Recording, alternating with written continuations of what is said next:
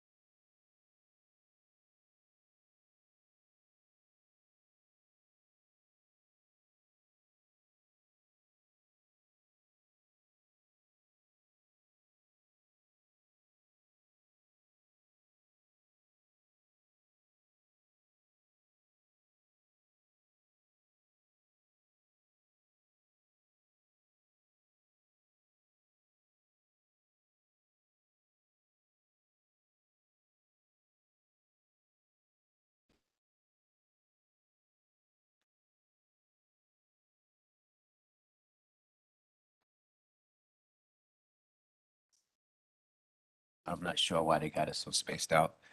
I guess it's because, you know, yeah. Terry, are we ready to go? Okay, we are. All right. Okay. Okay, we're going to go ahead and get started.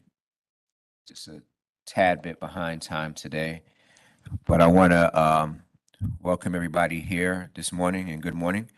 Hope all of you have had a good week, a good weekend, and a good half of the week so far. The June 28th, 2022 meeting of the Charlotte Zoning Board of Adjustment is now in session. I am Douglas Wilson, Chairman. Also sitting on today's board is Deborah Dryden, Tariq Hamid, Krista Long, and Marshall Williamson. Also present are Chad Spencer, our zoning administrator, Lisa McCarter, our planning project manager, Tari Hagler Gray, our senior assistant city attorney, Jill Sanchez Myers, also a senior assistant city attorney, Terry Edwards, and we also have our court reporter as well. I would like to start by acknowledging that we are conducting this meeting in person. This is the sixth meeting in 2022 of the Charlotte Zoning Board of Adjustment. And as always, I'd like to ask for your patience today as we proceed. The Zoning Board of Adjustment is a quasi-judicial body that is governed by the North Carolina General Statutes and the Charlotte Zoning Ordinance. We conduct evidentiary hearings on requests for variance and appeals, among other requests. Before we begin to hear the cases on today's agenda, I would like to provide some important information on the steps that were taken to ensure that each party's due process rights are protected as we proceed. Notice of this meeting was provided to the applicants and the public in several ways.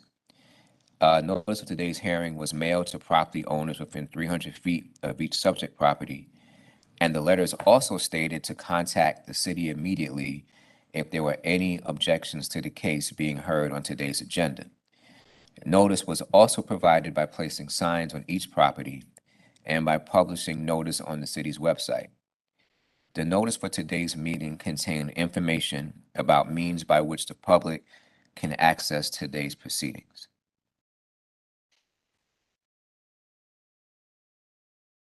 Application for a variance from the regulations in the zoning ordinance will follow as recommended on today's agenda. The zoning administrator or a zoning staff member will identify the cases and recommend approval of the variance with any recommended conditions based on specific reasons. The chairperson will ask if anyone wants to speak in opposition. If there is such a person, then the case will be moved to the regular agenda and will be heard at a later date. The chairperson will ask if the board has questions for staff or if there is any reason the board wishes to move the case to the regular agenda. From there, the chairperson will call a motion and a second to approve the variance, and the chairperson will hold a roll call vote. The agenda for today will follow as stated here. All parties who plan to give testimony pro or con must be sworn in. A zoning staff member will explain why a permit was denied or why a variance is requested. The board may question the staff member, and then after that, the applicant may question the staff member. The applicant presents their testimony for this case. The board may question the applicant as well as a staff member may question the applicant. The applicant may present sworn witnesses, but they will be subject to questioning. Other parties wishing to speak pro or con will be given reasonable time to present sworn testimony. The staff and then the applicant will be given an opportunity for rebuttal. The chairperson calls for a motion and a second to approve the variance. The chairperson will hold a roll call vote. After each case, the board will review the case and render a decision. This is usually done in closed deliberations after hearing each regular agenda case. However, the board may elect to take up to 30 days to render a decision. While this time during deliberations, you may remain present or you may call the zoning staff after the session to receive the decision of the board. All exhibits must remain with the board. Exhibits were required to be provided to the clerk no later than 12 p.m. on Friday, May 27th. I'm sorry, Friday, June 27th. Actually, that's the wrong date. What was Friday's date again? Um, that was, I can't remember what Friday's date was. 24. Um, so as of Friday, June 24th, in order to be considered at this hearing. If your case is not appealed to Superior Court after 30 days, you may pick them up or they will be destroyed. If you feel there is a conflict of interest of any member of the board or an association that would prejudice your case, please let it be known at the start of your case. As stated earlier, the board is acting in a quasi-judicial capacity for purposes of this hearing and can only accept sworn testimony. While the board will not specifically exclude hearsay evidence, it is only given limited weight. The North Carolina State Bar has issued an advisory opinion that it is the unauthorized practice of law for an individual who is not an active member of the bar to appear for another or otherwise assist or represent another at a quasi-judicial hearing on zoning and land use matters. All applicants should have been provided with a copy of that advisory opinion as part of the application packet. If you are a property owner or a non-lawyer here on behalf of a property owner and have not received a copy of that opinion, please discuss with the clerk and the documents will be provided to you. If as a result of this advisory opinion, the applicant would like to request a continuance of his or her case, the board will consider such a request at the start of that case. Appeals from this board is to the Mecklenburg County Superior Court. You have 30 days from the date of the board's written decision in which to appeal in accordance with the North Carolina General Statute, which is 160A-388E. In order to receive a written copy of the decision, any aggrieved party must file a written request for a copy of the board's decision by filling out the form, which must be filed with the board's clerk or chairperson at the time of the hearing of the case. You will hear 6 cases today, 2 recommendation agenda items and 3 regular agenda items and 1 appeal. The first case is case number 2022-047, 2249 Club Road, presented by Lisa McCarter. And clerk to the board will read the names of anyone who opposes this case. Okay, all right. I'm going to swear you 2 in. Do you swear or affirm to tell the truth, the whole truth, and nothing but the truth in the matter at hand?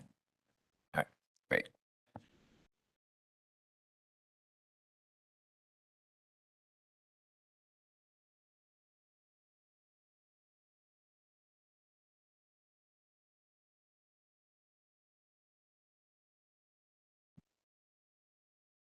All right, our first case is a residential deck encroachment variance. The applicant is requesting a variance from the 25% encroachment provision to allow a deck to remain. And I'll give you a minute to look over your findings if you just let me know when you're done.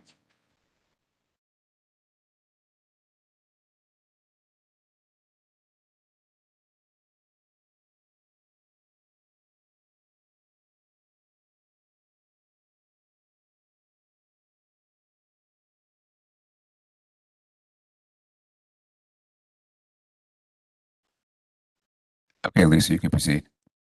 Okay, I will say that the applicants have changed since this was first submitted.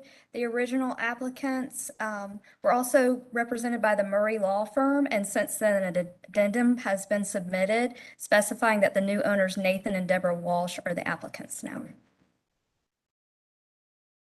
Exhibit number 1 is a vicinity map of the property. Exhibit number 2 is a zoning map. The zoning is R3 single family. Exhibit number 3 is an aerial map of the property. And exhibit number 4 is a close-up aerial map of the property. Exhibit number 5 is background. In July 2020, a permit was issued to construct a deck on the rear of the home. The required rear yard is 45 feet, and the building permit noted the rear yard as 30 feet. Also, there could have been confusion if you see the way that the new proposed deck was put on the plot plan. They could have thought that there was 45 feet between the new deck and the rear property line. Exhibit number 6 is the variance request. A deck is permitted to encroach 25% into the 45-foot rear yard, and that's 11.25 feet. It can be up to 50% of the width of the home. The width of the subject home is about 32.2 feet, so the deck encroachment could be up to 16.1 feet in width. The applicants recently purchased the property, and the survey commissioned for the sale shows that the deck encroaches 20.24 feet into the 45-foot rear yard, and that's a 45% encroachment. The width of the deck is approximately 26 feet, and that's 80% of the width of the home. Since the deck exceeds the permitted encroachment allowance for depth and width, the applicant is requesting variances to allow the deck to remain. Exhibit number 7 is considerations. Staff recommends approval of the requested variance with the condition that the variance only applies to the existing deck and no further encroachment is permitted. The applicant has agreed to the proposed condition. The hardship's not a result of actions taken by the applicant. The building permit issued for the deck noted that the rear yard was 30 feet instead of the 45 feet required. The encroachment was discovered by the survey commissioned for the sale of the home. The hardship results from conditions peculiar to the property because over 50% of the property is unbuildable due to sewer and drainage easements. There's a swim buffer, post-construction buffer, and a stream on the property. So you can see the creek shown and the buffer areas. And there's also easements. Strict application of the ordinance would cause a portion of the deck to be demolished. Exhibit number 8 is photos, and you can see the easement area of the property over here that's unbuildable. And the home is located over on the left side of the lot. And that's the end of my presentation. If you have any questions for me. Okay, thank you, Lisa. Does the board have any questions for staff? Terry, is anybody here in opposition? Okay, all right. Okay, is there a motion to approve or deny the variance? I want to just, You have a question? well, I'm not, I just want to clarify. We approve this, it only applies to the existing deck. They cannot add to it or change it, correct? If you make a motion to approve with staff's recommended condition. Thank you. Then I make a motion to approve this with the staff recommendation that the variance only applies to the existing deck and no further encroachment is permitted. Okay, motion's been made by Ms. Dryden to approve the variance. Approve this variance and it only applies to the existing deck. And there was a second by Ms. Long. Now moving to a roll call vote. Ms. Long? Ms. Dryden? Mr. Williamson? Yes. Okay, Mr. Hamid? Hamid, yes. Okay, Wilson, yes. Variance has been approved. Now we are going to look at the finding and facts and conclusions of law. I think that the staff recommendation is already in the findings and facts. I believe it is. I was just trying to make sure I didn't miss it. It's down on the front page. Okay, all right, great. So we got that. All right. Okay, is there a motion to approve the finding facts and conclusions of law? Make a motion to approve the findings. Is there a second? All right, there's been a motion by Mr. Williamson to approve the findings of facts and conclusions of law. And a second by Mr. Hamid. Go to a roll call vote. Mr. Hamid? Hamid, yes. Okay, Mr. Williamson? Williamson, yes. Ms. Dryden? Dryden, yes. Ms. Long? Long, yes. All right, Wilson, yes. Our next case is, just make sure I'm right here, is case number 2022-049. Property located at 606 East 18th Street. All right, our next request is a setback, rear yard, and parking variance to permit a single-family home. And I'll give you a minute to look at your findings.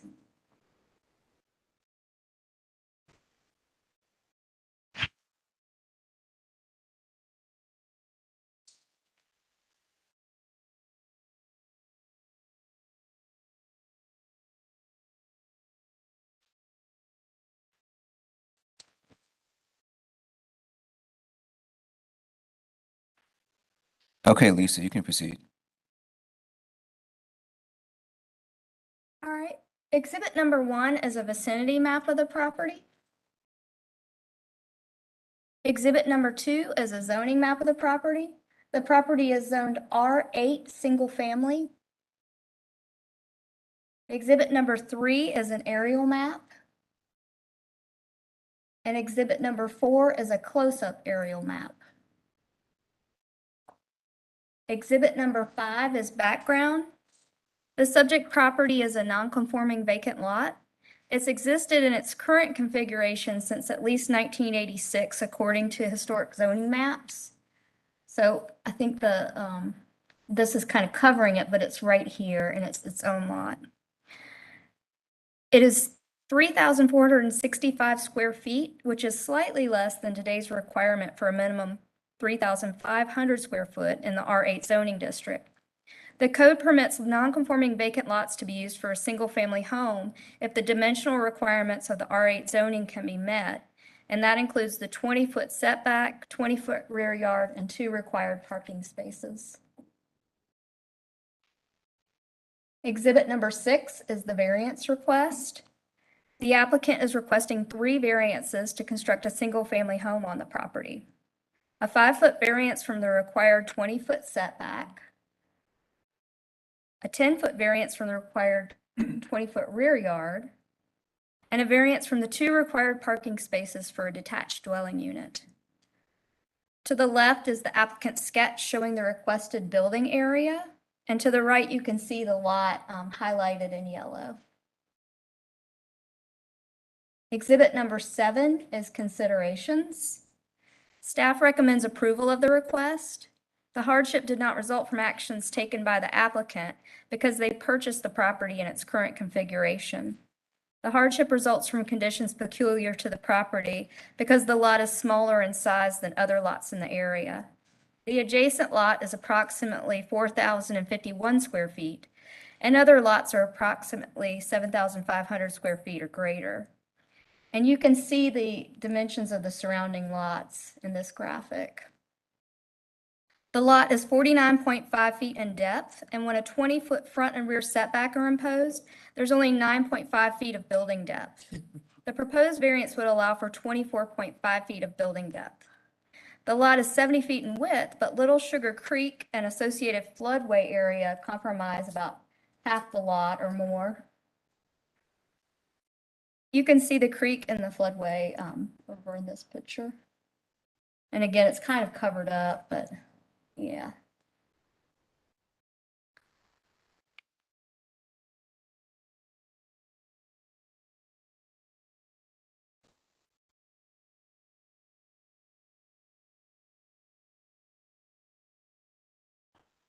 Oh, there we go.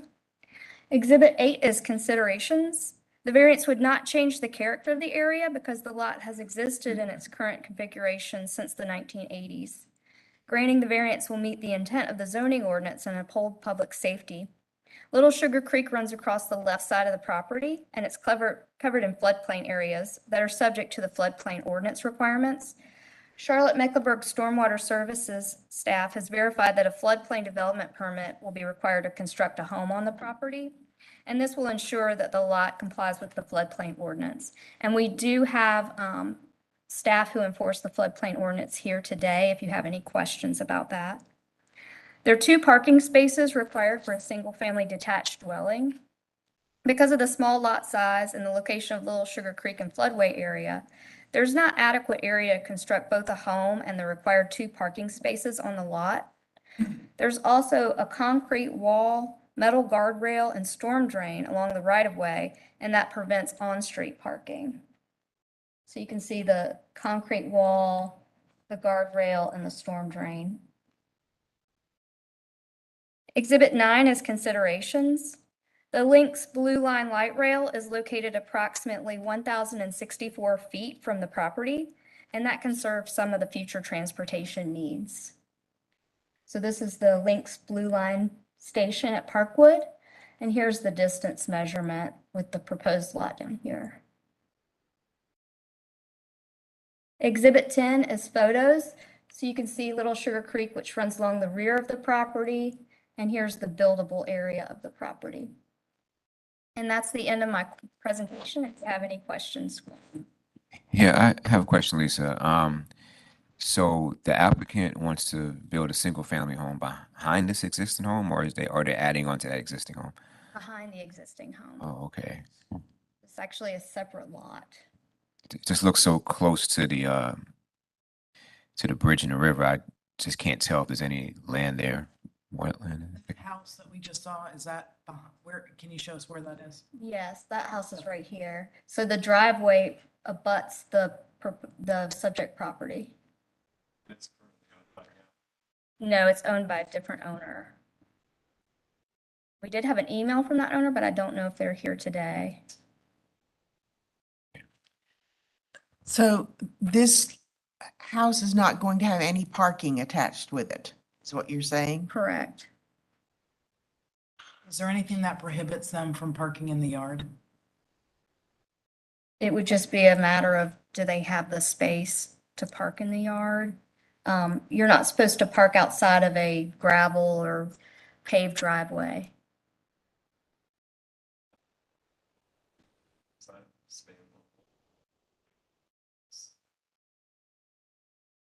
Not the entire width. There's just a little area between the adjacent property's driveway and that property.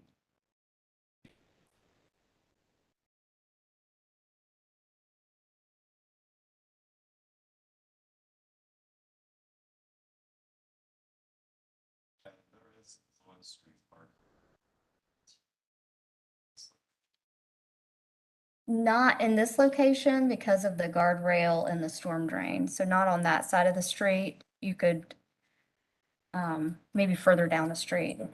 That area, and there's a car that always parks on 18th Street. So there's no. So there is some people, looks like they're parked right there. I couldn't testify whether or not they're actually parked or if they're moving in this picture. Oh, what about go back to the picture before this one, where that fence?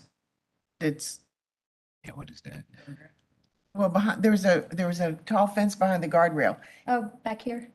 Yeah, is that, so that's the piece of property. So does the fence end at the other people's property? It keeps going to their house. So it looks like currently the subject property is being used as the backyard of the adjacent property. Let's see if I have a better picture of it. And See the chain link fence? That's what I'm talking about. So that fence would have to be removed, correct? If they build there? Correct. So the current homeowners have just been using that property on this blue house. To the best of my knowledge, yes. I would assume from the configuration of the fence.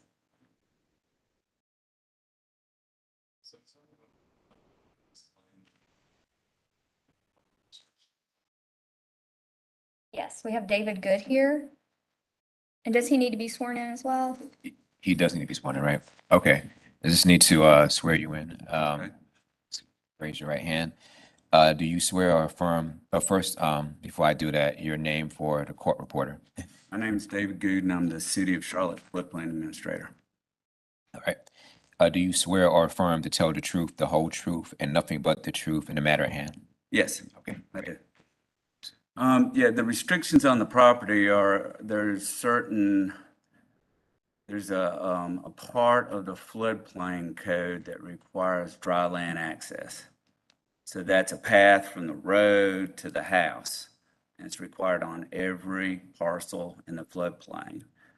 If you can't get dry land access because the entire parcel and the road is in the floodplain, then there's an exemption from dry land access. And this parcel, they're gonna have to rely on exemption because the floodplain goes all the way out across the property.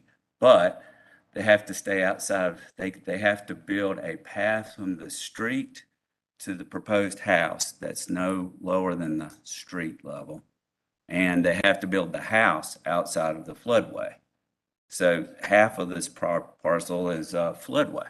So they're sort of caught in this area between the floodway and the parcel boundary. They'll have to place the house in that area and build the driveway out to the road. It's just a path, a paved path out to the road that's no lower than the road. And they'll have to build the house at a certain elevation on the parcel because it's in the floodway to keep it above the flood, what we call the flood protection elevation, so it doesn't get flooded during a storm. So that's the requirements. They're on this parcel, they're having to weave their way around some of the floodplain issues. What are the floodplain issues? What's the long term, if they build this house there, is there a chance that it would flood? There is always a chance that it will flood, but the idea is to build the lowest floor, the finished floor of the house above the flood elevation. Okay. It has to be 2 feet above the flood elevation, so they don't get living space flooding. And the idea with dry land access is it gives emergency responders the possibility of getting into the house during a storm event. And so that dry land access, it could be just like a sidewalk that goes into the house? Exactly, Okay. exactly. It has to be 12 feet wide paved, and that's the only requirement. It has to be outside of the community encroachment area, which is a floodway. Yes, that's right.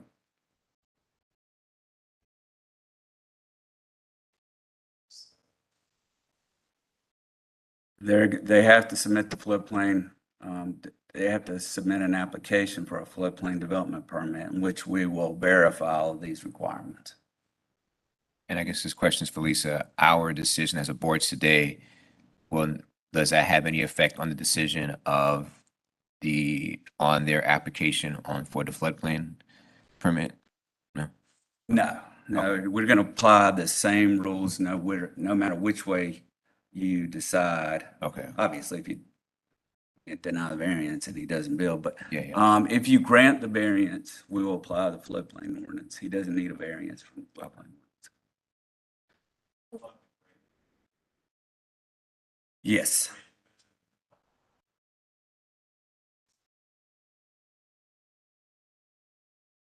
He'll have to grade in the floodplain and keep that path the same level as basically the sidewalk. Yep, that's exactly right. So Lisa, approximately how big a house can they build on this? Did they? Probably pretty small. What? Yeah, that's like small. So you can see the proposed 25 by 20? 25 by 20, yeah. So basically that's a 1 bedroom efficient? I mean, I would assume, that's an awful. 2 stories. Oh, Yes. It's a small house. single family with no place to park.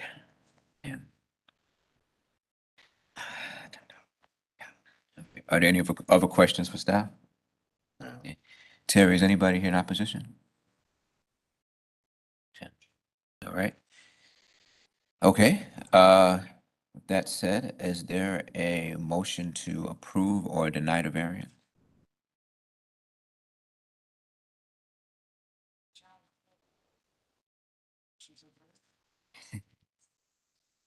All right, is there a second?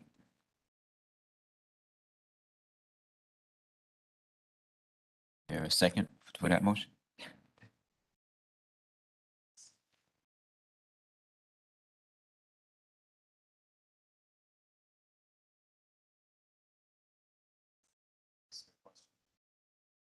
Can you do that when the motion's on the floor? Okay, so, yeah. But I don't, is applicant here? Yes. Okay, then I have to swear him in then. All right. I wanna. So.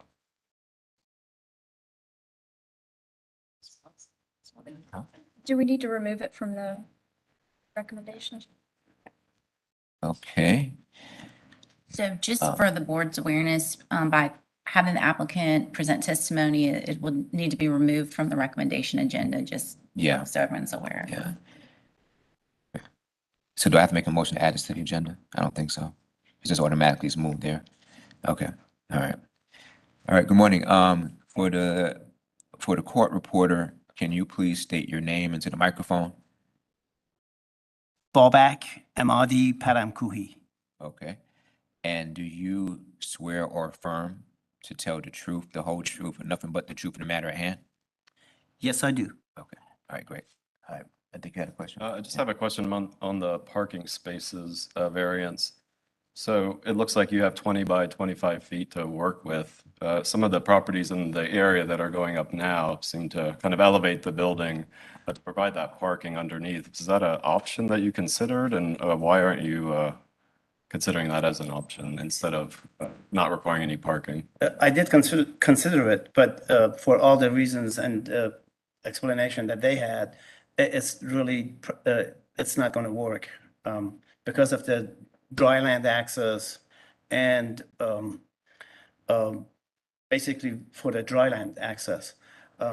And the way Shad explained, to put that curb cut where the storm drain is, it's just, and then in addition to that, as they said, the metal guardrail, the wall of the bridge itself.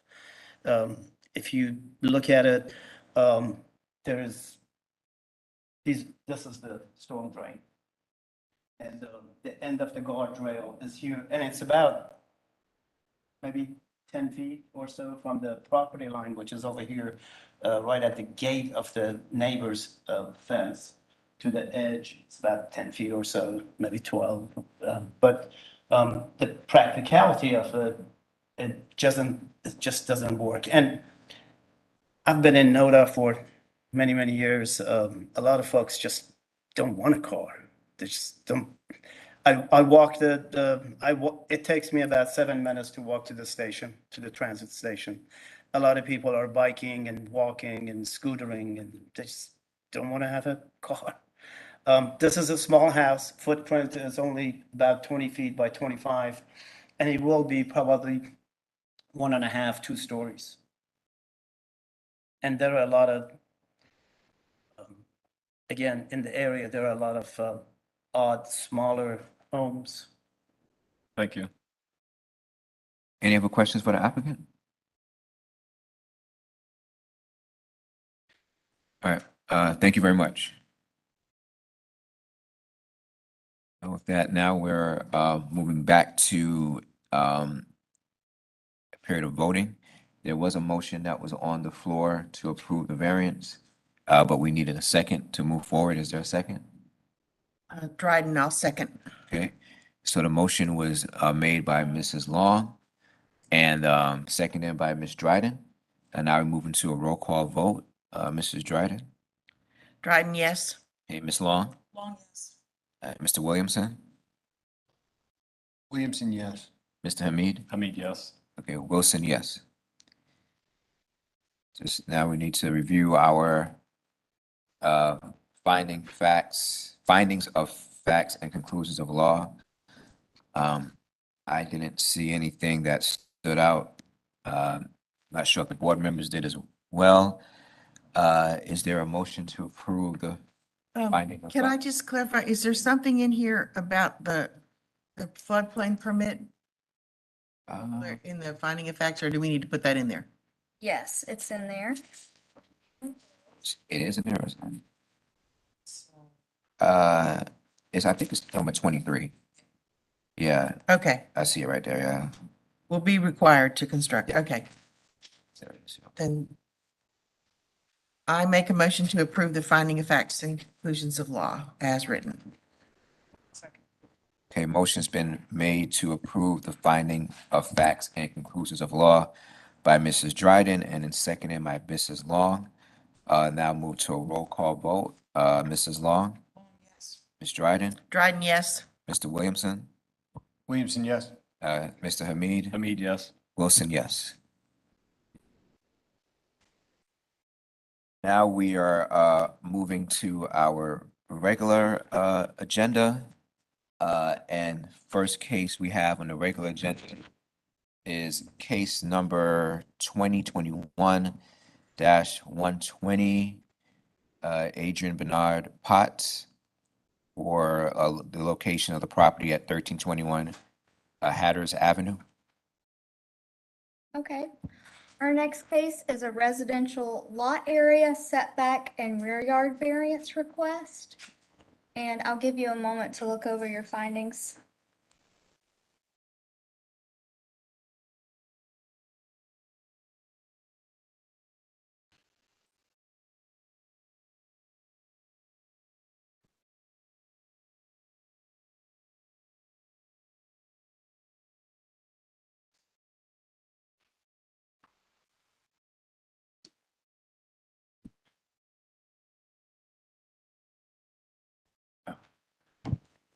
Okay, Lisa, you can proceed.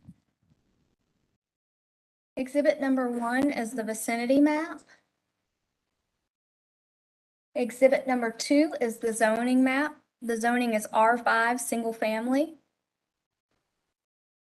Exhibit number 3 is an aerial map. Exhibit number 4 is a close-up aerial map. Exhibit number 5 is background. The property is currently in use for 2 detached single-family dwellings built in 1961. The structures are non-conforming because they predate the regulation that only 1 single-family home can be located on a lot. The lot is a corner lot with the front of the lot along Hatteras Avenue and the street side yard along Brownstone Street. The 2 homes are compliant with the required 20-foot front setback, 10-foot street side yard, and 35-foot rear yard. And the property meets the 6,000 square foot minimum lot size. The lot is identified as lots 11 and 12 on the approved plat that was approved in 1929. The applicant wishes to subdivide the property so that each detached dwelling will be located on its own lot. The code has a provision that allows the reestablishment and reconfiguration of previously recorded lots, but only if the lots can meet the development standards of the R5 zoning district.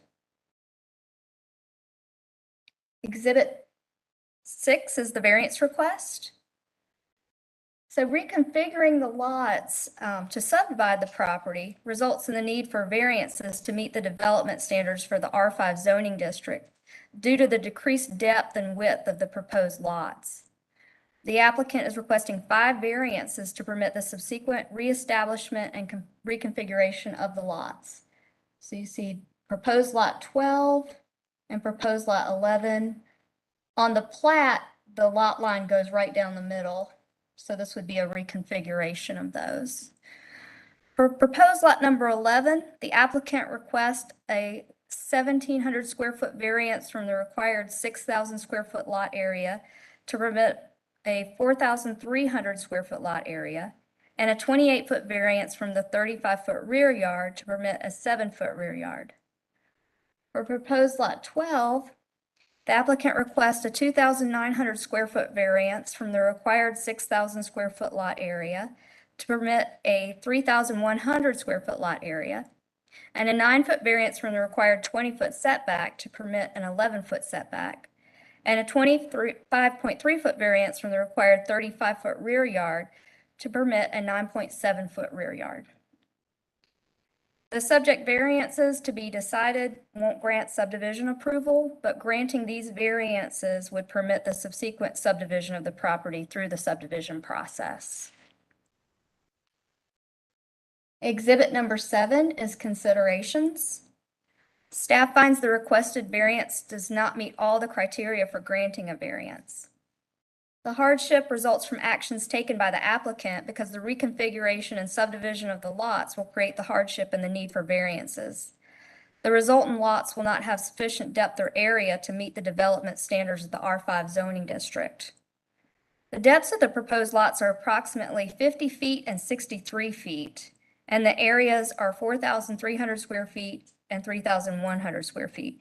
And that's not sufficient depth and area to build dwellings within the dimensional requirements. When the required 20-foot setback and 35-foot rear yard are imposed on the property, there's building depths of 8 feet on proposed lot 11, and there's actually an overlap of 5 feet on proposed lot 12. The two nonconforming homes on the property can continue and even be expanded within the compliant building footprint without the need for a variance. Exhibit number 8 is considerations. There are other options to permit 2 dwelling units on the property. The lot could be used for a duplex dwelling if the 2 existing structures are connected. This would require 2 variances, one from the 20-foot setback along Brownstone and another from the minimum 10,000 square foot lot area for a duplex.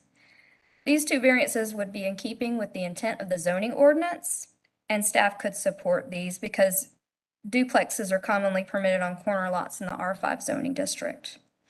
The applicant did explore the option of rezoning the property to allow subdivision, but rezoning was not feasible for this property. Exhibit 9 is considerations. The hardship does not result from conditions peculiar to the property because there's 2 parcels within 3 blocks of the subject property with similar nonconforming conditions as the subject property. Since the conditions of the subject property are not unique to the neighborhood, granting the proposed variance would set a precedent for other properties with similar conditions. So you can see these 2 lots are corner lots, and they both have 2 small single-family homes on them. Exhibit number 10 is considerations. The requested variance would alter the essential character of the area because the proposed variances would permit lots with significantly less depth and area than surrounding lots. The proposed lots that are approximately 50 feet and 63 feet in depth and areas less than 5,000 square feet would be less than the surrounding lots, which are zoned R5 and have a minimum 150-foot depth and 7,500 square feet in area. So you can see the dimensions of the other lots, and this is the proposed property line, so the lots would be substantially smaller than the other lots. Exhibit number 11 is a photo of the property, and this is looking from the front of the property kind of to the side. You can see the 2 houses there. And that's the end of my presentation. The applicant is also here, and I believe he's prepared a presentation as well. Before we move to the applicant, are there any questions for Lisa from staff? From the board?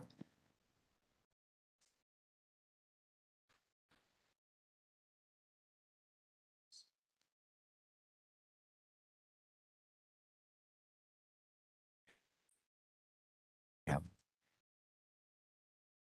I don't have any. All right.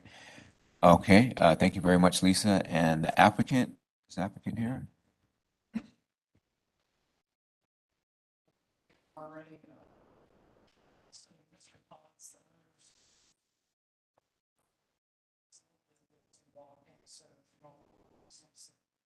Okay. Okay, all right. Guess I'll start here. And before I swear you in, the applicant, can you please state your name for the court reporter? Okay, all right. Mr. Potts and Mr. Murray, do you swear or affirm to tell the truth, the whole truth, and nothing but the truth in the matter at hand? I do. All right.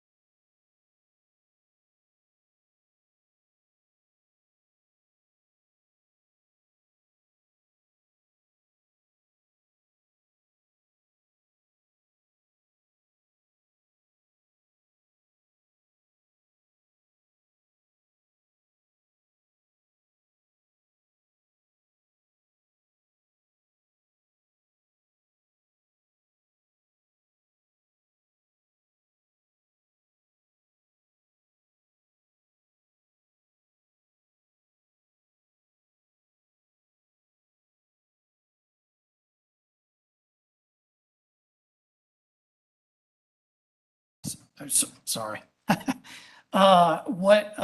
is in existence. Another suggestion was to condo the units to provide for separate ownership.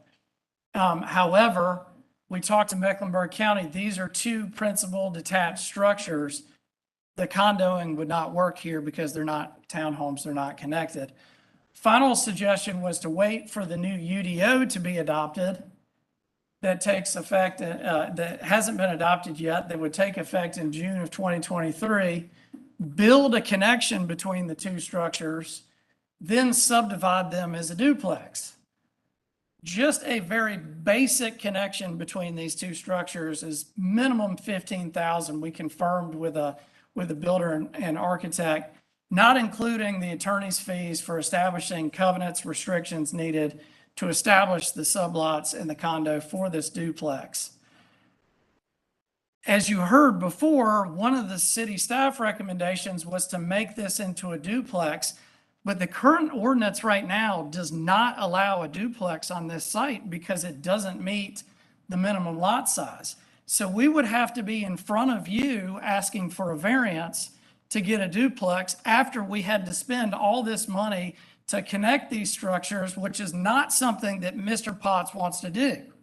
He doesn't want a duplex. He has two principal houses on two lots. The tax value of this property is only $84,000. So by the time that we were to spend all this money to do all these things, we'll eat up at least a fourth of the value of the property. That's unreasonable. Here's the zoning map. So obviously rezoning is not going to be possible because it's all R5, a sea of R5. This is the 2040 plan. This is the lot right here. This is the 2040 plan with the place type map. Again, all the same type zoning that exists today. This is the survey that the city has shown. This is Exhibit 9. It shows that these are two identical structures. It was interesting that the previous variance came up about the size of a house because here's an example of a 25 by 26 foot house. So there are smaller houses that are in existence and the at-grade patio connecting the two here. No roof connecting, no physical connection between the two structures. And I noted here on Exhibit 10, this is the survey showing the new proposed lot line. Lot 11 is the smaller of the two. On the application, I accidentally transposed those, but lot 11 is the smaller. It would be 50 by 63. And that lot would be 3,132 square feet. We're requesting minimum of 3,100. And then lot 12, which has the easement in the back, would be 4,346. We're requesting a 4,300 minimum lot size. So as you can see here, regardless of how we look at these variances, both of these structures are equal distance from Brownstone Street. So, and they're equal distance from the house adjacent. So although this may be the rear yard here, it's the side yard on a lot that exists over here, but there's nothing physically changing. These two houses stay the same. So it sounds like we're asking for a large rear yard reduction, but effectively from Brownstone Street, it's a side yard. And it's the same for the side yard here, and this, which would now be the front yard, is effectively the same as the side yard on this structure. So both of these structures are exactly the same distance from Brownstone Street. They're exactly the same distance from the new house that was built. And there's ample distance between Hatteras and the rear house that fronts Brownstone. So again, variance standards, always review these with the board. The Board of Adjustment shall vary upon a showing of all the following: unnecessary hardship, which is again, practical difficulties. We don't have to demonstrate absolutely beyond a reasonable doubt that there's no reasonable use. There is reasonable use of this property. The hardship results from conditions peculiar to the property. We'll get into that. The conditions are highly peculiar to this property. Did not result from actions taken from the applicant or property owner. I'll discuss that even more. I strongly disagree with the city on their position. And then again, it's consistent with the spirit and intent of the zoning ordinance such that public safety is secured and substantial justice is achieved. The unnecessary hardship, again, the variance is necessary in order for the two existing single-family detached structures to exist on separate lots. Lots 11 and 12 cannot be reconfigured without a variance. Substantial changes to these structures would have to be made to cause them to be a duplex, which then we would still have to come to you and ask for a variance. But the unnecessary hardship is, quite honestly, there's no good reason why two principal structures that are on two lots cannot exist on two separate lots. There's no good reason why they can't. Again, it's practical difficulties. The hardships here are they run with the land. They're not personal to this applicant. They're not common situation for the neighborhood. These are two totally detached single-family structures.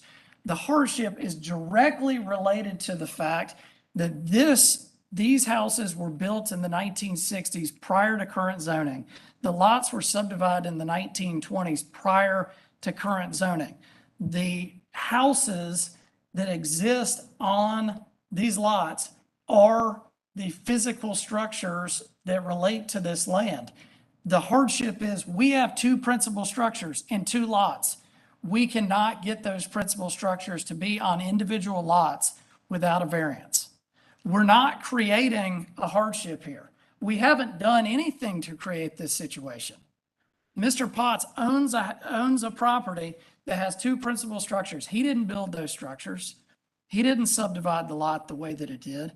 He came into ownership of these properties with the houses where they are and the lots the way they are. And he is simply seeking to be able to divide those two lots.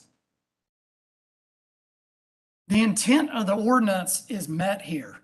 The intent of the zoning ordinance, by its plain language, 12.107, no more than one principal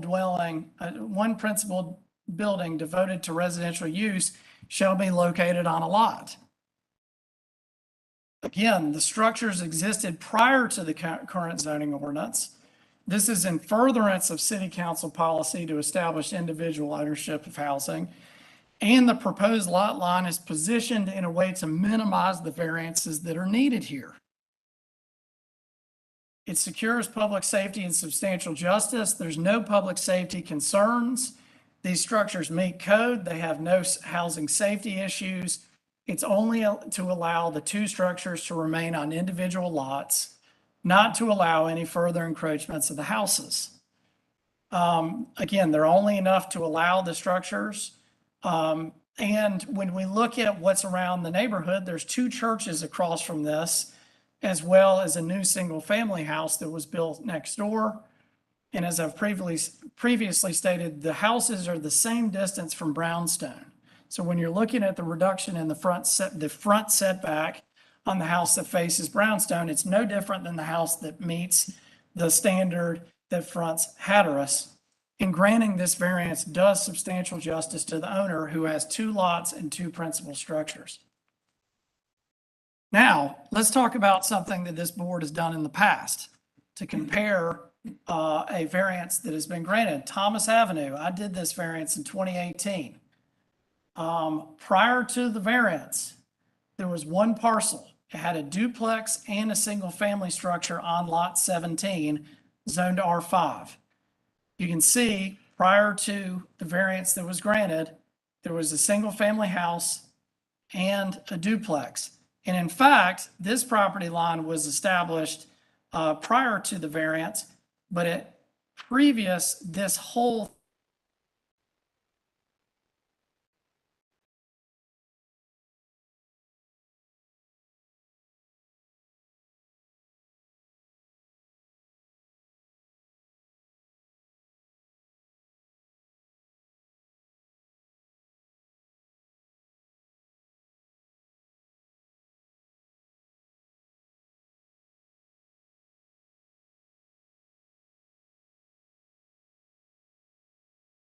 the duplex to exist on separate lots.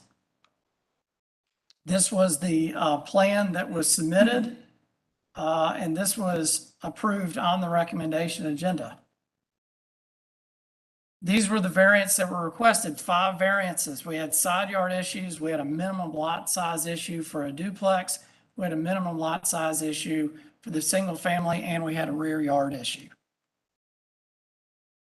This was the decision of the board, and if you read the decision of this board, it's basically identical to the situation that we're bringing you today.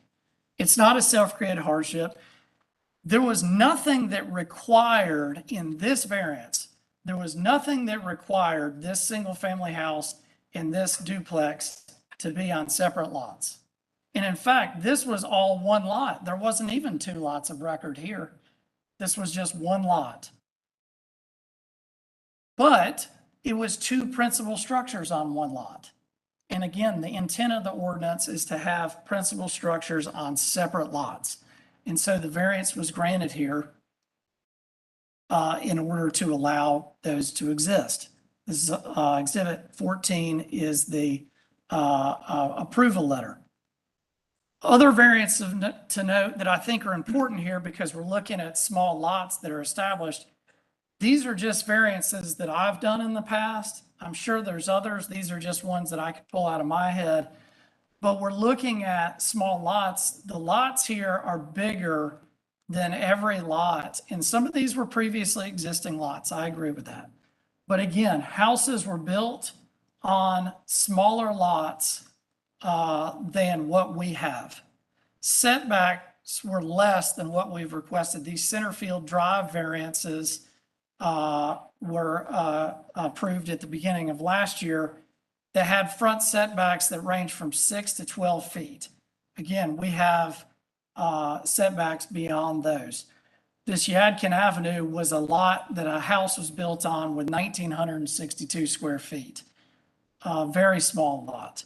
And so I just bring these up to say that there's examples of this Kingston Avenue existing house had a variance where the house encroached up to 1 foot of the side yard, 3 foot of the right side yard.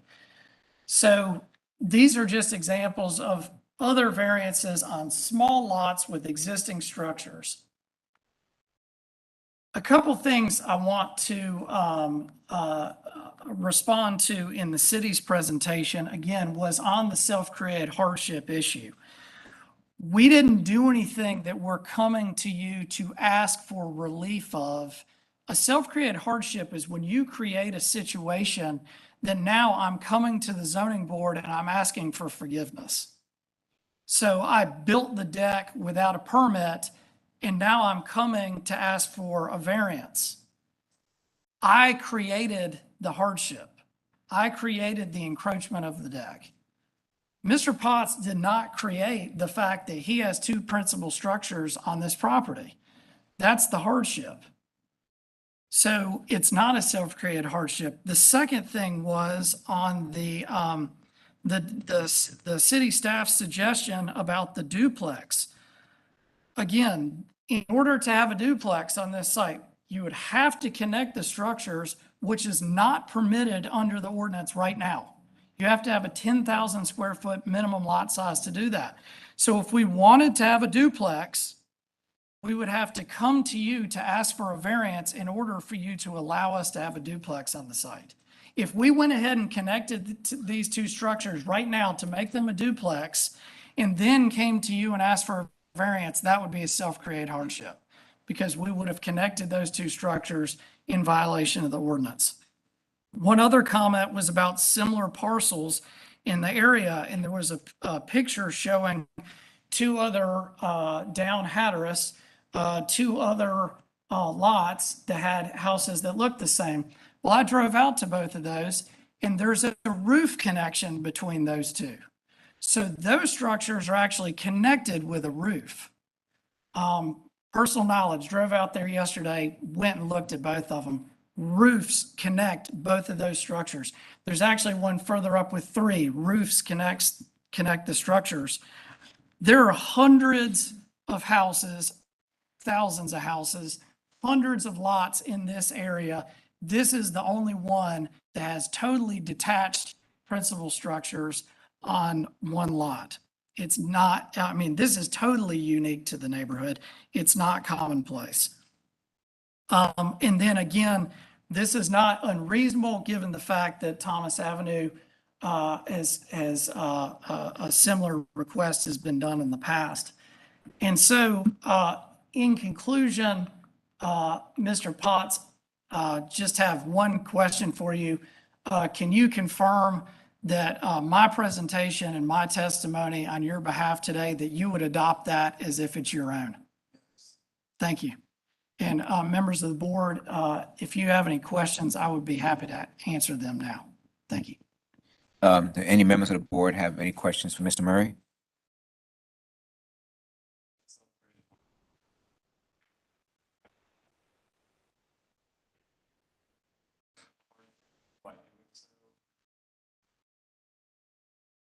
No, because the hardship here that we're relying upon is the fact that we have two lots with two principal structures, and we want to establish them on individual lots. So the conditions are peculiar because we have a unique circumstance that the ordinance doesn't contemplate. The ordinance contemplates principal structures being on individual lots. And this is no different than Thomas Avenue where the variance was granted, because Thomas Avenue is the exact same situation. Yes, it was a duplex and a single family house, but it's the exact same situation. Because in that situation, there was nothing that forced us to have those principal structures on separate lots. But again, the hardship is related to the land because we have this property line that runs through and two principal structures. Right. Right. And it's 1964. I think the modern zoning not modern zoning, but zoning ordinances didn't really come into play, I think, until the 70s that I think regulated on this property.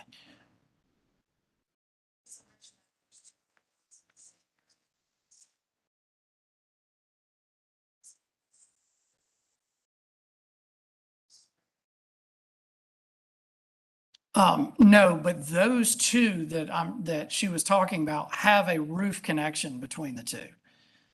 And so they actually have a physical connection.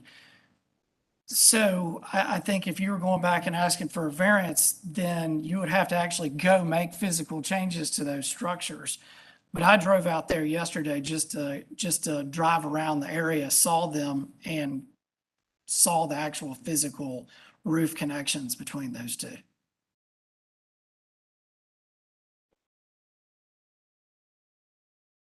I think there was an aerial picture in Lisa's presentation.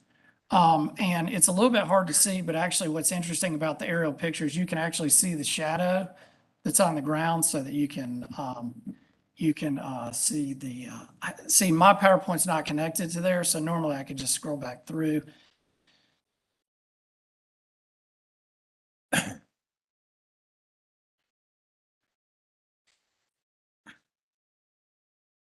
Yeah, so you can actually see here, there's a physical connection right there. You can see the shadow on the ground. And then there's a physical connection, roof line connection there in the back. So right right in here, I just pulled up and just parked on the street and got out and looked at both of these just to confirm that there is a physical roof connection between the two. I assume, I do not know.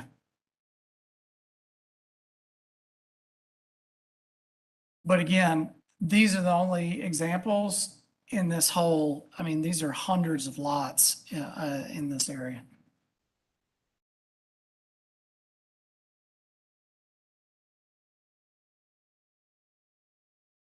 Are there any other questions for Mr. Murray?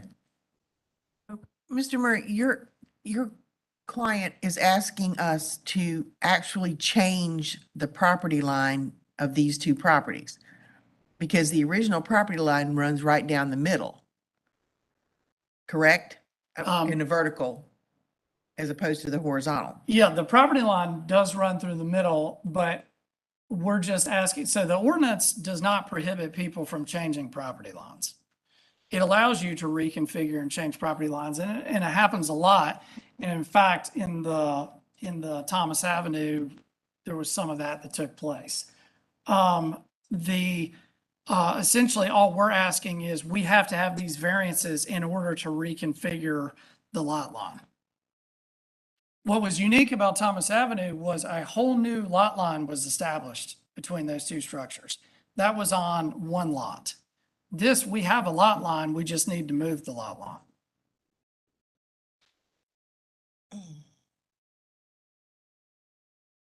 Are there any other questions for Mr. Murray? What was the goal of this Thomas Street? Yeah, I think the intent was to sell the house separately and keep the duplex. What's Mr. Potts' goal? Sell or? I think possibly to sell.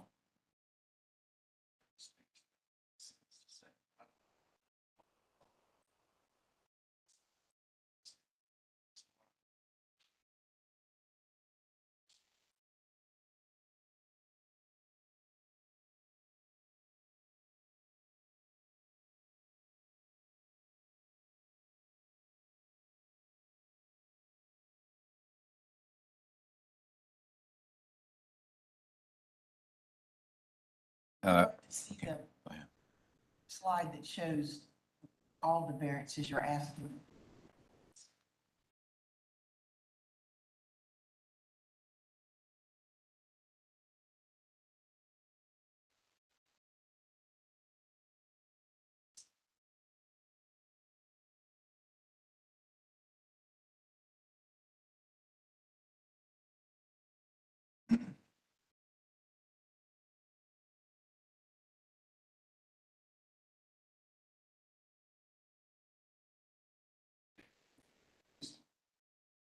Yes. You were to sell corner. Something. You're gonna be limited to building basically what's there now. Keep the footprint. Yeah, Mr. Potts could go up right now if he wants to.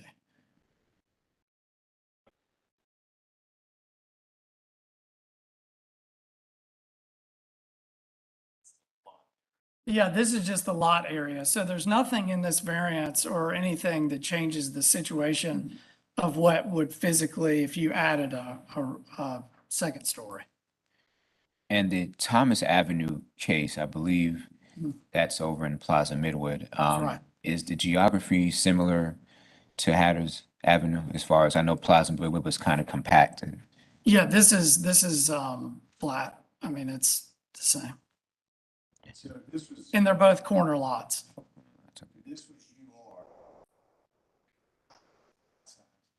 So we would have to get an administrative deviation on one of the lot variances. I mean, sorry, one of the setbacks.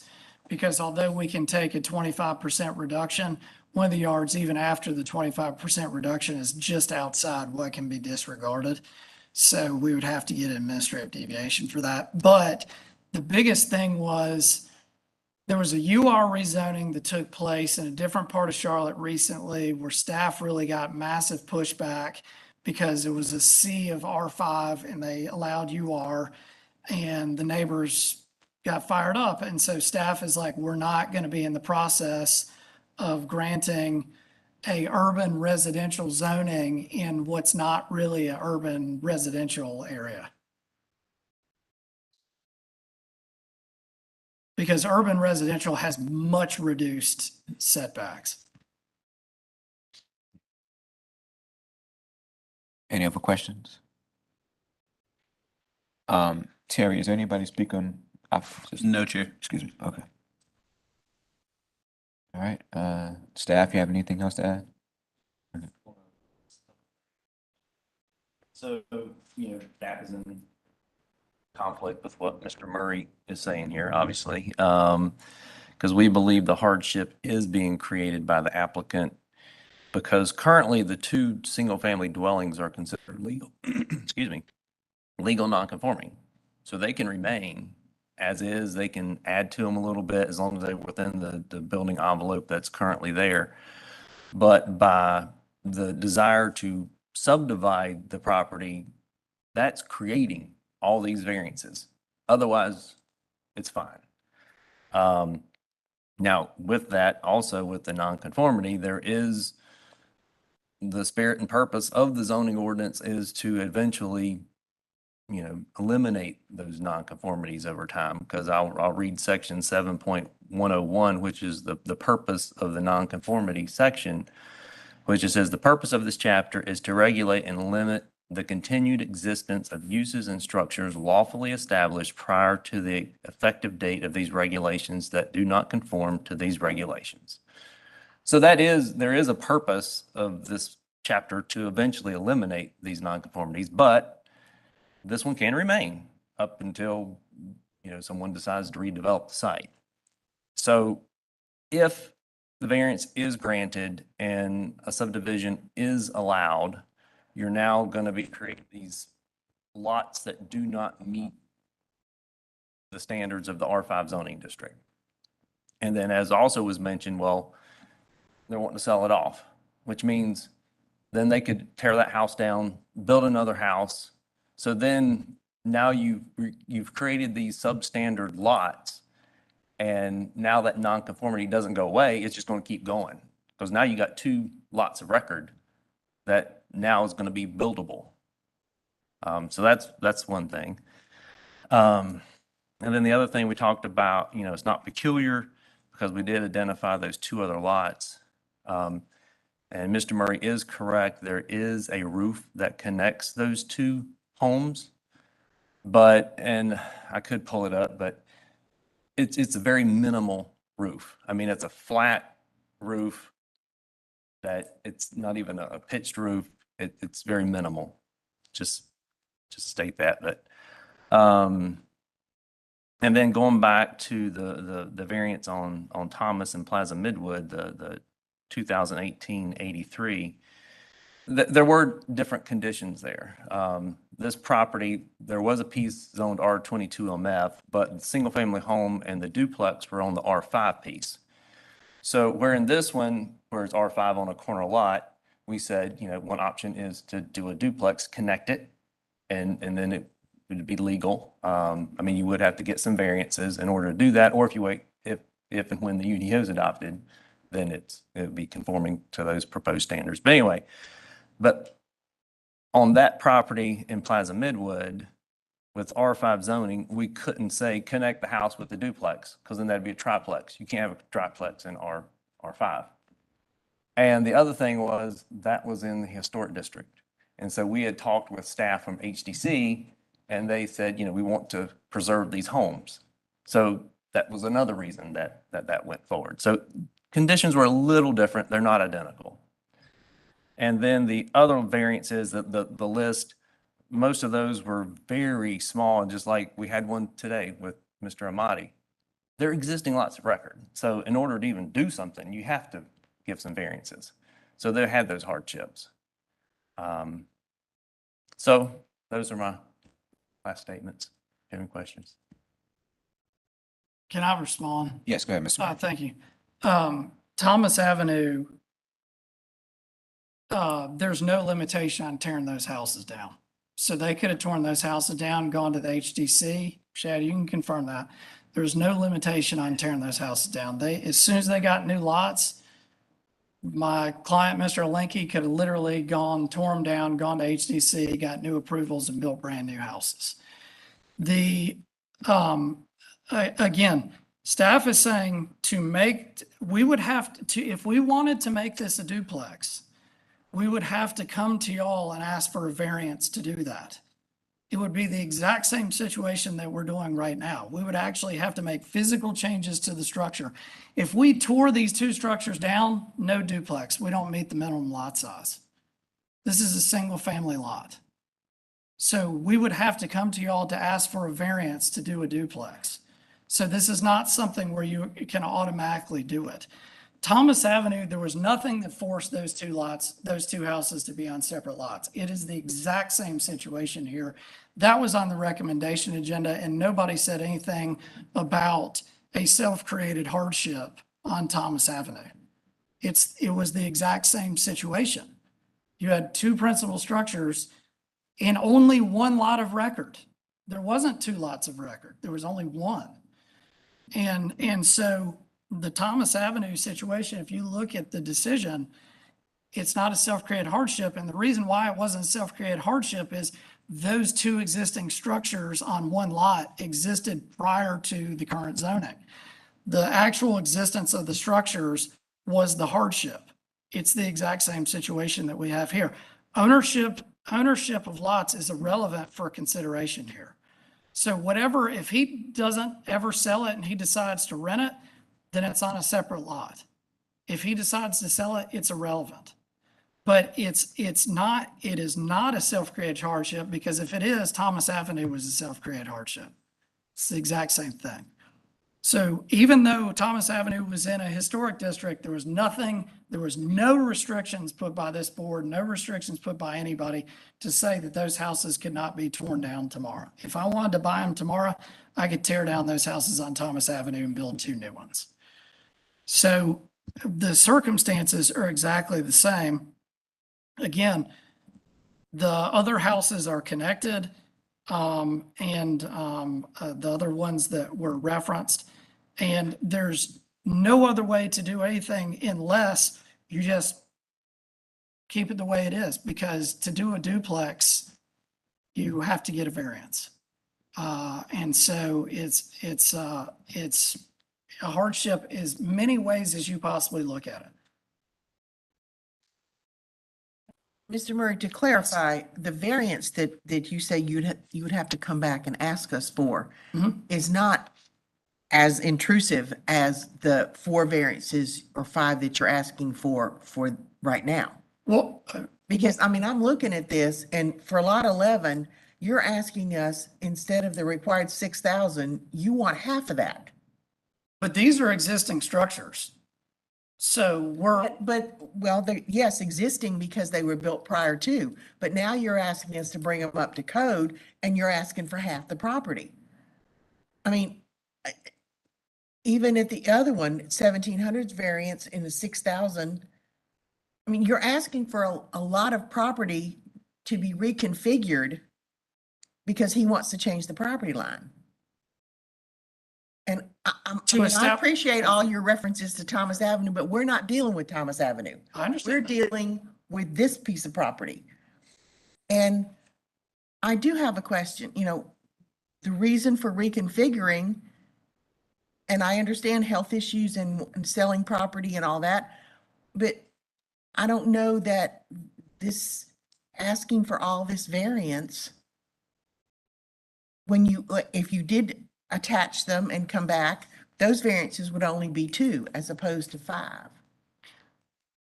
right, I don't but know. then you're changing the nature of that property if you connect the two structures. Plus, it's a substantial expense to do it.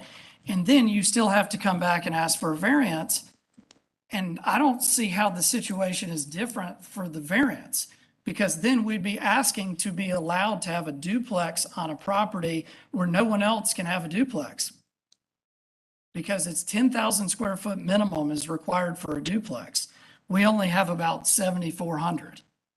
So that's a 2,500 square foot reduction in lot size to have a duplex on a site that was never built as a duplex. These are 2 single family houses. And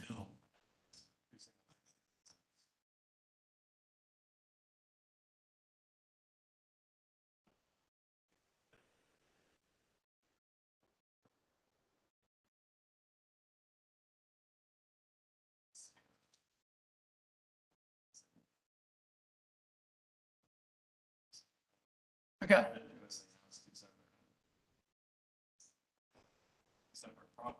Right.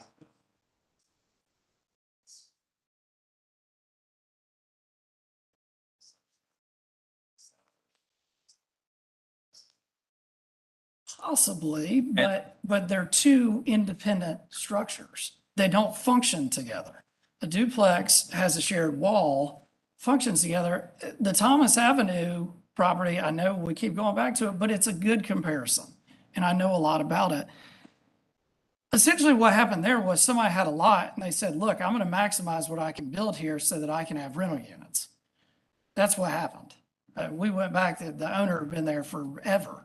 So, but that's not the circumstance here. These were clearly meant to be separate units. I'm gonna try to close Sure. this segment here, but I have a question. I know Shad, look, you was about to respond. Yeah, I was just going to add that, I know we were talking about this possibility of, duplex. A duplex is a permitted use in the R5 district on a corner lot. So it would, if you're going to weigh it, it is a little bit more conforming than what's being And that's my proposed here. question with the R5 district. When was that, I guess that's a policy, I'm assuming, when was that put into, when did that come into existence? Did that come into existence in the 1960s, or is that something that's?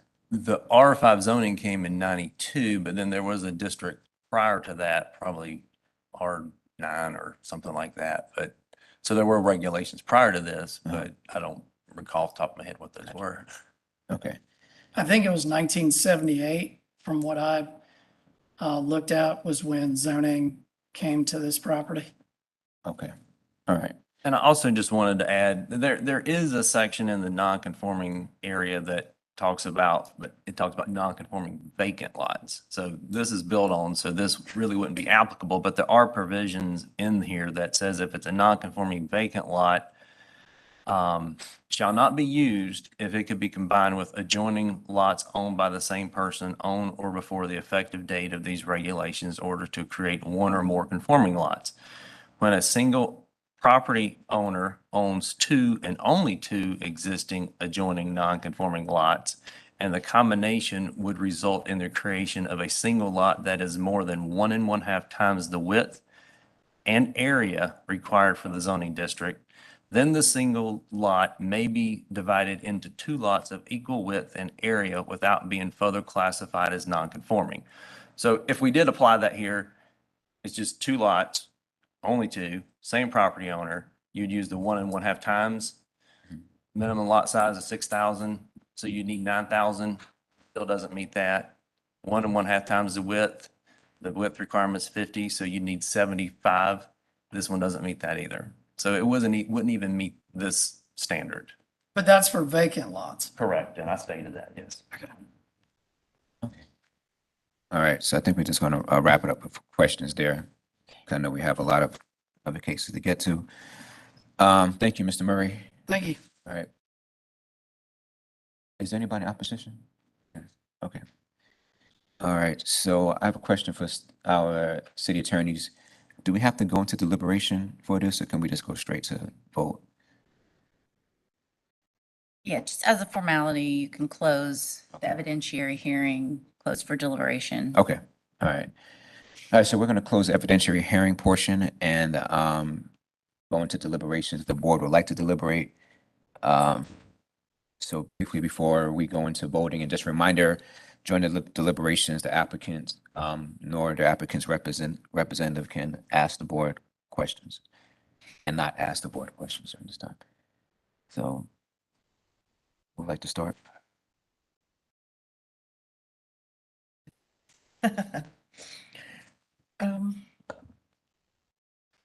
You know, we are charged with looking at four things, and I try really hard not to get emotionally involved in this, because I really do feel for the homeowner circumstances. But I think, and I believe that they did create an unnecessary hardship by wanting to subdivide this contrary to what the original property line was. And it's not just peculiar to the property, because all the properties are about that size.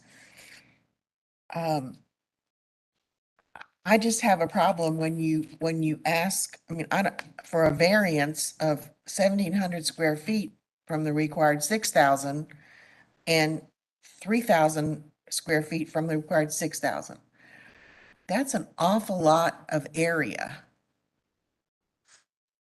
to ask us to put a variance for.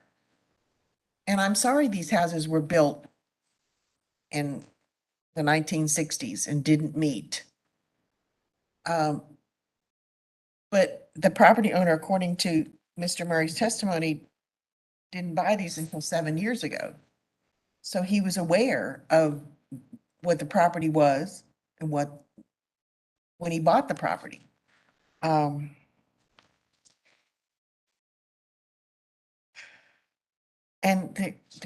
the significantly less depth and area of these lots.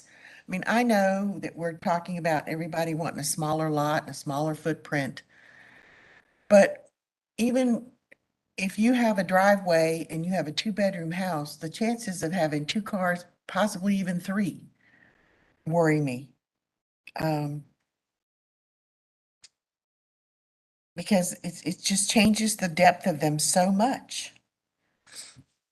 I don't know, that's kind of where I am pondering. So I would be open to any other comments the board has as we move forward with this.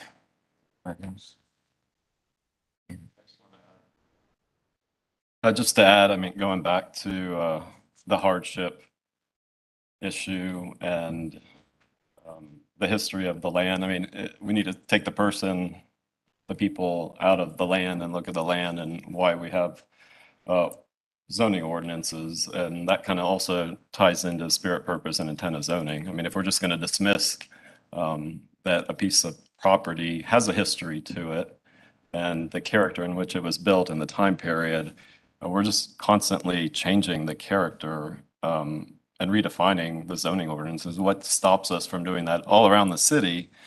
You know, I look at precedent and how much does precedent weigh into a decision? And I do think every case is different, and precedent, although is not hearsay, shouldn't be the final deciding factor on whether or not we choose to follow that logic, whether it's apples to apples or oranges to apples, in each decision for each property. So I understand kind of the personal condition, but just want to put on the table that it is about these properties and the fact that there's a line in the sand, and what we're trying to do is turn that 90 degrees, and it has ramifications that are now being requested to be, I don't say forgiven, but considered for this variance. And that's kind of where I'm at with this application and some of the facts that were presented.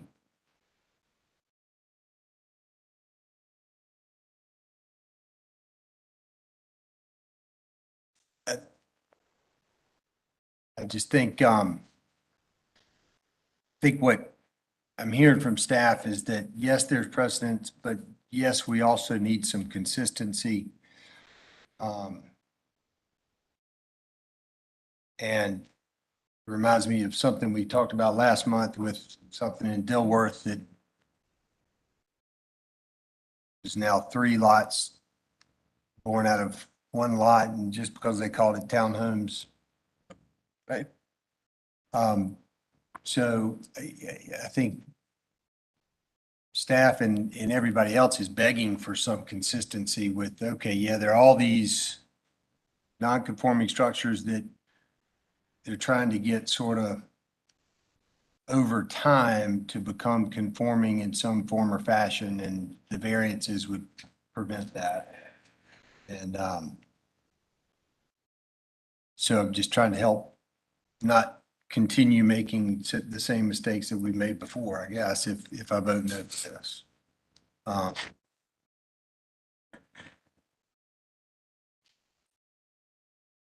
don't know if we could add anything more.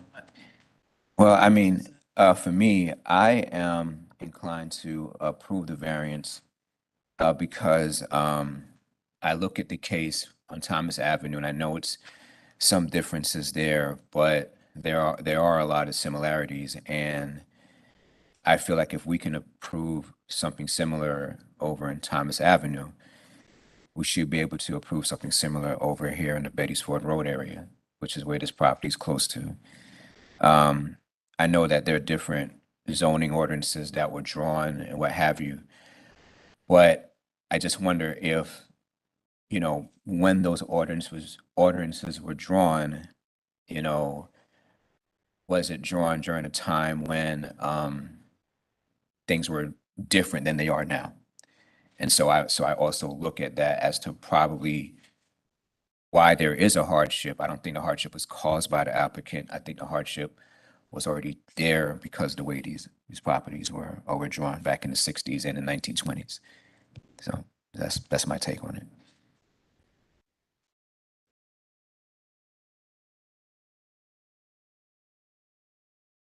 Right. If there are, I don't know, Mr. Dryden, I don't know if you have something to add. Like,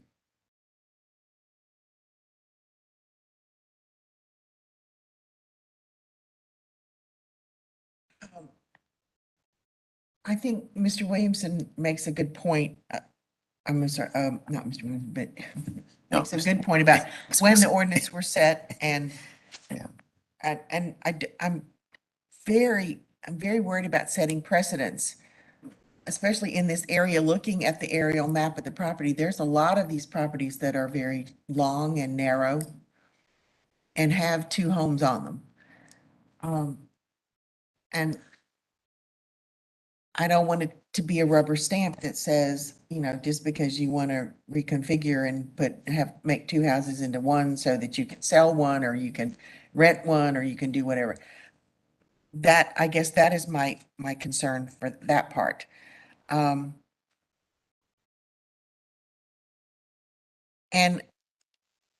I think it will alter the essential character of the area if you permit these two houses to be independent, because most of the lots are not. They're not two, there might be two homes, but they're on the same lot.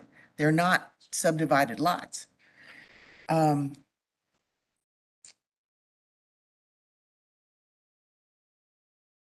But I also understand that, you know, that this with the 5 variances, but it permits the lots with depths of approximately 50 feet and 63 feet. And it doesn't give you a lot of, because one of the duplexes, one of the independent dwellings is a side yard, but for the other independent dwelling, it's a rear yard. And they're asking those to be what, 5 feet? I'm just having a really hard time with this. So I don't know what else to say. If I could just Yes, go ahead. say something real quick from the legal perspective, because there's been a lot of talk about precedent, considering precedent, setting precedent, and just want to remind this board that technically you're not setting precedent. You know, every piece of land is different. Every single case in front of you is different. If one fact is different, the circumstances are different. So I appreciate, you know, the discussion about consistency and as well, and that is important. But I just wanted to, you know, point that out as well and encourage the board to look at this piece of property, the circumstances surrounding, you know, this land, what makes this land unique or what does not make this land unique, and just sort of thinking in that regard. So questions and responses to that comment. Precedent outside of the same circumstances should not.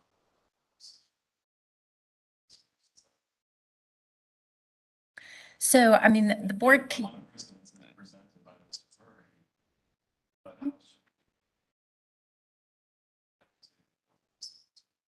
So I think that can be considered things that the board has approved as far as its.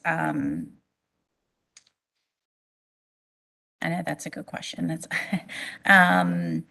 and the board can consider those similar variances, but just because it was approved in one particular circumstance doesn't mean it has to be approved in this.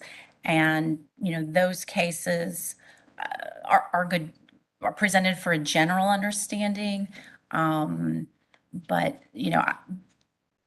the circumstances of Thomas Avenue were not necessarily presented to you in consideration. So I just caution in that regard. So it certainly can be considered, but just want to keep caution about the amount of weight that's given to that, if that's. Is it possible to look at one of the pictures that staff put up there without having to reopen anything? Can I look I at think something? we may have to reopen if we did that, right? No, it's not, you're not taking. No, I don't want to testimony. I just want to see the slide. Yeah. I want to see the one that you did that looks like this with all the yellow on it. That's the one I want to see, please. It shows what the property will look like. Please, That one. that one, that's the one I want to look at. But then there was another one that I think that actually showed the variances. Yeah. I think this one has yellow on it. Yeah, is there one more? before it. That- There, yeah, that's what he wants. Exactly, that's the one I wanted to look at. So, yeah.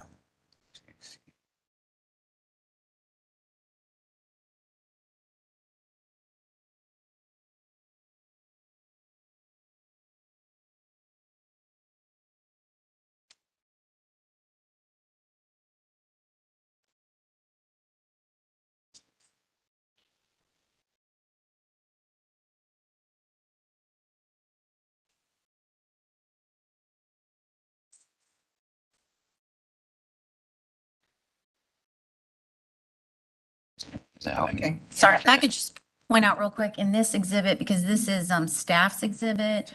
And as Yes. Mr. Murray had indicated, they actually are flipped. So in this exhibit, if you want to flip the 11 and 12. Right. Thank you. Does any one have anything else to add before we come out deliberations? Excuse me. I was gonna say that, with respect to the number 26, that they say the requested variance would alter the essential character of the neighborhood. I sort of beg to differ with that. And I'm on both sides of the fence on this thing, but I'm just thinking out loud to say that I think the area, those things were built in the 60s. The neighborhood has grown up around that. And so the essential area, the essential character of the neighborhood includes these two single-family dwellings on a very narrow lot. And all we're saying now that if we approve the variance is that we're just drawing a property line. We're not really changing the character of the buildings or the way that lot's being used.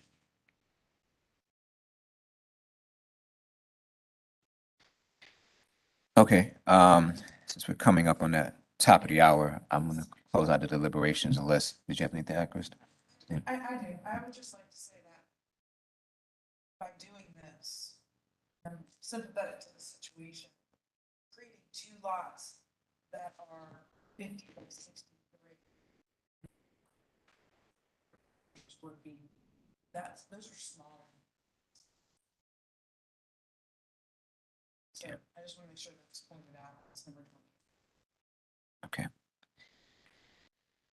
Okay, well, with that said, that concludes our, oh, Just help me. okay, If we approve this, but if they come back though, they can only use the footprints that's there, correct? They can't make the footprint larger if one of the houses was torn down?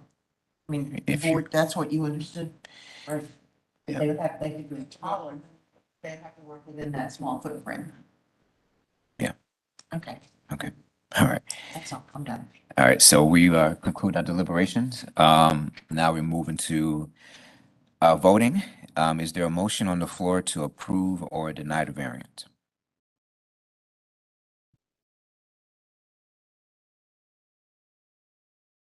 I'll motion to deny the variance request. Is there a second? I'm sorry, I didn't hear you. Mr. Hamid made a motion to deny the variance. Okay, motion's been made by Mr. Hamid to deny the variance, second by Ms. Long. And now move into a period of a roll call vote. Ms. Long? Yes to deny. Okay, Ms. Dryden? Dryden, yes to deny. Mr. Williamson? Williamson, no. No. Okay. No to deny from Mr. Williamson. And Mr. Hamid? Hamid, yes. Okay. Denial. And Wilson, no to deny. So what does that lead us? That's I'm sorry.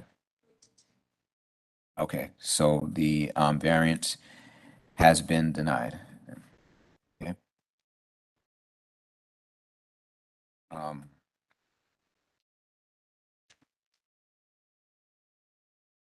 I would look at the findings of facts and conclusions of law.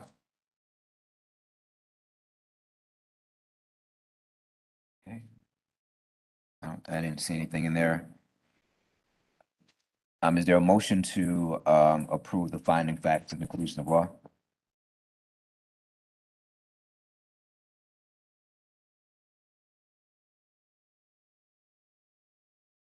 Do we want to change on, number 26? Because it says, Not just architecture. That's true. Lot size. that's true, that's true. Okay, so I'll leave it that way. Then I make a motion to approve the finding of facts as written. Alongside. Okay, motion's been made to approve the finding facts and conclusions of law by Mrs. Dryden, second by Mrs. Long. Moving to a roll call vote. Ms. Long? Ms. Dryden? Mr. Williamson? Williamson, yes.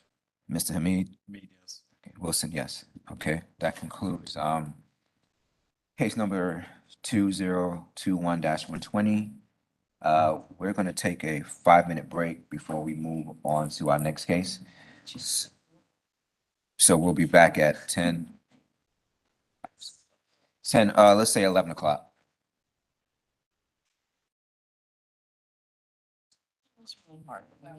Yeah.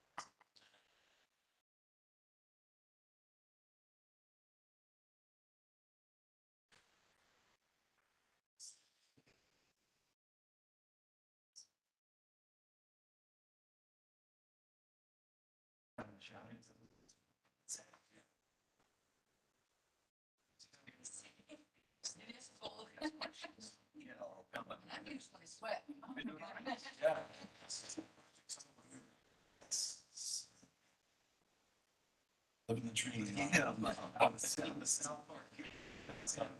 Yeah.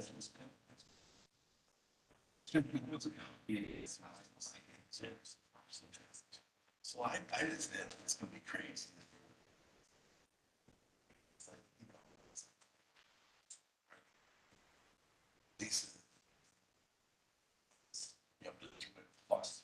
I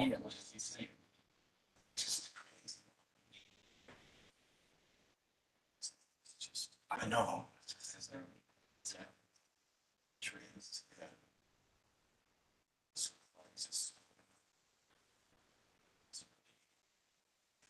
Maybe, she bought that. Beautiful house.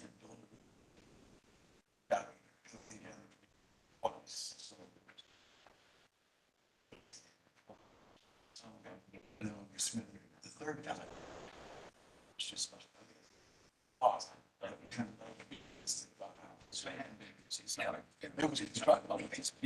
How was the construction? The second permit they constructed there. They moved it. So you guys actually have a stormwater easement behind this property. It's nothing, you know, actually outside of it. So when they built it, the second one. So the guys were some of us on it. And again, they actually sold the house. And the structure to where none of them became inside the garage. Saw she. So I'm like, look, you know, lady bought it and said, we just. Police was like, look, if you don't get it. Just try to.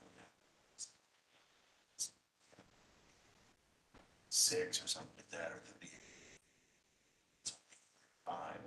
It's one of those things that allows bigger lives.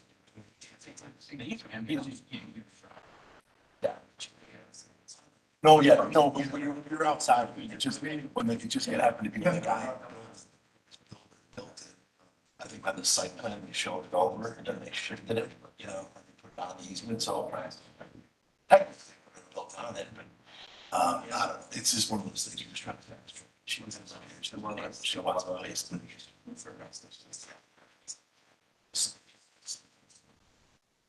We'll see, I mean, hardship is hard to kind of say hardship. You know, it's.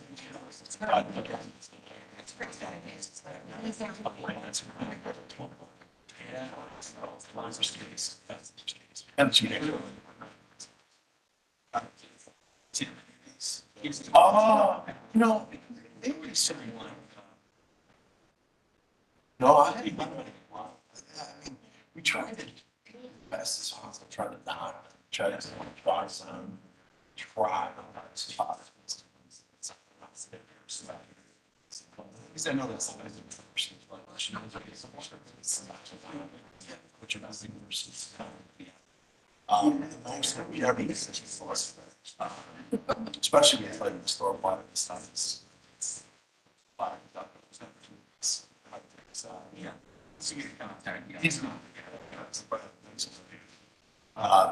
So, you know, it's, and those are the ones that just jump out of our hands. Those.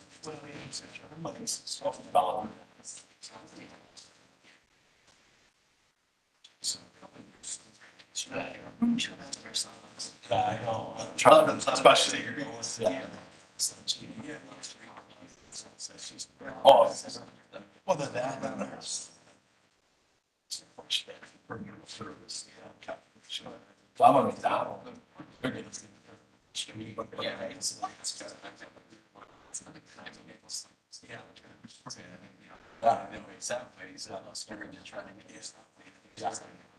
I'm all for it, it's number one.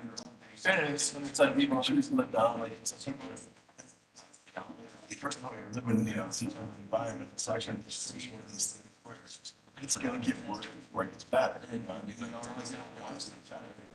wants, of course, to be better. But unfortunately, it's out over 30.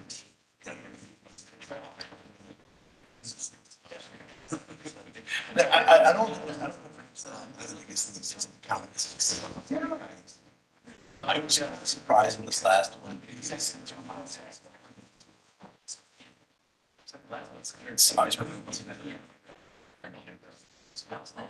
That's. But I mean, it's worth arguing that should just talk.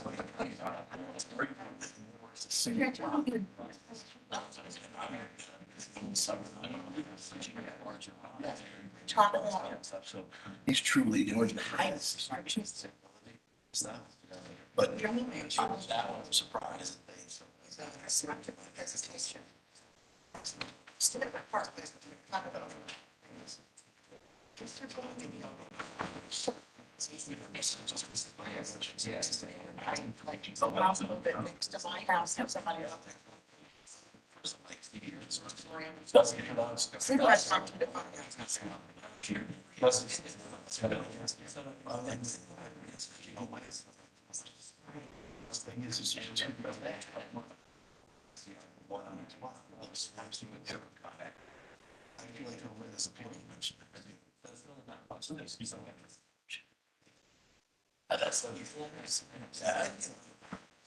I'm just telling him, I'm like, this man.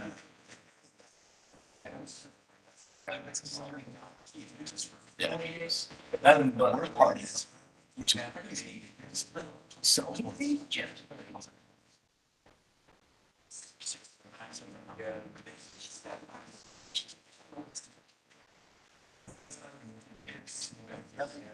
Yeah. I know, I'm saying. So I'm like, that's the one I don't want to, so was it, I buy.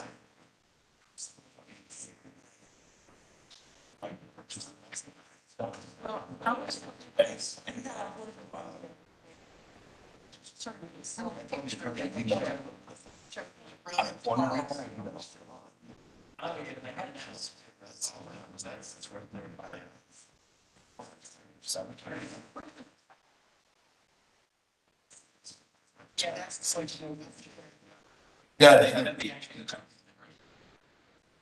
Yeah.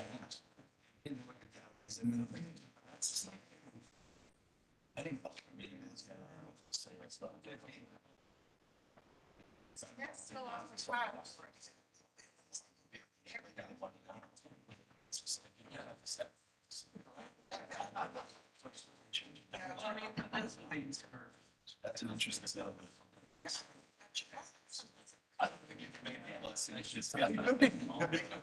I gotta get that guy's number.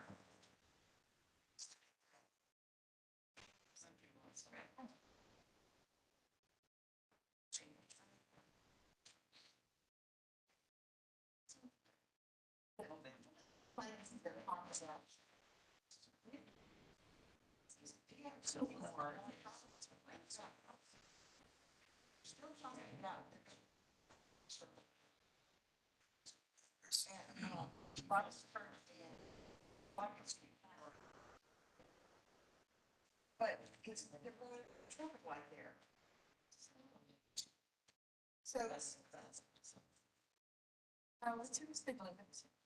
So, here's one more. Got to Sturgis, kind of it's the market area. But could you go around all the things, so I saw it in the paper yesterday. They said that. There's already talked about why. So next thing in the sidewalk, yes, socks.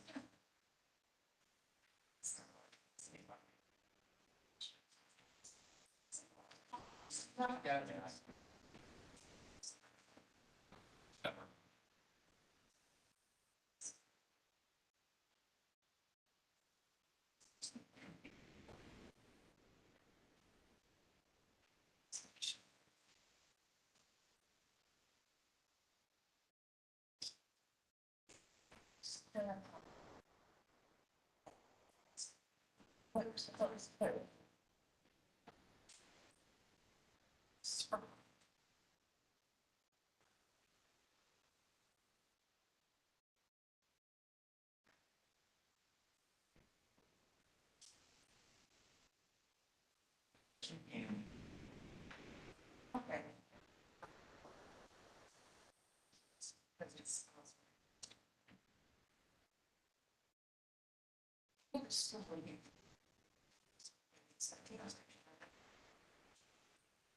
Everything in the paper. Still talking about the circle in there. Circle.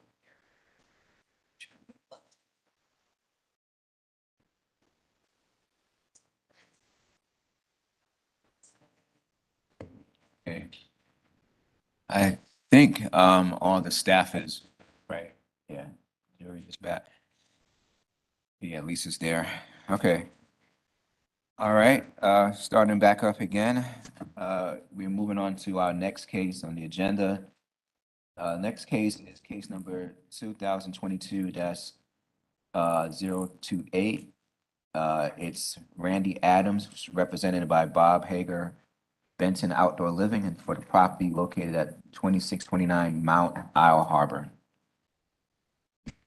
All right, our next variance request is a variance to encroach into the 100-foot Mountain Island Lake watershed buffer for a patio extension, stairs with landing, new patio with outdoor kitchen, and a hot tub pad. And I believe the applicant has taken off the patio extension at this time, so I'll give you a minute to look over your findings.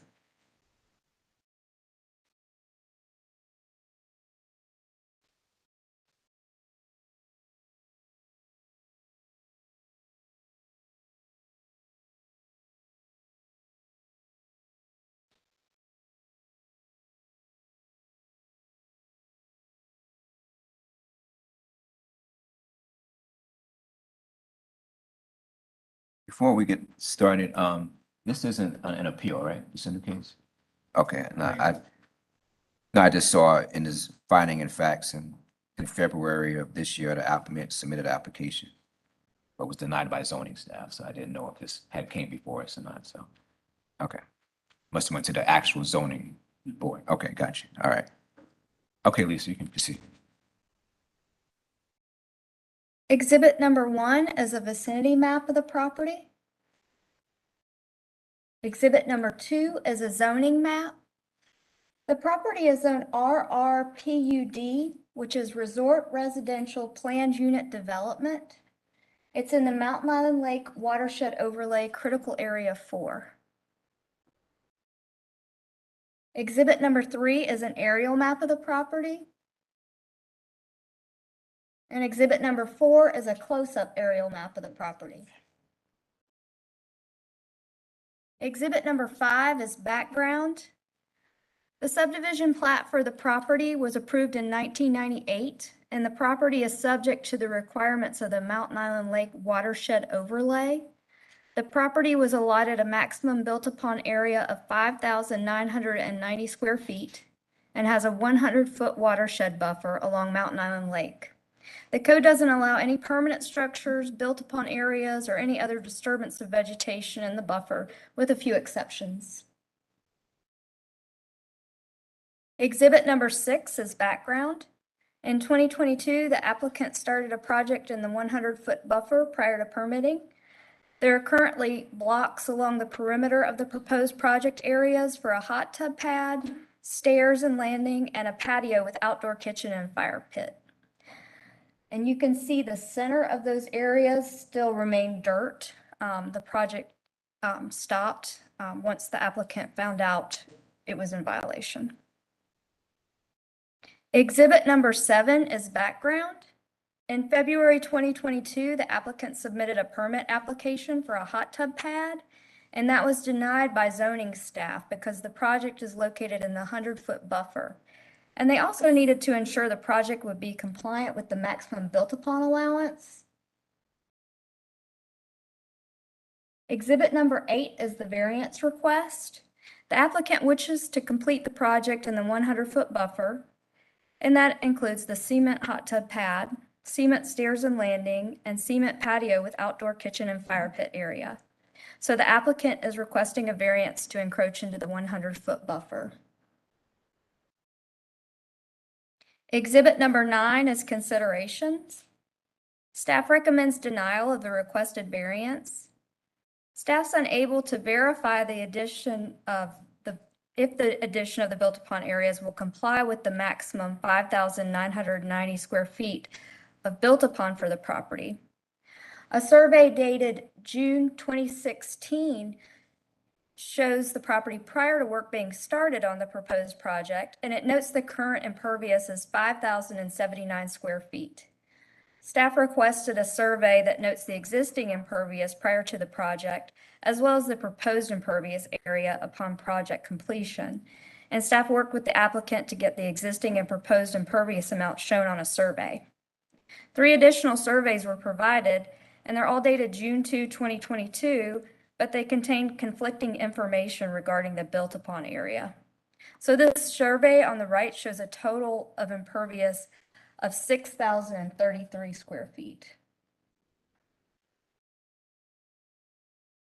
Exhibit 10 is considerations. The survey on the left shows a total impervious of 4,879 square feet, and the survey to the right shows a total impervious of 5,660 square feet. The applicant states the existing impervious on the property is 4,887 square feet, and the proposed impervious is 5,660 square feet. Since the survey doesn't clearly specify the existing and proposed impervious amounts, staff is unable to determine if the project will be within the allowed built-upon maximum of 5,990 square feet. Exhibit 11 is considerations.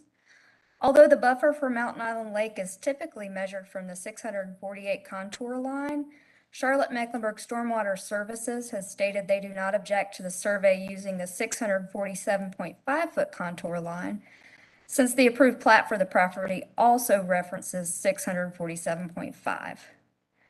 The survey does show a substantial discrepancy of what was shown on the plat as the 100-foot buffer, as opposed to what was verified in the field as the 100-foot watershed buffer per the surveyor. And we have the Charlotte-Mecklenburg Stormwater Services staff here with us so they can address any questions about the impervious or the buffer that you might have. Exhibit number 12 is considerations. The hardship was caused by the applicant and does not result from conditions peculiar to the property because the 100-foot buffer is common to lots located in the Mountain Island Lake critical area. The requested variance is not consistent with the spirit, purpose, or intent of the zoning ordinance, and public safety would not be upheld. Charlotte-Mecklenburg Stormwater Services staff is opposed to the requested variance and stated they will not support the variance to avoid creating a precedent for impervious structures being installed within the Mountain Island Lake watershed buffer. The cumulative effect of allowing encroachments into the buffer would be a degradation of drinking water quality. Charlotte-Mecklenburg Stormwater is not opposed to the retaining wall remaining in place. So I believe back here, you can see the retaining wall areas. Exhibit number 13 is photos of the property. This is the front of the property, and again, the existing state of construction in the rear. Exhibit number 14 is photos before and after the project started. And exhibit 5 is another view of before and after the project started. And that is the end of my presentation. The applicant is also here, and Charlotte-Mecklenburg Stormwater Services. Okay, so before we go to the applicants, I have a question, Lisa. So how would approval of this variance affect the safety of the public directly? I saw that on your second to last slide. And I also saw that that I believe that yeah, there it is. The city's stormwater service staff, how would the construction of a hot tub along with, I guess it's a pool, I think it is, how would that affect the drinking water of the area? Because I saw where it said something about it could hinder the drinking water. Just curious, just out of curiosity. Yeah, and Ron, our Mecklenburg County Stormwater staff might be able to better address this, but the cumulative effect of allowing structures to be built in that area makes more runoff, and that is a drinking water supply source in Mountain Island Lake. That's the purpose of that 100-foot watershed. And that 100-foot watershed restriction, that buffer area, is shared by all the properties along Mountain Island Lake. So if you allow one, the cumulative effect of allowing multiple variances would be. And there are no other houses in the area that have similar structures like a hot tub or a pool close to the Correct, water. and that I saw, and I'll. Maybe I missed that. Okay. Okay, here we go. I see it. All right. Okay.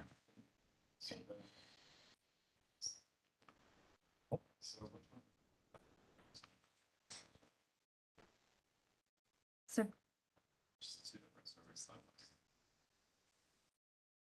So what should we assume is the buffer? Surveys that show flashes.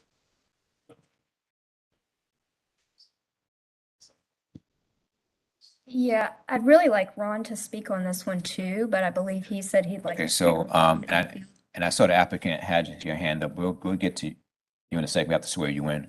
But let's hear from, and I'm sorry, your name is Ron? Which was Ron? Who was, that's Ron, okay. And got to swear, Ron in. And, Ron, just for the court reporter, can you state your, full name and, your position? Perry Ronald Eubanks with Charlotte Mecklenburg Stormwater Services and the Water Quality Program.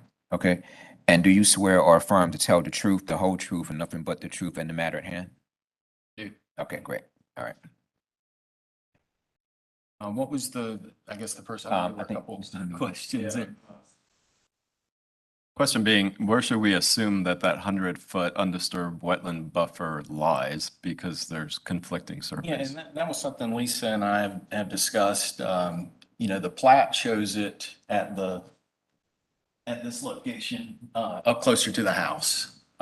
So that's what I would, you know, and it's typically measured from the 648 contour, which is the full pond elevation for Mountain Island Lake. The plat referenced 647.5. So that's where I didn't have any concern with them using the 647.5 contour. But there is quite a discrepancy. I think at least it was around 17 feet that was off. So that would be something, you know, we'd like to discuss with the surveyor, you know, just to ensure consistency where that buffer is measured. And that But 17-foot difference is the city contracted someone to survey it? Or you, That's what Mr. Adams surveyor, that's the most recent survey line. But either way, either location of the buffer, the structure's still, you know, in violation of the buffer ordinance. so second question I have in terms of impervious coverage, when you say new foundations, those are the foundations that they installed?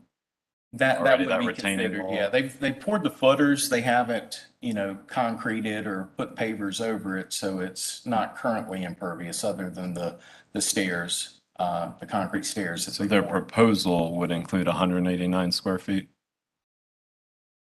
This was one of the iterations of surveys. It could be that the new foundations would be 773. It's hard for staff to determine just because of the conflicting information on the surveys. Sure. So then they're proposing pervious pavers.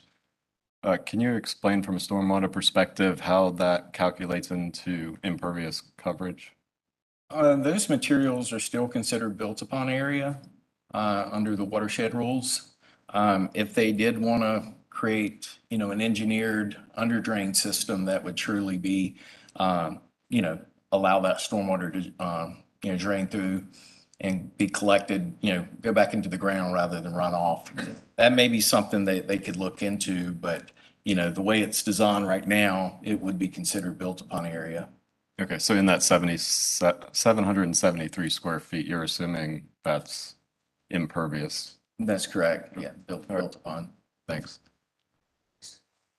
Does staff provide to the applicant, any other, options they may have to have their, you know, to help meet the requirements? Or it just, that's it, they just couldn't? So initially, staff understood that it was just a hot tub, so we offered that they could locate it on the back patio perhaps. You know, then we found the scale of it, you know, and the purpose of the regulation is to keep everything out of that 100-foot buffer. So really, there's not, we can't offer an option to be able to build and add the impervious area in that buffer. One thing that I think Ron spoke with the applicant about is keeping the retaining wall in that area now that they've dug out to keep with erosion and problems resulting from that construction that they've done. Okay. Correct. But it's my understanding that the project started prior to the permit being pulled, and the permit was for a hot tub pad. This was the drawing submitted with the permit application. So at that time, staff was only aware of the hot tub pad.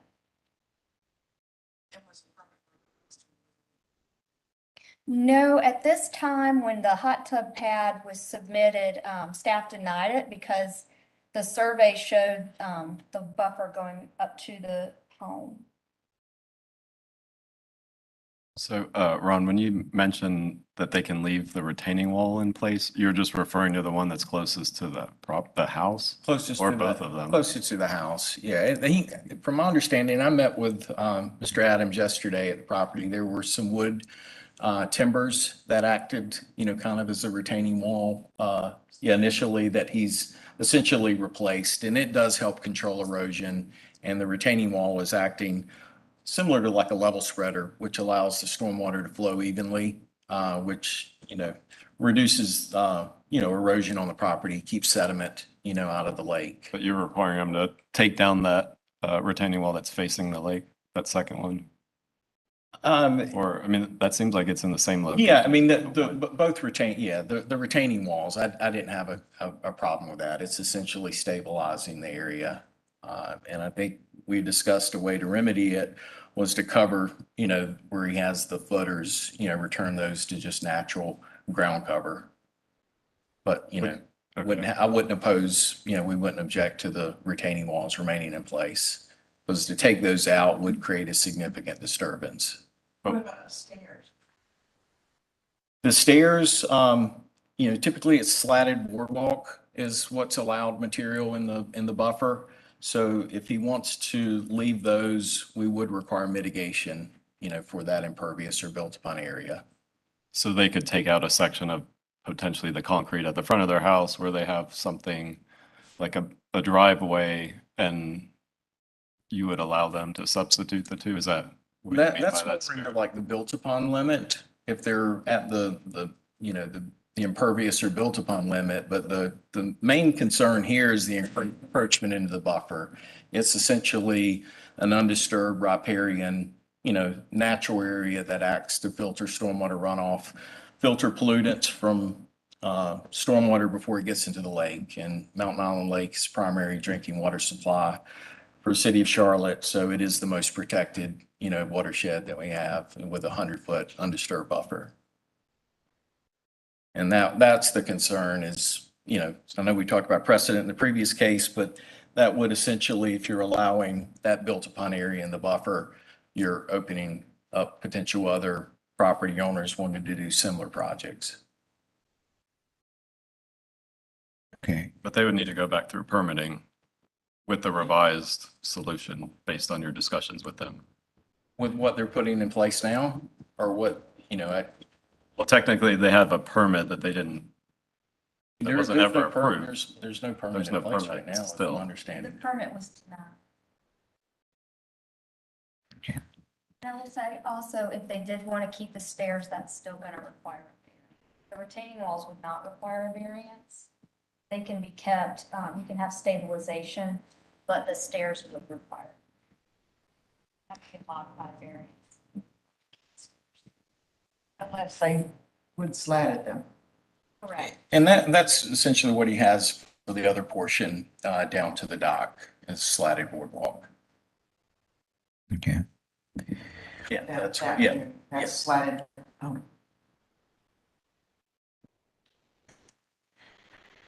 All right. Are there any other questions for staff before we go to the applicant?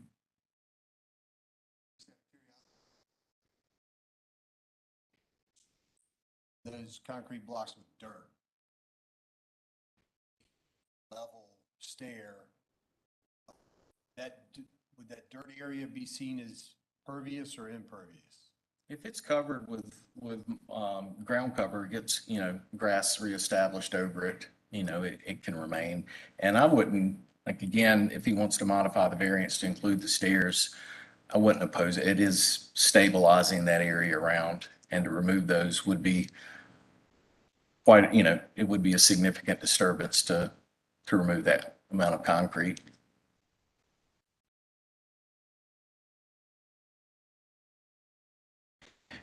Okay, all right. Thank you very much, Ron and Lisa. Now we will hear from the applicant. Is it you? If you can, once you get to the podium, if you can state your full name for the court reporter, and then I'll swear you in. All right, William Randall Adams. Okay. And then, do you swear or affirm to tell the truth, the whole truth, and nothing but the truth in the matter at hand? Yes, I do. Okay, all right, great.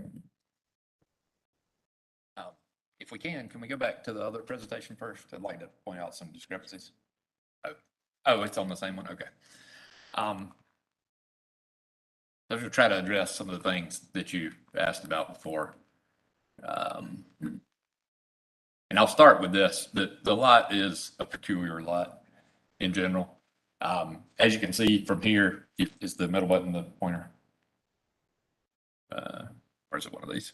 The laser? That's the laser. Okay. Can you see it? Okay, I see it now. So I basically have no grass in this yard, except for this little strip right here by the road. So there's no area in the front of the yard that's grass. The only area in the back of the yard that's grass is just this part right behind the house, which is where the line came right up to the back. The wall, which you can see in this old picture, was here. The old retaining wall, the old stairs, which are railroad cross ties, they were completely rotten. A tree had fallen on this wall and damaged it, so I was trying to repair all of these things. The lot in general, as it comes up, you can see here, so the lake overflow comes in, and there's some pictures that you can see of that further in. I think Lisa had one here. So that shows in a flooded state what it looks like. And I've got some more pictures in another presentation I'll show you that shows what the water levels are. You can see in this picture, though, the normal water line of this lot is way back here, which is well over 200 feet behind the house, between 200 and 250 feet. Where this tree is right here, this is about where that line is on the survey. And we can address the survey stuff in a minute as well. But 96 to 97 feet brings you right around this stump. And that stump is something that Duke had us leave there when this project was done. They took up, there were trees that were taken out at that time, but Duke had us leave the stump here. That tree was cut. You can see the tree was there in that picture and not there. And so that was something Duke approved a couple years ago. But that's really the main issue of the lot is this state, which is to where it would look like if it was at 100 feet, which is still well away from this, is not a normal state. If you look back at about 2 years worth of data on when it's 100 or more on the lake, it's about 1.5% of the time, 11 days total in the last 2 years that it was ever at this high. 90-something% of the time you look like this 200 plus feet away. Let's see what, let me go back to the survey as well. Sorry for jumping around. I know there were some questions on this as well. I'm trying to remember everything that was said. To the permit, let me go talk about that part. So when we pulled the permit, we were unaware. We were not aware of the watershed area. The builder that I hired to do it, the contractor, he said, we don't need a permit for this part. But then when we went to do the hot tub, I knew I needed an electrician. I called an electrician that I know. He said, yep, we need to pull a permit. No problem on that, right? Your contractor pulled a permit for the other. I said, yeah, should have. I assumed he had, and he had not. But he told me because he normally doesn't have to for a backyard project. It's an outdoor kitchen is what that other side. I know you had asked that earlier. If it was a pool, it's an outdoor kitchen on one side. He had not pulled that because he said normally he doesn't need that in a normal backyard that doesn't have the watershed issue. So we pulled the permit. I only put the hot tub on there because I thought that was all I needed the permit for, was for the hot tub and the electrical. So that's why that permit is listed like that. But definitely willing to change whatever we need to change there. The survey discrepancies, this survey was the survey from when I bought the house in 2016. I did not realize that. I didn't even really know what that was at the time.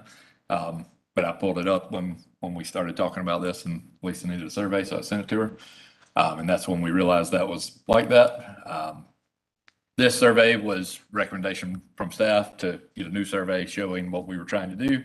So I tried to go back to the previous surveyor who did not, well, I guess he's not in business. He must be retired. He never would call me back. So I had to hire a new surveyor to come survey. That's where this survey came from. The June 2nd date that was mentioned, that was the original one they provided. And then they provided 2 more revisions after that because I asked them about different variations over here that did not look like they were correct. So the last one is this one, which is the one that shows new foundation 773. That does include this being filled in. So it's not just the perimeter. It is truly those filled in, because I told them that's what we're doing, is putting pavers inside of those areas under the hot tub and in the outdoor kitchen area. So we are okay from a standpoint of impervious. I'm definitely willing to do anything we need to do there to clarify that further.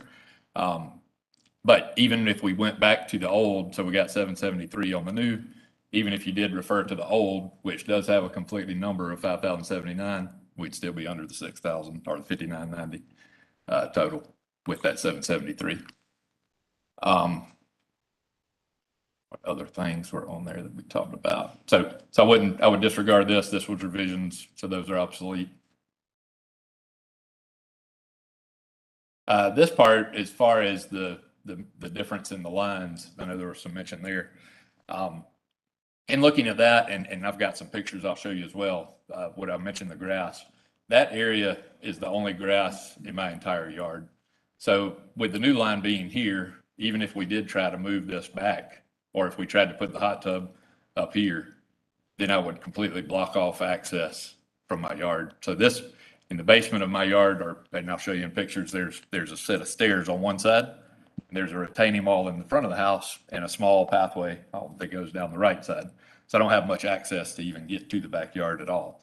But then when I do get in the backyard, that really is my only way to cross from side to side. So if I were to move this up further up, then it would block off my entire yard to where I couldn't get back and forth. And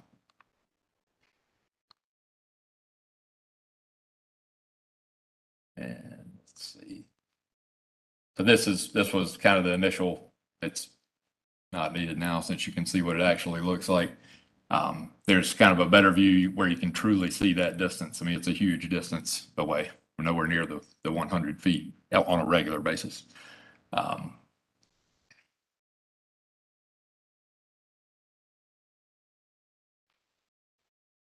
Again, some flood pictures. I put a couple different. So there's the 100 mark. There's at 102. These are pictures I had taken. We had a flood a few years ago where we got to 107. Even at 107, it still was at the bottom of these stairs at 107, which was an extremely high level. This, you mentioned about other examples on the lake. These are right near me. Someone's putting in a water slide a few houses down. Here's another project that's almost exactly like mine, very close to the water line. So I knew you had mentioned about, were there other examples like that that are close by? Those are right near me. If you can pull up the other file, it's go to the variance folder and then the R1, the top one. Yes.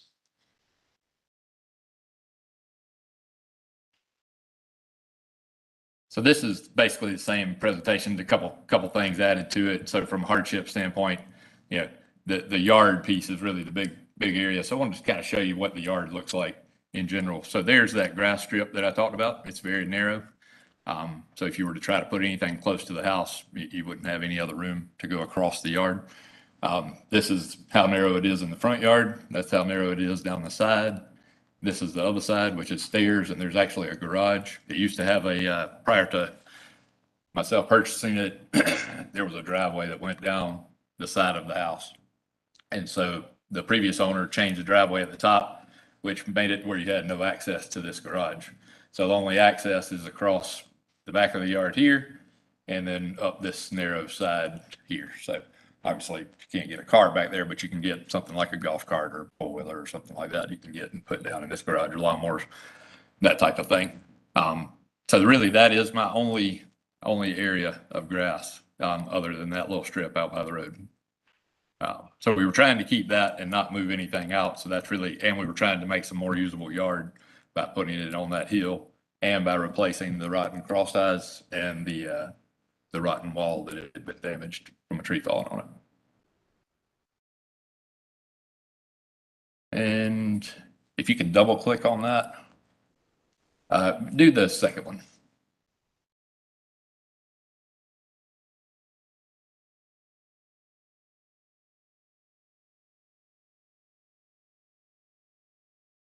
No, it may not work with no macros or something.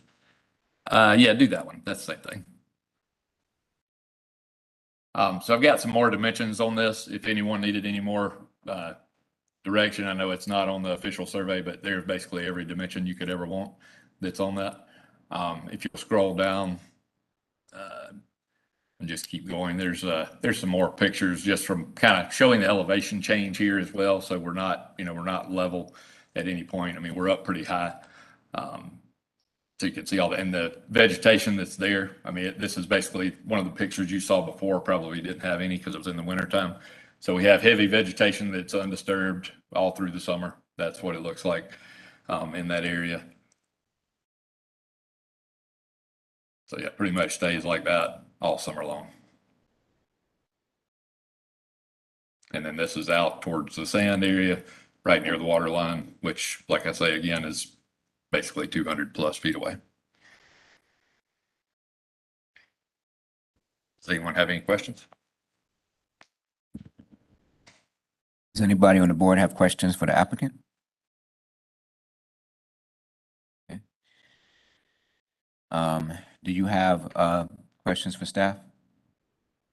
No, I mean, other than just what do I need to do to make it work to be in compliance as much as possible. I mean, I'm willing to do anything that we need to do I wasn't trying to, do it in advance. I was just didn't realize that that's what we needed to do. And so we tried to pull the permit for the hot tub like we needed to do. And then we found out that we had done something we shouldn't do. So. Based on the information you have, regardless of where this area is located, it still needs. Yeah.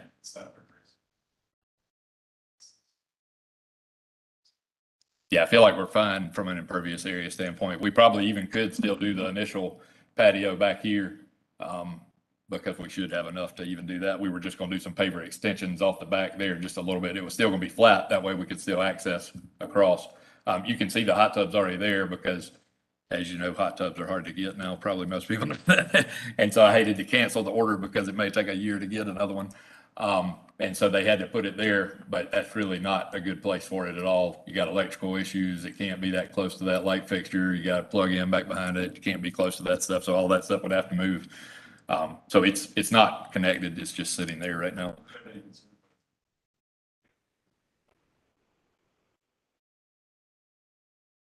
Yeah, I mean, it would impact views, but I was more concerned. I mean, this is my guest room down here, so it wouldn't really be that big a deal from a view standpoint. I mean, it wouldn't be optimal, but the issue really is more blocking off that yard because that's my only way across that I can get across the yard without being on a hill. And they really can't get anything else across there. Are there any other questions for the applicant? All right, thank you very much. Okay. So we have now concluded a portion of the case that pertains to evidence. The board shall now proceed to the discussions and decisions portion of the cases today. So we're about to move into deliberation. And just a reminder that cannot address the board while we are in deliberation. And board members, just a reminder, if we have to ask staff a question that require us going back into the evidence portion of the case. All right. So who would like to go first?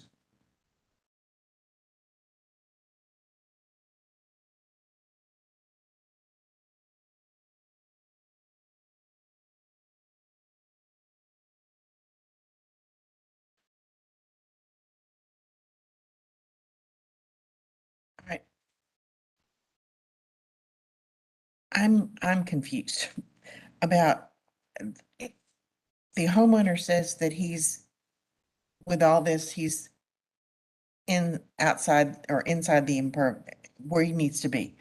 But Stormwater said that he's not. That can he put the hot tub there or no? Or this house has to be grass? The issue isn't the impervious, because I think that he's under the max. The issue is encroaching in the buffer. In the buffer, okay.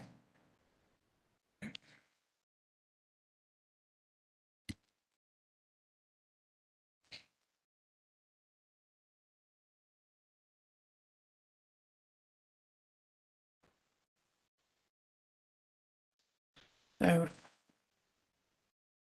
if the masonry wall was here, so if he put all this on this side of even though it's in the grass area, but if you put it up here, flat, that would be okay, right? Right? I believe so.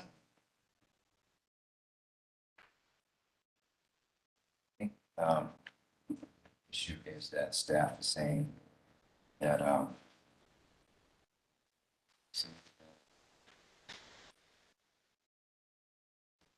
Well, the question is, where's the line? I mean, the survey Right, shows that's two it. different places. And that, Well, the line's lower down. It Right. seems like it was established that the line's where that first retaining wall is. Can we put it back up?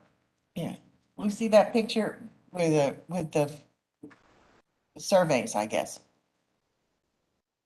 Yeah. There.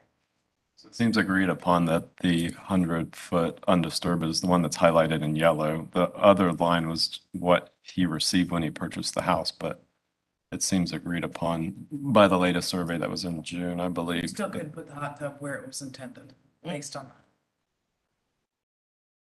Correct. He could have, because he wouldn't be outside of impervious and he'd be inside the 100-foot undisturbed watershed buffer. But it's kind of everything else outside of that. I mean, it's kind of curious that stormwater would allow him to leave the retaining wall that's in the lower section, but he really just replaced what was there previously with something that's more durable. I think it's really comes down to all that area outside of the 100 feet.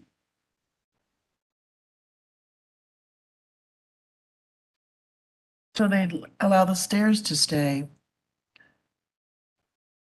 according to what Stormwater said. So we would have to tear those out. Yeah. I don't But know. you I would have kind to of, put everything else inside that 17 foot, right, between the wood deck and the 100-foot watershed buffer survey, right? I believe that's correct. It sounded like Storm would be fine with them replacing the stairs without having to go through a modified variance, maybe with something that matches kind of the wood, right? Well, since I think the walkway down to the water is already wood. So I think Stormwater said, Slatted decks in the water area with swimming pool are considered impervious. right. But I think the stairs, they would make an exception for because they're already there and the few stairs that go down to meet the deck. I mean, meet the walkway to the water. Well, as long as you fill them in with a natural. Yeah, So really it comes down to the hot tub. right. And the kitchen. Because he's already got so he could leave the walls, he would just have to plant grass or ground cover there.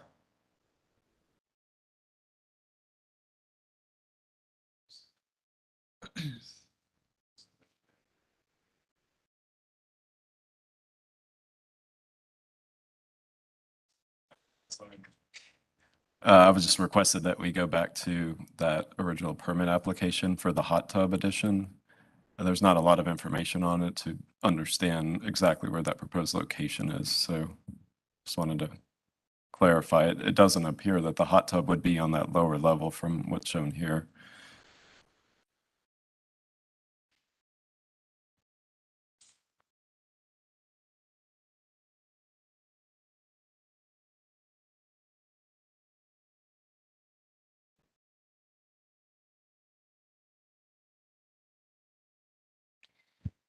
So for what I'm hearing from Ms. Dryden,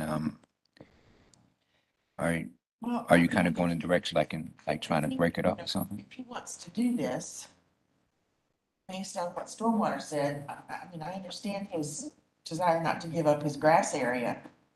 But if he wants to have a hot tub and an outdoor kitchen, he's gonna have to put them up on that flat area, not down, because everything that he's got listed is in the watershed buffer. And So you're basically saying you deny. but appeal, right? That he would have, just what leave what you have, because that's, watershed that said that's okay, as long as you fill it in with grass. But if you want a hot tub, it's gotta be closer up to the house. And so the kitchen would have to be closer to the patio deck they have there. I'm thinking that's what. So see, all this could stay. The walls and probably the stairs. Not the foundation. Right, but these areas, you have to be filled in with grass or ground cover. I think.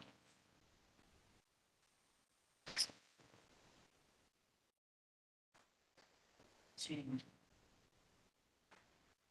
variance that moves into the watershed buffer because it's a source of water.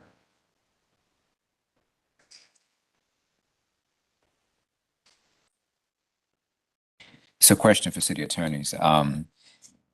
The board is not allowed to deny a variance, but then give recommendations to the applicant for where they can come back and get an approval, right? I don't think we can do that. No, I'm sure not. Yeah. I'm just offering some suggestions because Yeah. I don't feel comfortable allowing a variance that moves that far into the watershed. If it was based on can we go to the other slide that shows? And while we're doing that,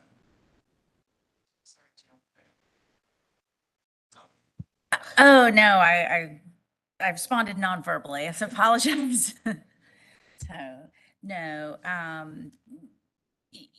you're reviewing the conclusions, for the variance. Have that been met? Really anything outside of that, suggestions, helpful ideas is not really within your purview. Yeah, y'all have a good heart, but let's stick to this.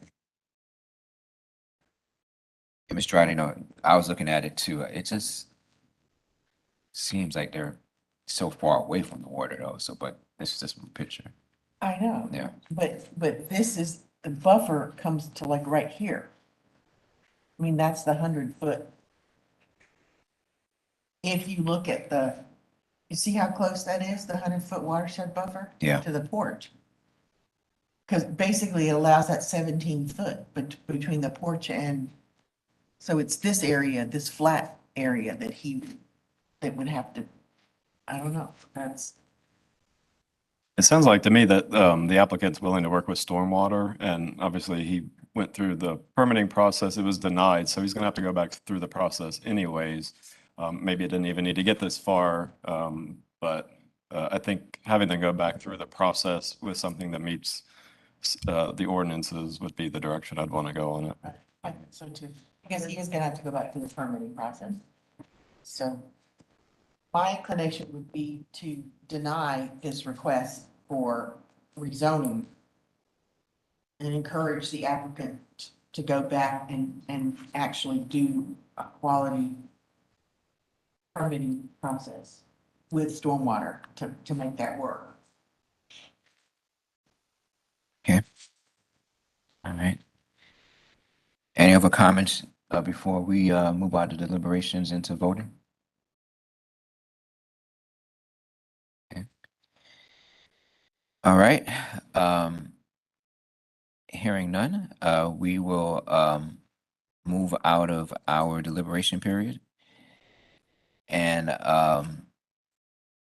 just a reminder to applicants here, in order to receive a written copy of our decision, Any aggrieved party must file a written request for a copy of the board's decision with the board's clerk or chairperson at today's hearing of the case.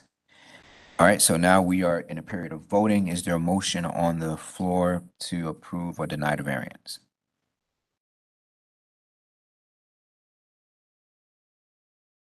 Make a motion to deny the variance. Okay, is there a second? Second. Okay, the motion has been made by Ms. Dryden to deny the variance, a second by Ms. Long. Now we're moving to a roll call vote. Ms. Long? Long is to deny. Okay. Ms. Dryden? Dryden is yes to deny. Okay, Mr. Williamson? Williamson is yes to deny. And Mr. Hamid? Hamid is yes to deny. Okay, and Wilson, yes to deny.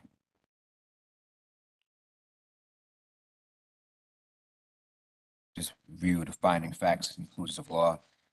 Ms. Dryden, did you want to add something in there? No, no. I don't, based on what Ms. Sanchez Myers said, I mean, hopefully that the applicant has heard our concerns and our feel for him, and I strongly encourage him to work with Stormwater, and the gentleman seemed very amicable to discussing and sharing with him where he thinks this needs to go. And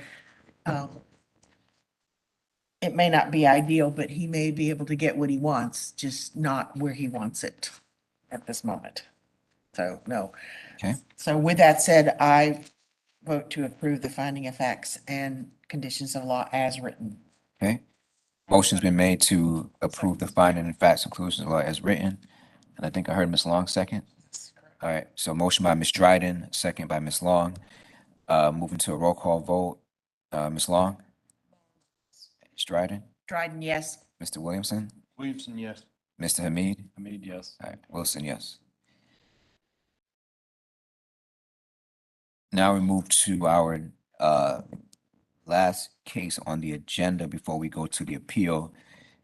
Case number 2022-046 by Maria Leah Tucker. I'm sorry if I mispronounced your name. For the property located at 2336 Springdale Avenue.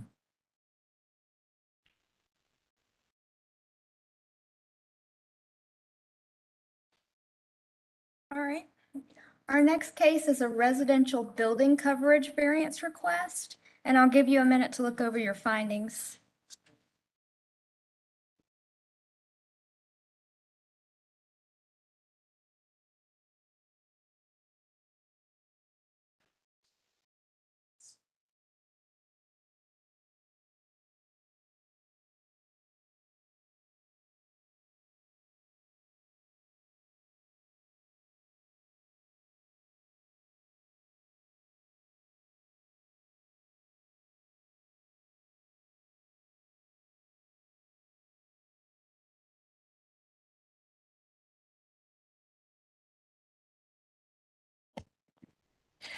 Okay, Lisa, you may proceed. Exhibit number 1 is a vicinity map of the property. Exhibit number 2 is a zoning map. The property is zoned R5 single family. Exhibit number 3 is an aerial map of the property. And exhibit number 4 is a close-up aerial map of the property. Exhibit number 5 is background. In 2018, a new home was constructed on the lot. The lot is approximately 8,980.25 square feet and is subject to a maximum building coverage of 35% or 3,143.08 square feet. And building coverage is defined as portions of a lot developed with buildings, and buildings are defined as structures with roofs. So it's basically anything with a roof would count towards that building coverage. The existing home on the property has a building coverage of 3,023 square feet. So that leaves 120.08 square feet of available building coverage for the lot. In 2020, a permit was issued in error for a one-story garage with 563 square feet of building coverage, and that exceeded the maximum building coverage allowance by about 443 square feet. The garage was required to be removed because it was built over a 20-foot public storm drainage easement on the property. So actually, if you look back on this photo, this was from 2021, I believe, and you could see the garage was there. And this is more up to date, and the garage is gone. Exhibit number 6 is the variance request. In March 2022, a permit application was submitted for a 2-story, 1,027 square foot garage for the property with a building coverage of 563 square feet, the same as the previous garage. The applicant was advised by permitting staff that the permit could not be approved because the proposed garage would cause the lot to exceed the maximum impervious coverage. So the applicant seeking a variance from the maximum 35% building coverage to permit a 40% building coverage allowance, and that would allow 3,592.1 square feet of building coverage. Exhibit number 7 is considerations. Staff finds the requested variance does not meet all the criteria for granting a variance. The hardship results from actions taken by the applicant because the property is currently compliant with the maximum building coverage allowance. There's still 120 square feet of building coverage allowance, and that would permit a smaller accessory structure to be built. The hardship does not result from conditions peculiar to the property because the maximum building coverage requirement is shared by all other properties in single family that range from 8,501 square feet to 15,000 square feet. Unnecessary hardships would not result from the application of the ordinance, and granting the variance may set a precedent for allowing increased building coverage. Other options to increase the maximum building coverage would include a text amendment to the zoning ordinance or rezoning the property to UR1, which is urban residential, and that district doesn't have a maximum building coverage requirement. Granting the variance would alter the essential character of the neighborhood because there's no other neighboring properties that appear to exceed that maximum building coverage. There's also a 20-foot public storm drain easement in the area of the proposed garage placement. You can see it on the survey. It's actually enforced by the Charlotte-Mecklenburg Stormwater Services staff through a deed. And that staff that enforces that has verified that no permanent structures are permitted in that easement area. And so here's a little snippet from the deed just saying no permanent structures of any kind are allowed. That includes sheds, walls, masonry structures, and a few more other items.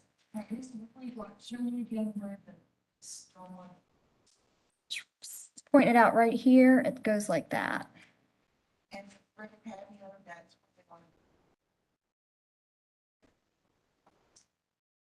At approximately this location. So you can see like the fencing and I also wanted to mention that staff's talked to the applicant about the new UDO, and the new UDO that's anticipated to go into effect in May of 2023 would allow 50% building coverage for this lot. So at that point, a variance would not be required if they waited to see if that gets adopted. Yeah, they would have to make sure with the stormwater staff that they're compliant with that easement.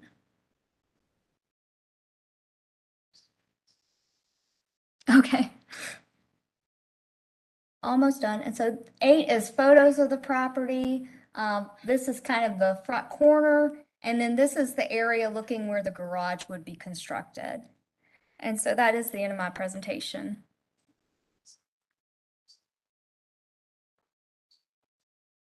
This.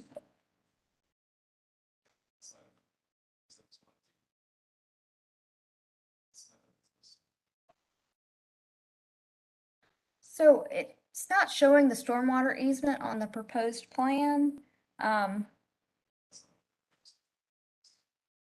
Correct. Yeah, so that would be between them and Charlotte-Mecklenburg Stormwater.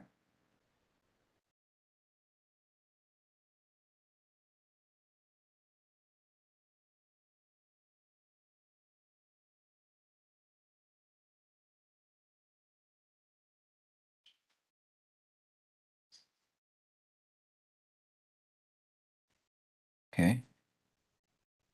Are there any other questions for Lisa from the board?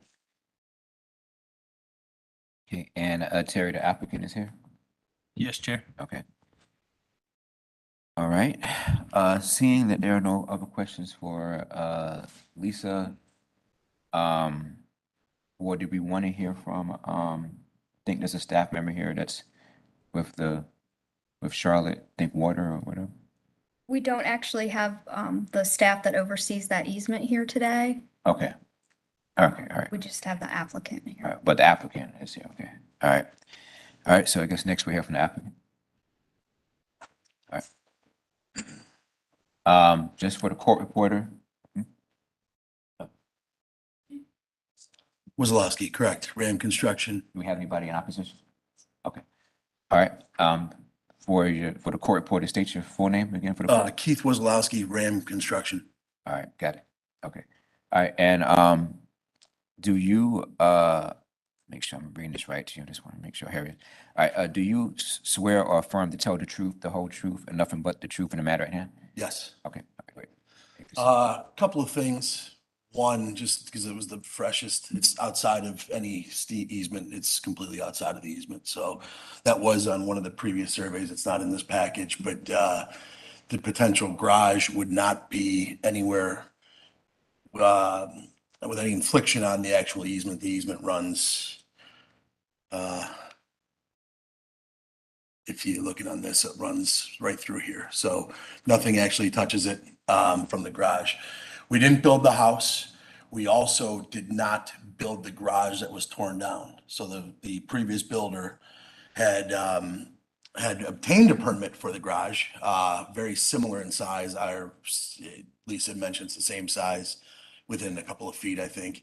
But when they had built their garage, from what we understand, because this house was on the market at the time, they built it in this area right here. So they literally, there's a drain, it's not a throat inlet, but there's a grate right in here, and they built it somewhere around right here. So at a certain point, I feel that someone with the city found out, maybe the inspector or whatnot, it was actually framed. And I live on McDonald Avenue, not too far away. And they come in, tear everything out, and that was it. So the initial permit was issued by the city, but I think due to where they built it, it had to have been torn down. They did not go back with a garage. They built that patio that you saw, that paver patio. And then the gal that bought this house, she's not here today. She lives in Naples, Florida.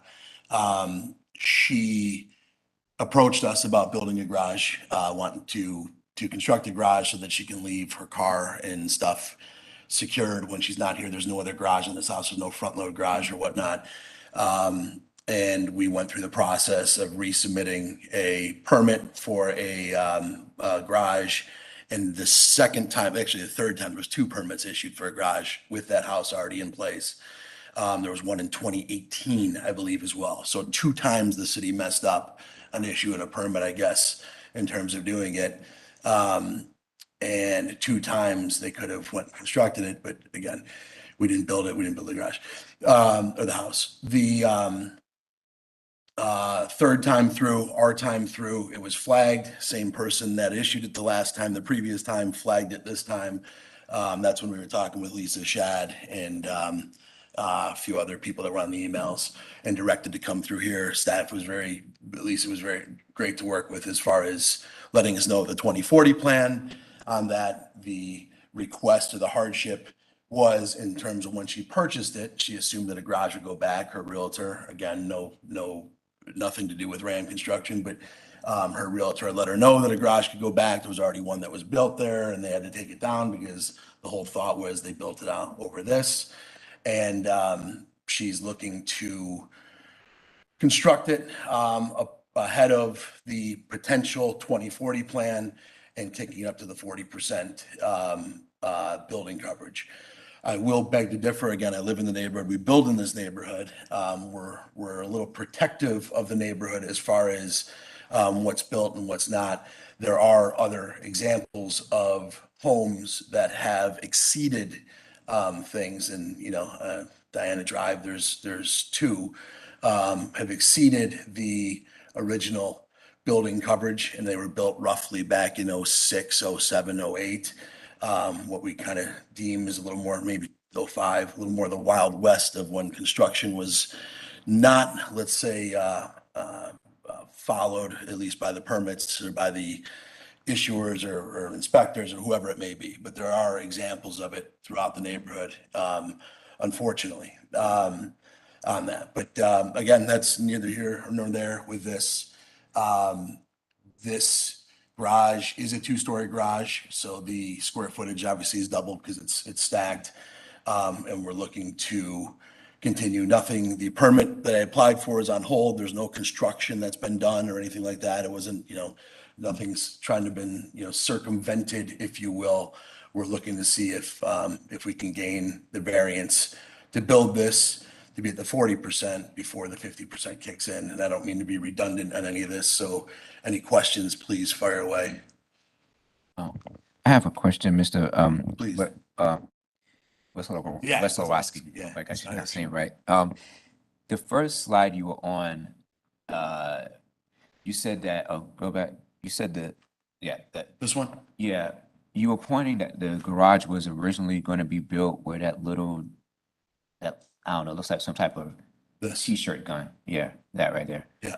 Yeah, it does look like, doesn't it? Is that where the garage was originally going to be built at first? I don't know. It wasn't our permit. It was, Okay. when they built it, the original structure, they Yeah. framed it. They put it was right in here. So Okay. I'm assuming they built over that or right next to it. Okay. You have to be 20 feet off of it. The distance from here to where we are is over 20 feet. So Okay. we were over. And there was one more. Let me just go back to that survey. Sorry, guys. You can see how close they were skirting this. Oh, right here. Here's the survey they provided to us. You can see the easement right here. Yeah. The one gentleman on the board, he was able to see you have, you have your, I don't know if I did that or not, but you have your enough space in here to build it completely outside of the easement, the city easement storm. And you can see how close they skirted the house. And again, this foundation survey was the survey that they provided us from the original house build, right here, the original surveyor. So you can see they're right on it, right there, which is fine. I mean, they're allowed to be on it. You have a little bit larger of, this is Ideal Way. It's right at the corner of Ideal Way and Springdale. You have a little bit larger of a right of way here. I don't know why, but they do. So that's fine. So it is off, and everything else is compliant, meaning everything with the driveway, you can be further enough off of Springdale and whatnot. So the big thing is the 35 to the 40% ahead of what could possibly be going to the 50%, which you're going to go to 50%, then you can make something almost double the size of this and put it there. So anyway, house is done. We've repaired a lot of the things that were, the work was a little bit, the way that they did their garage when they first tried to build the first garage was a little bit reflective through the house. So we fixed a few things on there. Very accommodating. We understand we work with stormwater quite a bit in this area. So all of that stuff is just simply the coverage of what we're looking at here. Okay. All right. But that being said, any other questions? I'm happy to. Is there a plan? What's the plan for the upstairs? Since it's 2 levels, what's the plan for the upstairs of this garage? The upstairs is an office. They have she has a family member that lives here. She's from Ireland originally. So she has a family member that lives here and another family member, her son, that comes back and forth with the kids. So they're going to put an office, her office up there because they don't have, which is nuts, but they don't have an actual designated office in the house, and the son works from home. So the son works from home. So that's going to be his office on that. And then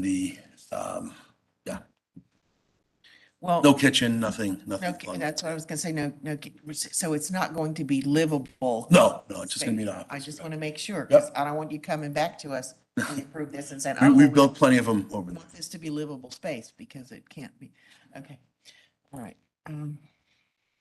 That's all the questions I had. Okay. A And- quick question in some of your testimony, you mentioned there was that previous garage that was torn down prior to Miss Mora purchasing the home? Yes. Yeah. it Okay, was- and then you kind of inclined that she was under the assumption that she could, as long as she tore it down, she could rebuild? No, so this patio was put in, this house, we built the house on Springdale. I think they moved in 2017 or 2018. This house actually started being built in 2018, I believe, right when their permit was issued. And they didn't sell it to the full, it went into foreclosure. They didn't sell it to the full-time owner until, God, you guys, I'd have to look it up, but I'm gonna say 6 months ago to the new, tomorrow. So what happened was the original builder got into financial trouble. It took forever to build it. It was one of those, you just watched it and we've all seen them that just sat there, little was done. They were getting foreclosed on. They moved like 20 people into the house on it, and they stripped it out, got foreclosed on. A home, one of these flipper companies bought it. And the flipper company tried building the garage and doing some other things to it. And they didn't really, it was pretty high price point, and they didn't really know what they were doing apparently. And they got caught building the garage, so they tore the garage down, put this in right here. This was a brick paver patio, and then sold it tomorrow on that. So they flipped it for, I don't know how much they made it. Again, neither here nor there, irrelevant. But she was never part of any process of it. It's just the realtor had told her, well, they were putting a garage there. They put it in the wrong spot on that. And they had to tear it down. Okay, So so that clarifies it. You're saying Yeah, sorry. the realtor was the one that mentioned Correct, the yeah, her opportunity, realtor. but so there's no documentation from anyone, no one in the city indicating that that would be an option. No, Okay, yeah. thanks. The That the answers my question. realtor, I mean, again, it's just full disclosure of what the stuff was and what she wants to do. And I think Lisa made a mention, there's 120 feet currently on there. It's just 120 feet is not enough to even do a single car garage on that. So it's irrelevant to what she's looking to do as far as the garage. The city measurements were actually more. They were going to give us more than 120 feet. It was something like 200. I'm the one that supplied them with the right survey for their calculations. So we actually negotiating against ourselves. But again, it's full disclosure what the stuff is on it. Either way, you would need a variance on that.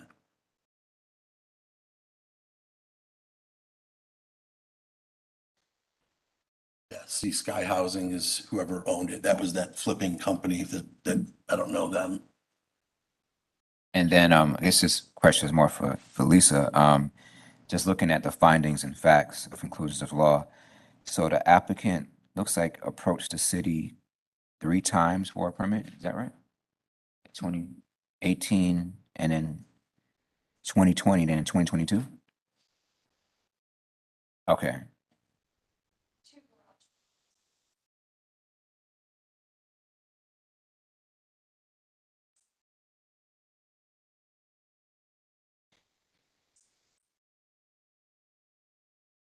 And then during these 2 times, was the applicant made aware that building the garage could not happen because of the 20-foot public storm drainage? Just one. Okay.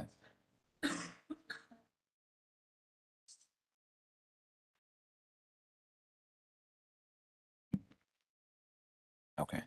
All right.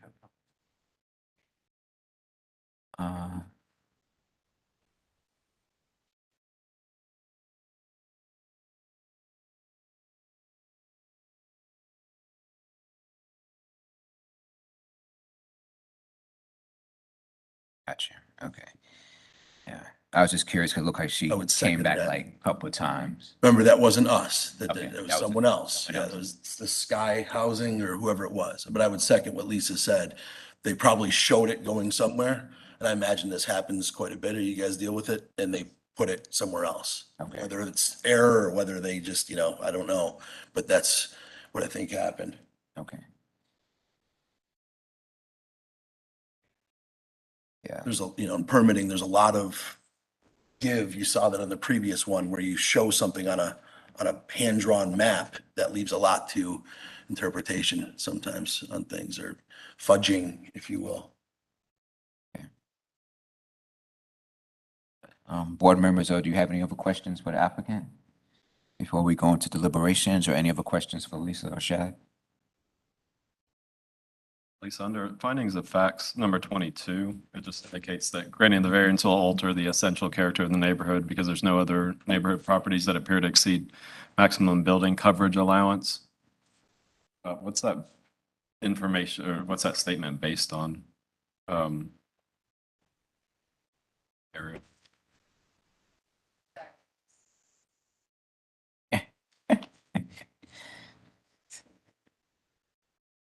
I was going by aerial photographs and not having any other knowledge of any properties that are exceeding their building coverage maximums.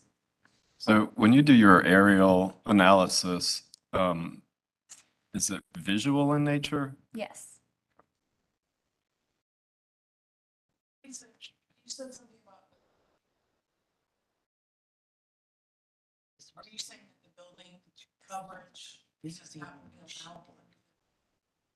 Correct. In the draft language that we currently have that's supposed to go to city council, this particular lot would be allowed 50% building coverage. So at that point, a variance would not be necessary.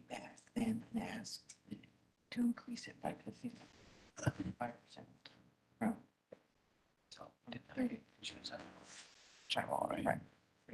Wow, yeah.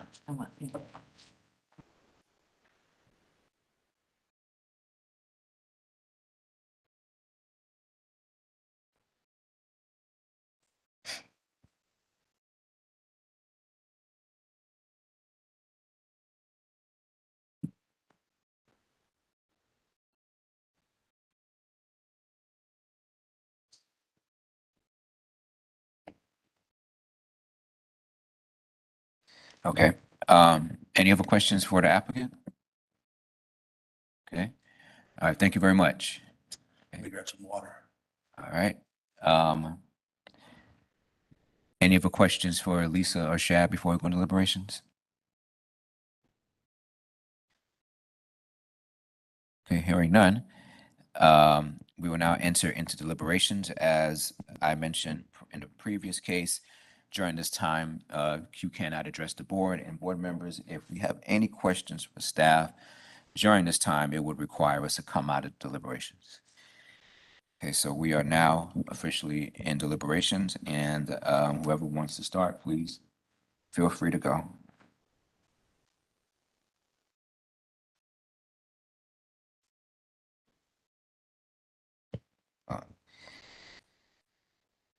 I guess I'll start. Another I'm not going to say a hard one, but a very uncanny one, where the applicant is trying to build a garage, was told that they couldn't, and they only have like 120 square feet. So then you can't even get a fence around that. And I guess where I feel kind of bad is that the applicant, who doesn't live in Charlotte, wants to, secure their cars when they're here, and it's kind of open and exposed. But again, this kind of goes back to, and unless I'm looking at this wrong, kind of goes back to the whole surveying issues that we saw, I think, last month or the month prior to. So, just based on what I'm seeing, the finding facts, inclusions of law, it just knowing what our responsibilities are. I mean, personally, of course, I would love to say, yes, go ahead and do it. I want to build a garage, but just based on what the staff presented, I just don't see where they have any options to build it. I don't agree, and I don't know if you were getting to this, or Tariq, you were getting to this. I don't see where it really alters the neighborhood that much, but if they're on a storm drain, that's kind of hard for us to go around that. That's my thoughts right there. Yeah, I agree with all those statements. I get, my question to staff about how do you analyze whether or not it fits in with character? Because, you look at the aerial, and I can understand there's probably multiple properties and covered areas, but And I also kind of agree with the applicant back in 2000, I guess up to 2006, it was Wild Wild West. And maybe we're a little more restrictive, but it comes down to the law of the land. And, you know, maybe the law of the land was a little more lenient 15 years ago, and and we know what the law of the land is today, and we can kind of foreshadow what the law of the land's going to be a year from now. And my take is he just needs to tell his client that she can build it in a year.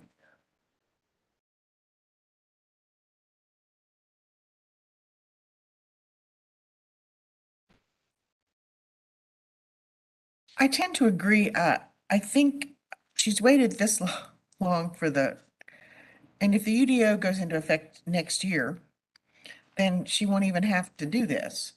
I'm just concerned again, because they only want a 5% increase, but that's a big 5% when you're talking about that small piece of land. And it jumps a lot from the 120 that is allowable to build a building area. And I'm concerned about impervious areas. I mean, you build this big structure that's going to be more water runoff and more concrete. And I don't know about you guys, but I get dinged every month for my driveway and because it's impervious surface. But I don't know that it would be an unnecessary hardship for us to deny this because she hasn't built it yet. She has the plans. Thing is, I don't know if it's hardship, but she did Right. mention like safety. Safety, yeah, and all that, and yes, and unnecessary. So, I mean, I don't think to me, it's not going to impair the neighborhood if you build it. I mean, it's a pretty structure. So knowing what we know about the UDOs, I would be inclined to approve this right now because it's probably going to come into effect next year anyway, so she'd be able to do it. I'm on the fence. I see both sides here. Yeah, it's like this. It's like that's the case every month now. It happens like this. But I will say I'm inclined to deny it just based on the fact that, Yeah. it's over. All right. Okay. Anything else? I would agree with. Yeah. All right. Okay, so with that, we'll close our deliberations and go into voting. Is there a motion on the floor to approve or deny the variance? Motion to deny the request for variance. Okay. Is there a second? Williamson, second. All right, so we have a motion to deny the variance by Mr. Hamid and a second by Mr. Williamson. Now we're moving to a roll call vote. Mr. Williamson? Williamson, yes. To deny, right? Yes. Okay, okay. Mr. Hamid? Hamid, yes to deny. Okay. Mr. Ryder? No, to deny. Oh, to deny, okay. Ms. Long? And Wilson, no to deny. Okay, so the variance has been denied. And now we move into finding facts and conclusive law. Again, pretty much everything that staff laid out was in there as well as what the applicant said. So is there a motion to approve the finding facts and conclusive law? I make a motion to approve the finding of facts and conclusions of law as written. Okay, is there a second? All right, there's been a motion to approve the finding facts and conclusions of law as written. I think there was a second by Ms. Long. Moving to a roll call vote, Ms. Long? Ms. Dryden? Dryden, yes. Mr. Williamson? Williamson, yes. Mr. Hamid? Hamid, yes. Wilson, yes. Okay, so that concludes our agenda, cases on our agenda for today. Now we have an appeal. And before we go to the appeal, I don't know, I just want to make sure, board members, are you able to, anybody has to leave or can everybody stay for this appeal? I just want to Make sure we have, okay. All right, great. Do we need to take a break or do we want to go straight to? Okay, let's do a 5-minute break and then we'll come back for the appeals. Let's come back at 12:31.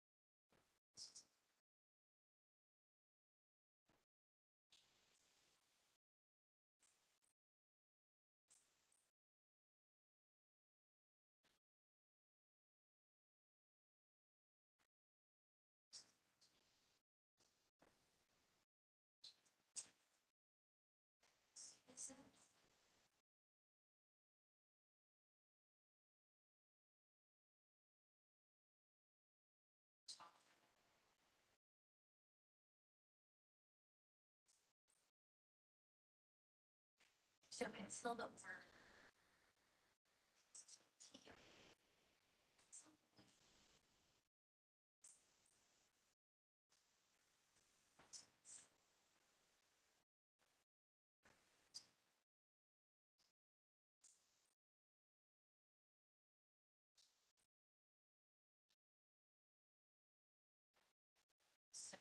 This is my.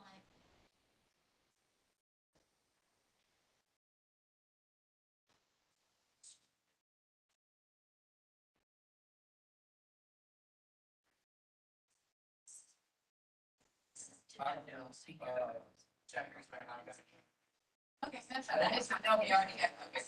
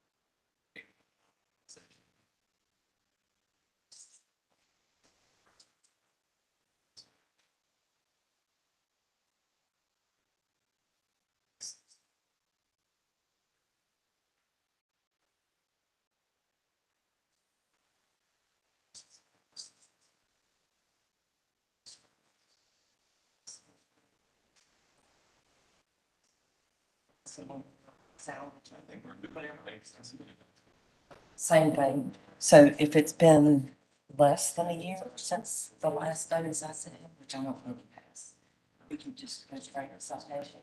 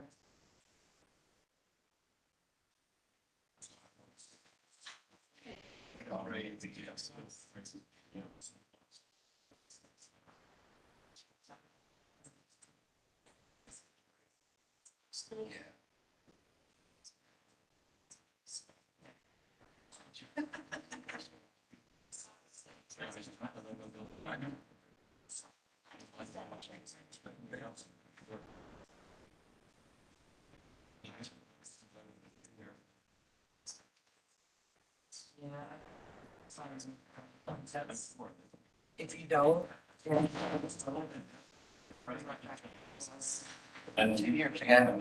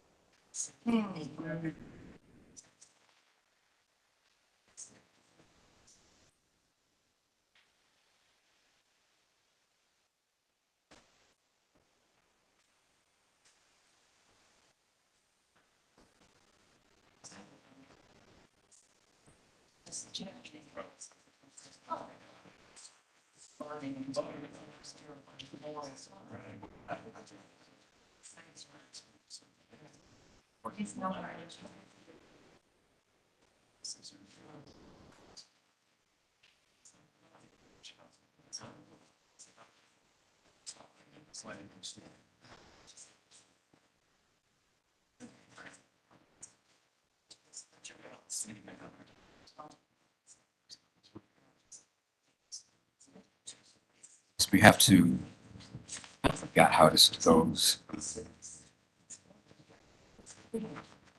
we have to wait on, okay, is Lisa back? Shad's back. What is this appeal for? This was, Deal with this already? that's what me and Chris were trying to figure out. I mean.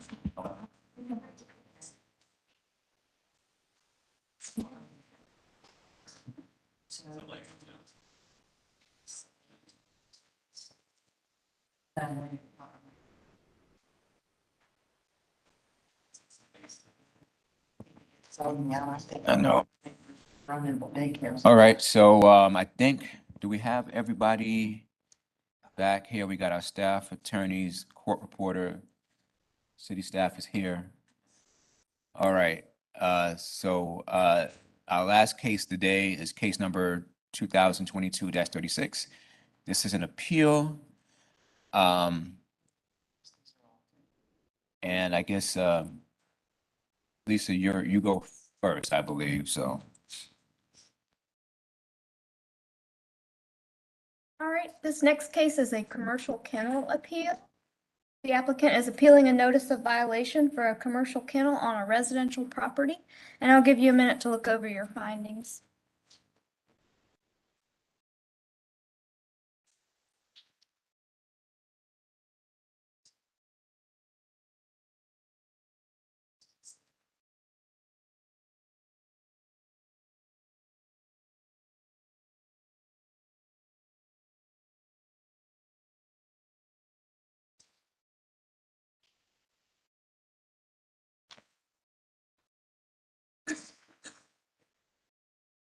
Okay, and Lisa, before you get started, I'm just gonna go ahead and swear them in.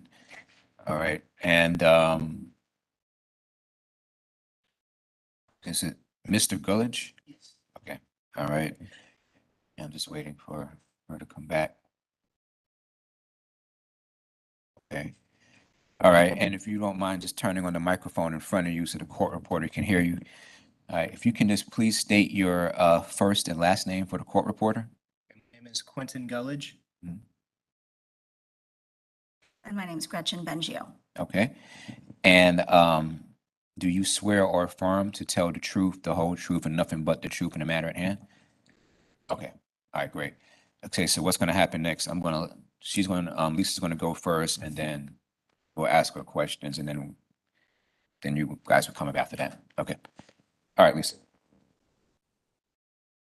All right, exhibit number 1 is a vicinity map of the property. Exhibit number 2 is a zoning map. The property is zoned R3, single-family residential. Exhibit number 3 is an aerial map of the property. And exhibit number 4 is a close-up aerial map of the property. Exhibit number 5 is background. In February 2022, code enforcement staff received a complaint that a dog kennel was being operated at 3116 Sunset, and a notice of violation was issued.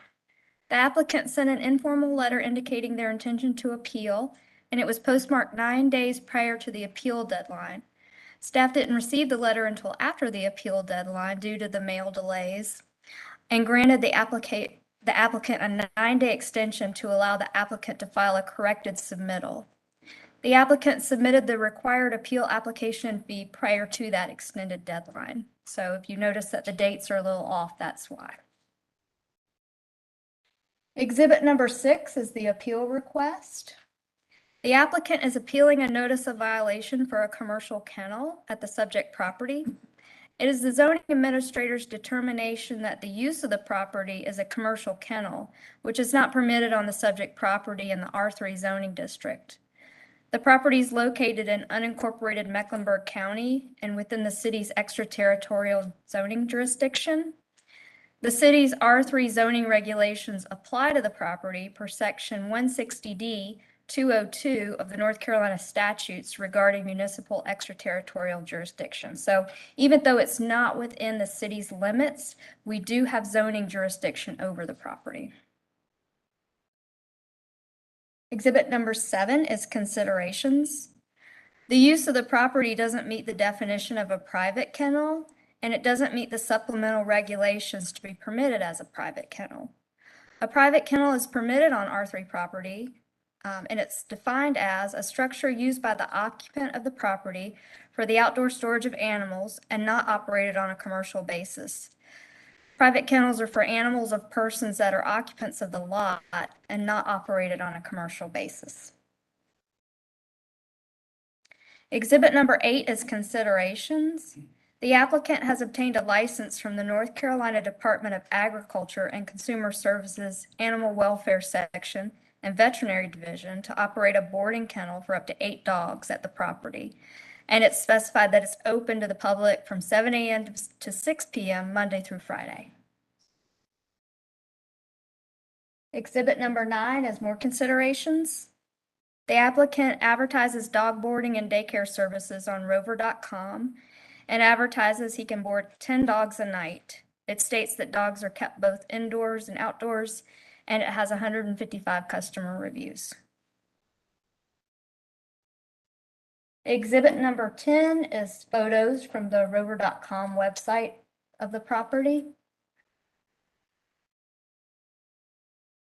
Exhibit number 11 is considerations. Code enforcement staff, which is in attendance today and available to answer questions after the presentation, they inspected the property on June 23rd of 2022 and found 5 dogs in the living room and 2 smaller dogs in a bedroom. There was 3 divided outdoor areas covered in AstroTurf, and at the conclusion of the inspection, the applicant verified he is using the property to watch no more than 20 dogs, mostly during the day, but some overnight. He charges $30 for overnight and $25 for daycare. Exhibit number 12 is photos from the inspection last week and just some dogs in different areas inside the home and outside the home. Exhibit number 13 is just more photos of the divided outdoor space. Exhibit number 14 is considerations. It's the determination of the zoning administrator that the use of the subject property for boarding and daycare of up to 20 dogs that do not belong to the occupants meets the definition of a commercial kennel. And that would be classified as pet services indoor-outdoor use. That's not allowed in the R3 zoning district. In the zoning districts the use is permitted, it's subject to conditions that include a 300-foot spacing requirement from all outdoor kennel uses for any lot in a residential zoning district or residential use. The intent is to ensure that residential properties are buffered from the kennel use. Exhibit number 15 is considerations.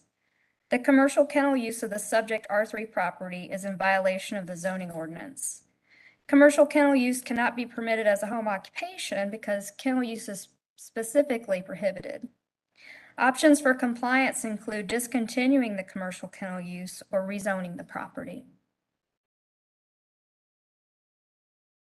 Exhibit number 16 is considerations, and this is just staff's proposed conclusion of law to uphold the zoning administrator's determination. Exhibit number 17 is more photos. There's a photo of the front of the property and a photos showing the initial inspection of the property after the complaint. And that's the end of my presentation. Like I said, code enforcement staff is here, and we also have the applicants here. Okay, just have a question. I'm reviewing the finding facts and conclusions of law. So on March 8th of this year, the applicant received approval and a license from the North Carolina Department of Agriculture and Consumer Services Animal Welfare Section Veterinary Division to operate a boarding kennel at this property. But then I read further down that I guess there was an inspection on June 23rd and found out, and I guess during that inspection, it was indicated that the property did not meet the definition, but I'm just trying to see how is that possible if the state approved it?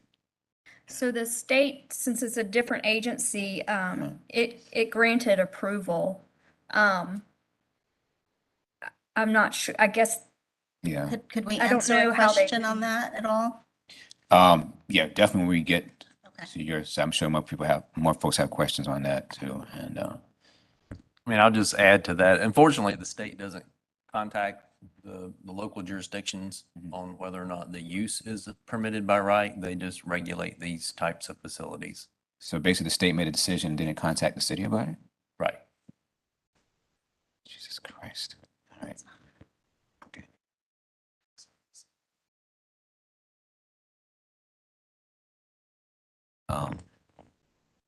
You have any other questions for Lisa, board members? No? Okay. All right. Can I ask a Yes. clarifying question? Who is the administrator or staff person that made the decision? Is that the code person or is that Shad? I just want to make sure I understand who made the decision and make sure they're here. The code enforcement inspector is here who went out to the site and And made the decision initiated that's being the appealed. notice of Okay, violation. perfect. Yes. Thank you. Okay. All right. Thanks, Lisa. This next we'll hear from the applicant. Do you have a presentation? No. Okay, all right. Yeah.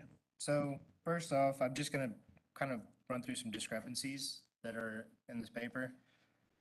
So in February, that's when code enforcement did receive the complaint and called me and contacted me and came out for the first time. Prior to that, I'd had our neighbors, because they don't appreciate barking, which I don't either.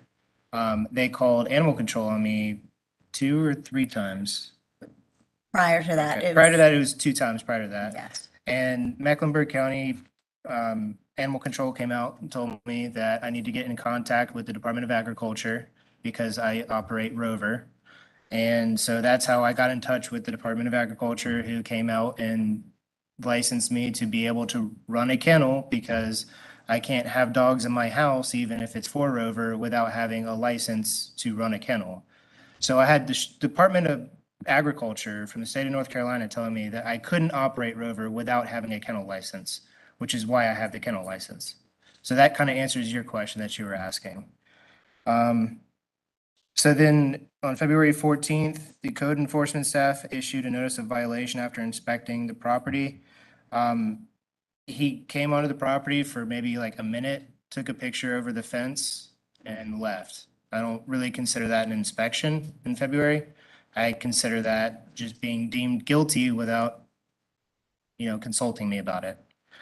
On March 8th, Quentin Gullidge received approval and a license from the North Carolina Department of Agriculture. That's number 17. It took quite a while too. Took That quite a was- while. Yeah. But they just asked for random stuff because I'm on Rover. I have people drop off in the morning at any time and pick up at any time.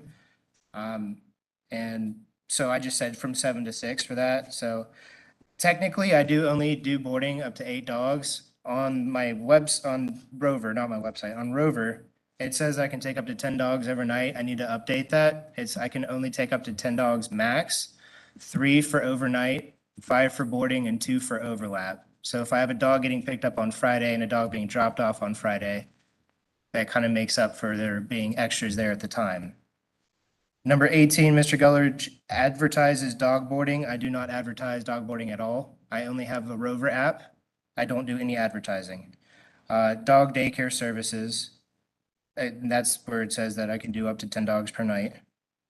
On June 23rd, code enforcement staff inspected the property and found 5 dogs in the living room, 2 smaller dogs in the bedroom, 3 divided outdoor areas, and AstroTurf. At the conclusion of inspection, it says that I watch no more than 20 dogs most during the day. I've never once had more than 10 dogs on my property. So the first time that I got animal control called on me, my neighbors were a little over dramatic, and they said that I had 20 dogs running around in my backyard. Which is interesting that that pops up in here as a number. The neighbor doesn't live there any longer. It's 3124 Sunset, literally right next to him, who is a contractor and does a lot through the city of Charlotte with his building and permits. And he works from his home, had a construction company as well.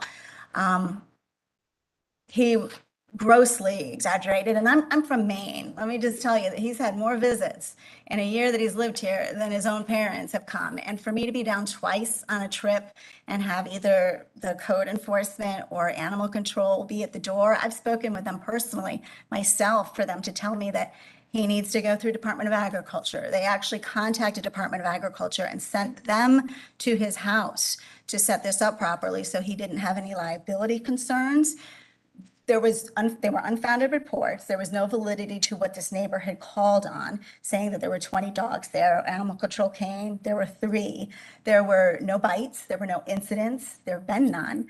And she said that she felt it best because we're in Mecklenburg County to cover ourselves and have the extra. So not only is there extra liability insurance, there's the extra Department of Agriculture, the permit, which he's never Also done did anything contact- with it really, because He did contact the city of Charlotte. He did, that's he true. Sent over my information. his name's Jay. As He well, contacted he- several times. He's even stated that there's dozens, if not hundreds of not private kennels, commercial kennels in Mecklenburg County that are licensed, not only on Rover, but separate from Rover.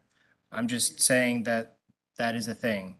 Well, you can and look on the then Rover app. and As look at well, the I reviews. do have a real conflict with the way that you guys describe a commercial kennel. It states it's a use or a structure intended and used for the breeding or storage of animals for sale or for training or overnight boarding of animals for persons other than the occupant of the lot. Essentially, that means if my mom flew down with her dog, that I couldn't keep her dog at my house. That's what that says right there. So, I mean, that's not really a commercial kennel. I can't even have my friends over with their dogs because they're not my dogs. If my friends wanted to spend the night, they couldn't spend the night with their dogs because they're not my dogs, according to your commercial kennel definition. And then my last thing here is I'm one of over 1,500 people in the city of Charlotte that use Rover. And so y'all have been talking about precedent all day long. The precedent is not going to start from me being allowed to do Rover at my house. The precedent started back in 2011 when Rover was founded. People have been doing this for close to 11, maybe 12 years now, watching dogs from their home. It's not a commercial business, just as if you were to go buy a house on the beach and list it on Airbnb. That's not a commercial house. That is a residential house that people come stay in. If I have dogs staying at my residential house that sleep in bed with me at night, I don't consider that a kennel. That is residential. And 3 of those dogs are his. He Yeah. has a German Shepherd, a Husky, 2 Huskies. So he has dogs as well. They were part of the number that are in the pictures. I recognize them in the pictures. And this is your full-time business? So I would say it's my full-time. I just got married in April and we're expecting a baby here at the end of July. So I was in grad school. I have taken last semester and this semester off, but this is a way for me to get like secondary income. I do that as well as Uber and DoorDash, just so I'm not working 12 hours a day while I'm trying to also study for my master's. And his clients are nurses, doctors, folks that work long hours that want to drop their babies off in the morning and come get them at 8 o'clock at night while they're working. So there's really none of them, I shouldn't say none, there's not a lot spending in the night. They're mostly daycare. They're coming and playing. Like I said, 5 for daycare and 2 So I'm assuming your neighbors are, they're gone. They're now. moved. They've They moved March 28th. The They- neighbors that didn't move have 30 chickens that live next to me. So it's probably complaining because the dogs you have a lot of dogs, they're probably making a lot of noise and barking. No, I don't let them bark. So the Department of Agriculture told me that if a dog is barking for more than 15 minutes, like straight, that's when you can call a complaint on somebody for their dog. And like the barking annoys the crap out of me. Sorry for the language. So I literally yell out the door at them to stop barking. I give them 3 chances. If they keep barking, I bring them back inside. So I don't let the dogs just sit outside and bark. The neighbors next to me have like 30 chickens. So, I mean, they run like some kind of chicken farm. Behind you is a. Behind me, there's like a, Puppy. I wouldn't call it a puppy mill, but they breed puppies behind me. It's actually not the house to the left of me, but the house to the left of that house. They own all the property behind our houses as well. And they breed puppies back there. You can hear them barking all day. And then the neighbors that filed the complaint who have recently moved out had a bunch of chickens and roosters. There's even pictures of the roosters being on my front stoop because they get out all the time. So we're not in Charlotte. We're in, I mean, it's pretty, Horses. I brought pictures. pretty of the rural where I horses live. In It's, front of us all the time. it's not like we're in the heart of Charlotte. Like I remember, I think Lisa, you said that they're not in the city limits. No, we're not. We I don't pay, get trash. I don't know if you guys get paid, but if you do, it's not from me because I don't pay any city taxes. No, we don't get picked. No. Okay, well, No I don't, trash pickup. no trash pickup. I don't pay city taxes. I'm just zoned in an extraterritorial zone and I'm getting in trouble for something that the Mecklenburg County told me I could do. Gotcha. Okay. And he was doing it previously in the apartments on Yeah, I mean, Providence Row there's people in apartments that are running in this. Charlotte In that the are really uptown of nice Charlotte that do apartments. Uber. Board members, you have any questions for the applicant? Just to clarify a couple things, you're saying you don't run a commercial business No. because you're an independent contractor for Rover? Correct, yes, sir. Yes. And your relationship to Mr. Gold is his mother, right? I'm his mother. I fly up from Maine. Our area is much smaller up there. I do a lot with the townships, and Airbnb and Rover are a big hot topic out of Portland, but Portland, Maine has 64,000 people compared to Charlotte, which is over 2 million. So a much smaller scale. Took years to pass legislation to make changes to the Airbnb rentals in Portland, Maine. We are very short on housing, and it did require a big change. Yeah. It's enough. It's enough. It's definitely, which came first, the chicken or the egg? We had Mecklenburg County Sheriff that then contacted Mecklenburg County Animal Control, which then said Department of Agriculture needs to come find you. We didn't really solicit Department of Agriculture. They showed up on our doorstep like you guys did. They wanted him to be legit. We've paid money to do that. The turf, That's for my dogs. for his dogs. I mean, he has some spoiled dogs. The shed in the back, there are no kennels in it. I think the gentleman took pictures. It's supposed to be where I can stay, so I'm not. It's been remodeled. The sheetrock's been done. There's new floors in it. And he just had new air conditioning, which has to be inspected by Mecklenburg County, not City of Charlotte. So everything he does is dictated by Mecklenburg County. And Department of Agriculture said he was just so confused. He said that he didn't understand. He did claim to talk to somebody, and I could get Jay to get more information on it, but he said it was inflexible, whomever he spoke to. And then looking at number 21, it says that Department of Agriculture license to operate a dog boarding facility, the advertising and customer reviews on Rover.com, and the results of the June 23rd, 2022 property inspection indicate that basically the use of this property does not meet the definition of regulations.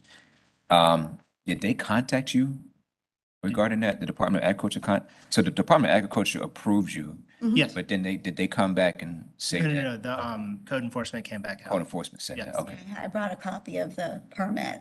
Well, I think you have it in the presentation. Got it. Okay. I do have a question. I know that Department of Agriculture issues permits and licenses, but did they give you any indication of following the R1, R2? No, because he told me since I was in Mecklenburg County that I'm allowed to run a kennel. And he also had he had him He has a building list, fences, yeah. he had him changing PVC piping, he had him with a list for months that we've spent money on fixing everything, and he had a final inspection. for whatever these sets play. And so now we've done really nothing with that permit. We have stuck to our guns with Rover, knowing that that is a pretty safe route to go. Lisa, I may have missed this in your presentation. 1,500 other people within 2 miles of him running Rover. Rover is coming off my property. Yeah, and he could do Yes, that as it well. is. Yeah, So you- yes. No, so you search up dog boarding in Charlotte and 1,500 people. Read the profiles. Oh, yeah, yeah. Yes. Yes, I agree. I agree. They also do house sitting as well, where you can come He's stay had in their people house. want him to watch birds, all kinds of things. There is.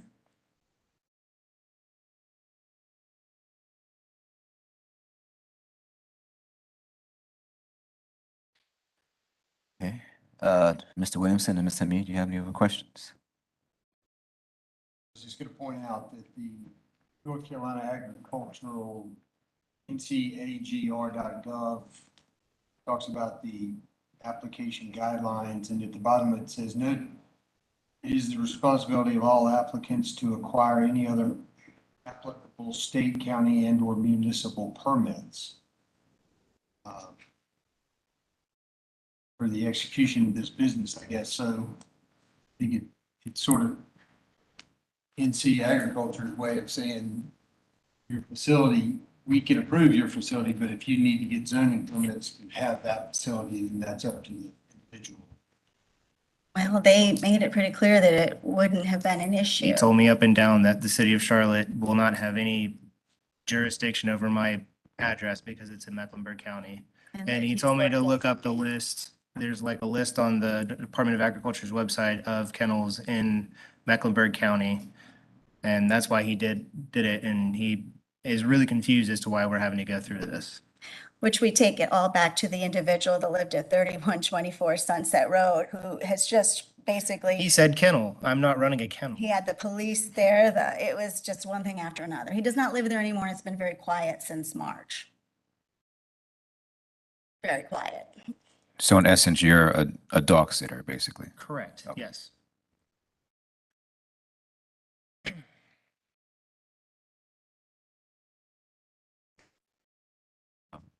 North Carolina Department.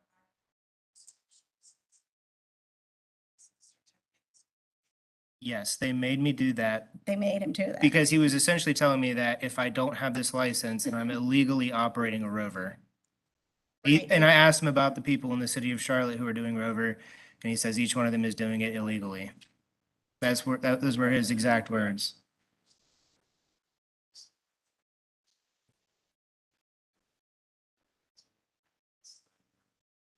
Mhm.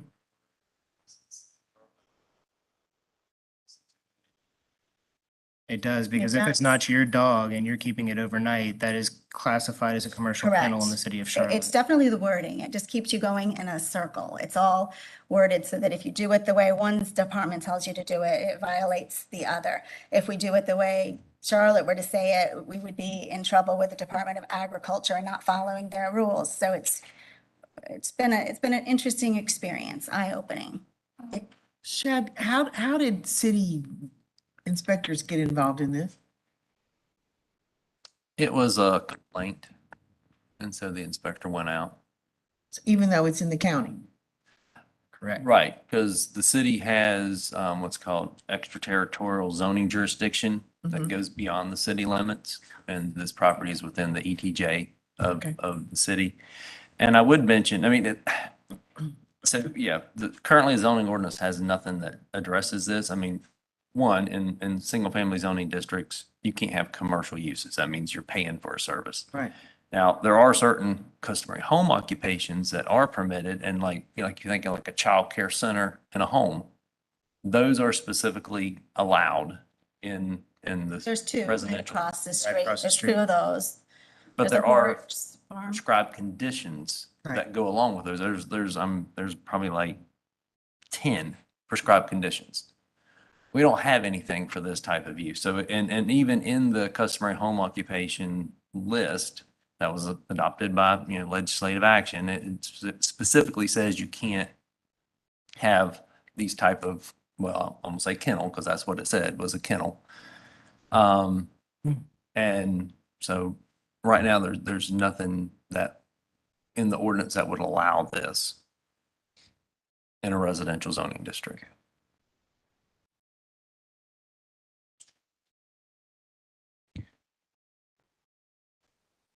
Okay, so, just to clarify, you do not, what's the maximum number of dogs that you would have at your facility? At one time, 10, overnight, 3, And 3 of those are your dogs, correct. but they're counted in with the 10. No, they are not. So that's So- 10 in additional to your 3. I have 2 dogs now. Our recent one passed over Christmas. I keep saying 3 and I'm not quite used to that just yet. 5 for daycare. They don't stay overnight. 3 for boarding. And again, I leave 2 additional spots for any like layovers. So if one gets picked up on Friday at 8 o'clock at night, one gets dropped off on Friday at 8 in the morning, I'd have 9 dogs there, essentially. I've got 3 bedrooms, so some stay in some bedrooms, some stay on the couch. It's just wherever they feel the most comfortable. And most of them. And are if an pretty owner neat. does want me to crate them, they bring their own personal crates from their home.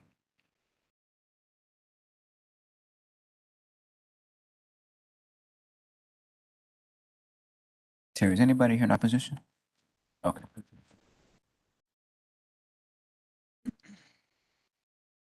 Okay. Any other questions for the applicant or for staff? I don't have any questions. All right. Got a question? Deb? No, I'm not gonna look at this, I think. And I would just clarify that, I mean, I know we talked about, if your friends or they bring their dogs. That's a little different because you're not being paid Correct. for a service. That's not the definition that's written in here. There's room for interpretation on that. So we would say, Not if your important. mom comes, brings her dog, of course, we're not going to send an inspector out to send an NOV on things like that.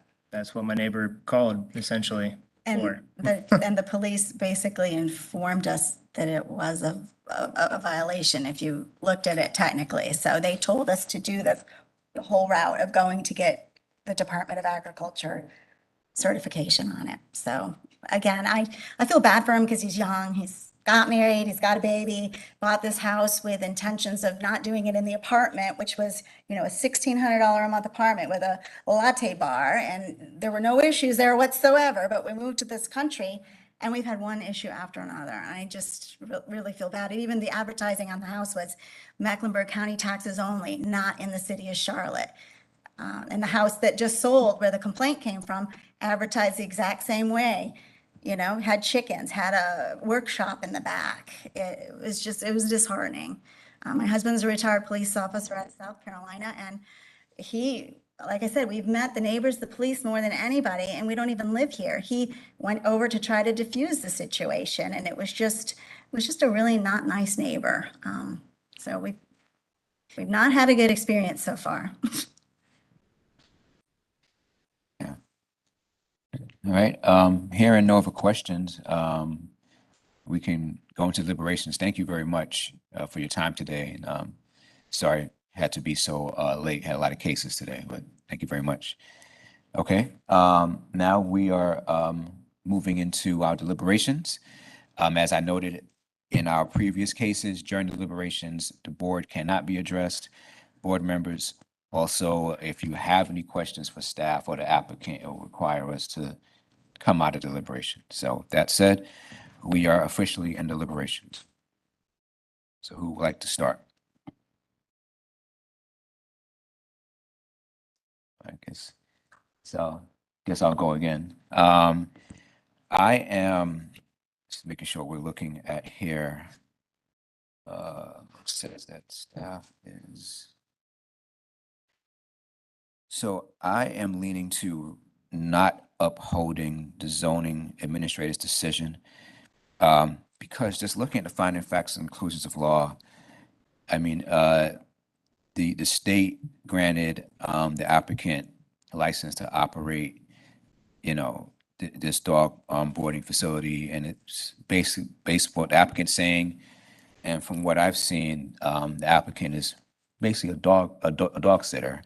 And from what's been presented in front of us, I don't see any evidence of dogs being hurt or any like dog breeding or dog fighting. It just seems like he's just, you know, given that this city and this county is a pretty dog friendly city and county, I see a lot of that. I mean, I'm a cat owner, but cats don't really get a whole lot of love, but it does seem like that the dogs rule. So this is a dog friendly city. So that's what he's doing. So that's why I would be inclined not to uphold it, not to uphold the zoning administrator's decision. It just seems like the state was okay with it. State did not contact the city for some reason. And I hear what Shad's saying about the territorial zoning administrator and zoning area. But this is in the county, and it just doesn't seem like, you know, it should have came before us. But again, I'm just going off of what I'm seeing here. Yeah. But, all right. So I'll follow up on that. Although it's in the county, it appears from under finding of facts. Where's that? That property is still subject to city. Yeah, extraterritorials. So numbered 11 and 12 here. Not saying I disagree with the fact that people move here, they move to the county for a reason, thinking, you know, I can have chickens and I can have that. And, you know, how far do we have to push people out of the city before they can find a place that fits their needs? So I'm sympathetic to the idea that as a city, not everything needs to be uniform, but we do have city ordinances and we do have laws that enforce those ordinances. So I'm kind of on the fence with it. Obviously, you know, as we're a growing city, we do need more people that are independent. Obviously, these independent companies, you know, although Mr. Gullidge may argue that he doesn't advertise, you know, by its own nature, being on a Rover website is the way you're getting the word out there. So he's not doing it on his own, but he's bringing in services for obviously his financial benefit, just like everyone has to find something that fits their needs, their lifestyle, to make money and live comfortably in city or county areas. Yeah, and then going kind of piggyback on that, and I know what we have to make our decisions on basis of board, but just personally, I just wouldn't feel comfortable upholding an appeal that's going to affect somebody's financial income, especially with inflation and everything we're going through right now. So that also is playing into my decision as well. I think, you know, last month we talked about a tax guy who said it was his house, but it was clearly not his house. And we had an issue with that. I think if someone were selling groceries out of the backyard and had people coming and going, or if they were storing materials and doing something that opposed what the land was zoned for, we would have a bigger issue with that. I mean, the trouble is it's kind of like an Uber driver for dog sitting, right? I mean, Uber driver is not registered as a taxi driver, but yet we still allow those guys to do what they do. And so this is really in a gray area, and I think what the difference is that this use impacts the neighborhood, and it causes a little more nuisance than somebody giving somebody a ride somewhere. And so I'm trying to think through if someone were, actually having a commercial property in a residential zone house, no matter what it was, we would object to that. And I think what staff is saying is that given the circumstances, he got the permit from the state, but the state says you need to get all other requirements taken care of in your municipality because we're the state and we don't get into the municipal levels. And we've all learned that all the different branches of government do not talk to themselves. And that's why they have that disclaimer down there. So I think it really is unfortunate, but it's the responsibility of the of the business to make sure they're in a proper zoning in a properly zoned location. And, you know, just like you couldn't open up a restaurant right there, you can't have a dog kennel right there either. So. My thought. Ms. Dryden or Ms. Long? Terry, there's no one who came to speak in opposition? No, ma'am.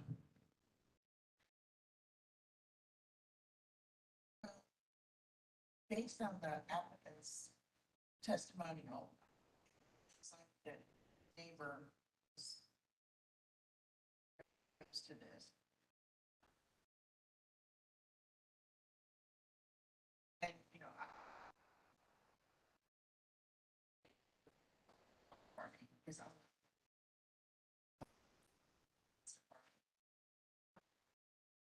But to give Mr. Gullich the benefit of doubt, it seems to be based on this, that he got the Department of Agriculture certificate for the 8 dogs, and it's fine that he does not have sign. It's in the county, know that issue of extraterritorial zoning jurisdiction, but it's still in the county. The neighbor has moved. It was affronted. So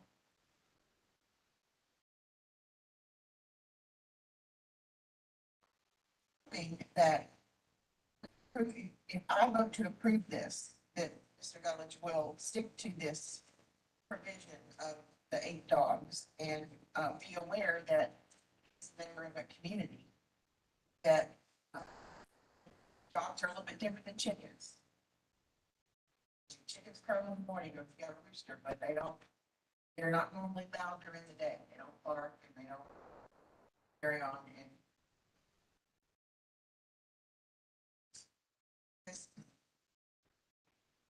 this says commercial kennels defines a use or structure intended and used for the breeding or storage of animals for sale.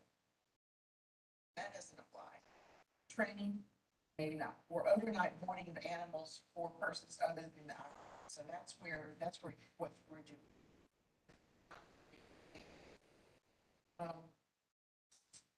And suggestion, maybe that's something that you could modify.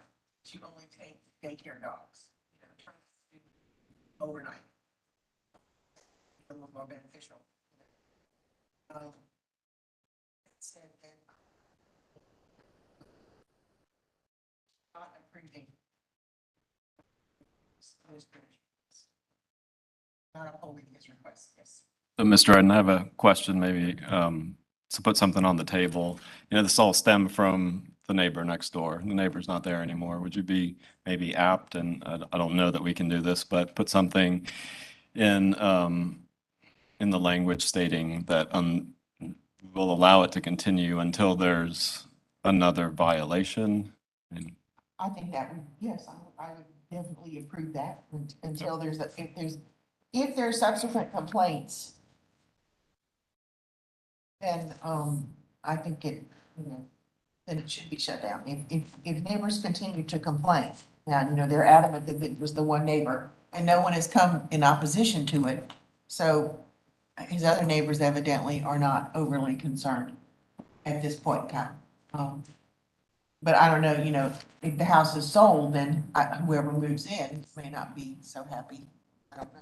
And yeah, I think we'd also have to restrict it to the single property owner. So, you know, if there's another violation, it needs to be shut down. Likewise, it doesn't apply to the land over time. Or it doesn't, sorry, what's the word? It doesn't, you can't run a kennel, the next owner can't run a kennel. Yeah. I don't know, legal, can we do that? I don't think so. Yeah, I'm a little confused and maybe get some clarification from y'all.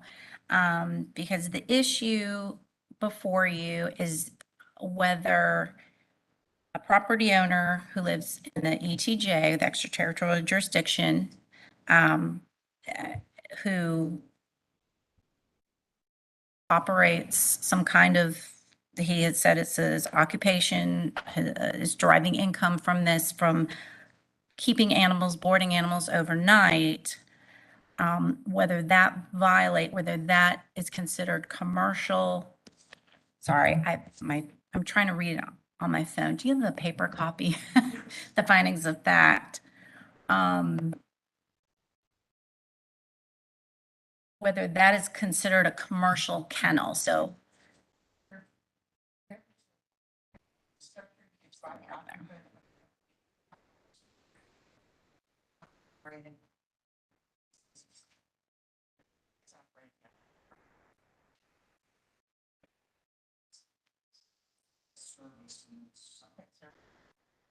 Well, so I guess that's what you need to look at, is what has the evidence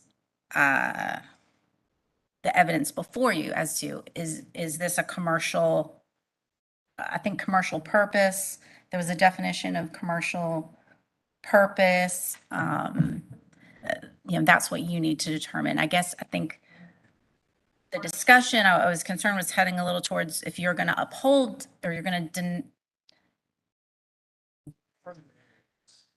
grant the appeal and basically deny or overturn their decision with a condition that he not, get any violations. But if you are overturning it and you're saying what he's doing is not a commercial kennel, so it wouldn't matter. So I think we all feel like he did his due diligence because he moved to Mecklenburg County.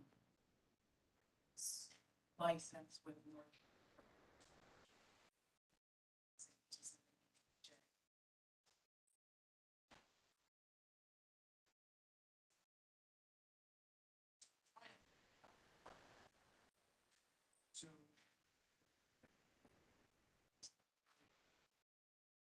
Someone wants to add.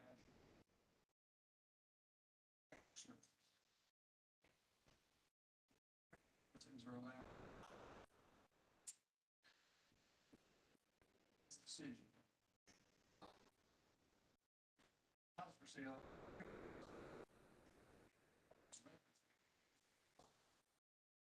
It's in the county. The zoning board of administration has said that the ETJ, it doesn't matter what you do, it doesn't matter if it's zoned R3, I can still put an I2 use in there or a commercial use in there. It just doesn't matter because you're in the county. So that's what I feel like we would be saying if we granted the appeal.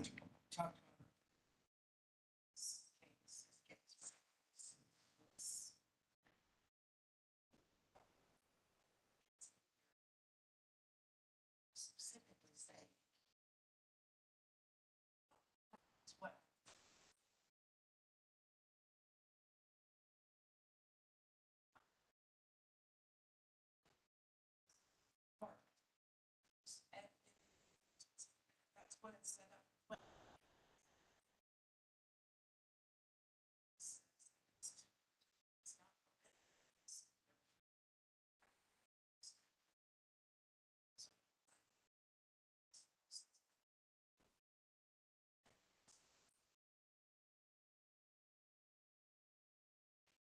Commercial use is an occupation, employment, or enterprise that is carried on for profit by the owner. What number is that? It's under definition. Oh, definition.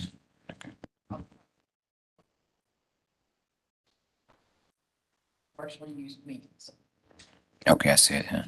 But now, a customary home occupation, an occupation, service, profession, or enterprise carried on by a resident member of a family within a dwelling unit.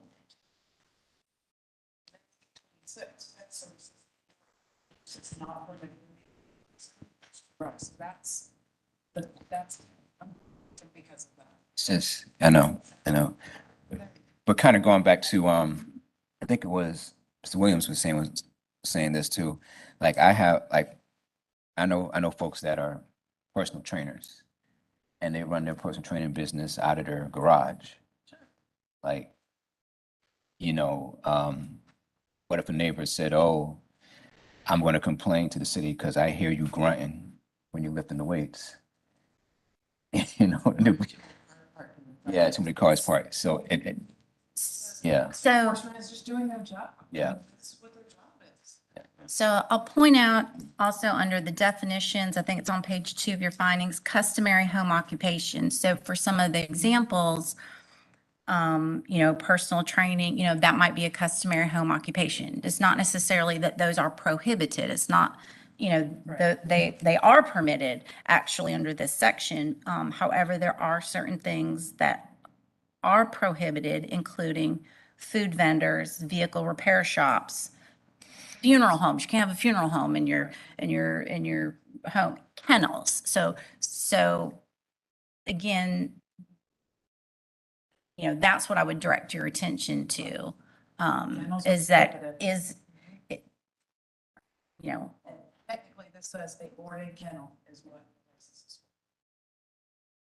Well, and it's, under pet services, it says that may include one or more of the following: pet care. So if he gives up his license.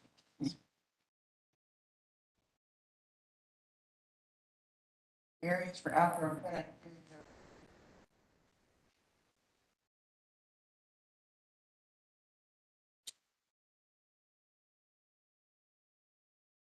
Okay. Well, I think we're all kind of saying the same thing to a certain extent. I think that we should just probably move to a vote now.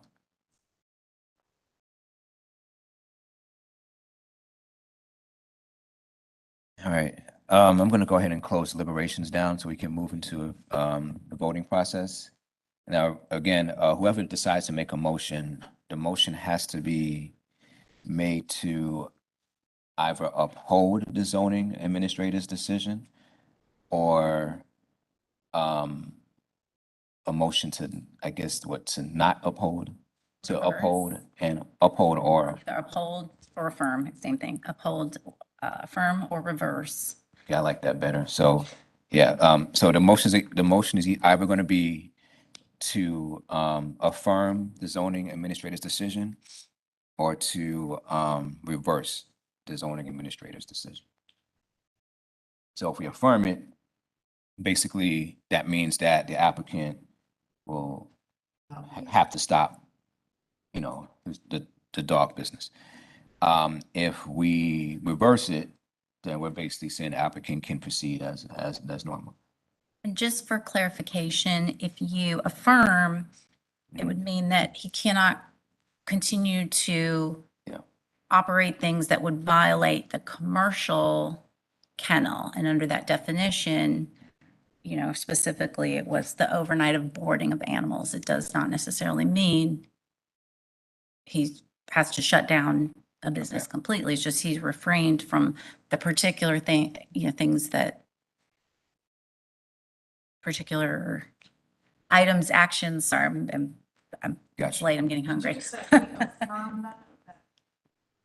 Is that what you just said? Affirm, if we affirm that? Just want to clarify.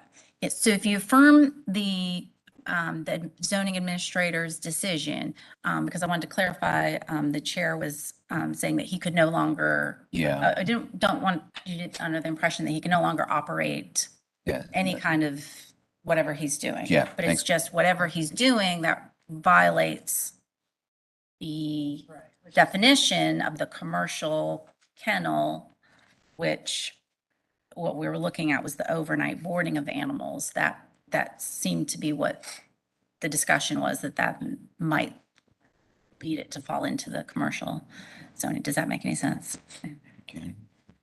All right. Is there a motion on the floor to reverse the zoning administrator's decision or affirm the zoning administrator's decision? This is Williamson. I'll make a motion to affirm the decision. Okay. All right, the motion's been made by Mr. Williamson to affirm the zoning administrator's decision. A second by Ms. Long. Now we're moving to a roll call vote. Ms. Long? Ms. Stratton? No, I don't affirm. Mr. Williamson? Williamson, yes. Not Miss Speed, yes. Wilson, no to affirm. So it looks like based upon the vote, the zoning boards and the zoning administrator's decision has been upheld. Am I correct in my math there? Okay. All right, so that concludes this case. Now moving to the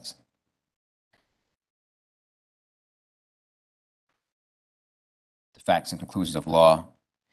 Is there anything, Joe, that we have to change here based upon that decision from the board? Gotcha. Yeah. No. While he's doing that, Terry, do we have a copy of the minutes from last month? Do we have to vote on that? Okay. For July, okay. So while she's reviewing that, we can move on. I do have a question. So if you're gonna tell me that I can't watch dogs on Rover overnight, even though I'm in the county of Mecklenburg, are you gonna tell all 1,500 people in the city of Charlotte who are watching dogs overnight on Rover that they cannot watch dogs overnight on Rover? This is discrimination at this point. This is targeting. I'm a single individual. There's an app with over 1,500 people in Charlotte that watch dogs overnight in the city of Charlotte, not the county of Mecklenburg. I don't care if I have extraterritorial jurisdiction from the city of Charlotte. I don't pay you guys any taxes. How can you dictate what I do at my house? This is like, I'm one person out of over 1,500. How can you tell me no, but not them? And you've not ruled on this before. I would just. Yeah.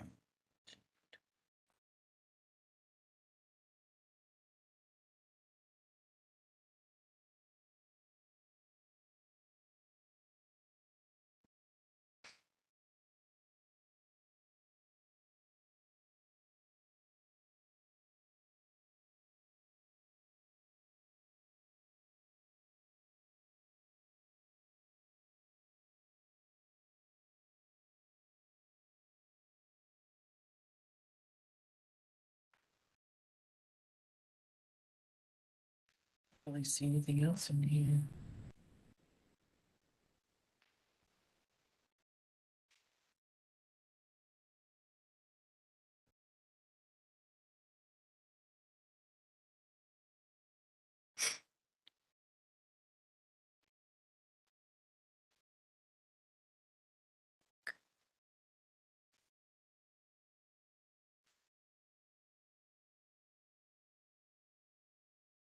I guess my only question for the board and would be the references to no more than 20 dogs. I don't recall, and I may have missed some of What number is that?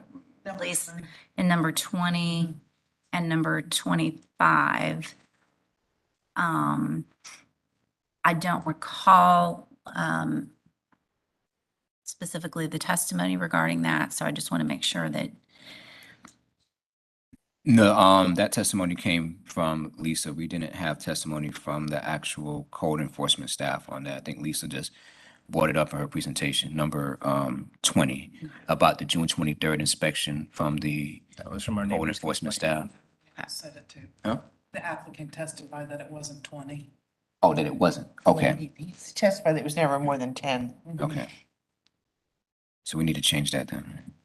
yeah, and I just specifically don't recall Ms. McCarter's testimony regarding that, so she may have testified to that. I just wanted to make sure y'all were okay with Well, I that. guess that would be code enforcement, the staff that inspected, he's the one who, at the conclusion of the inspection,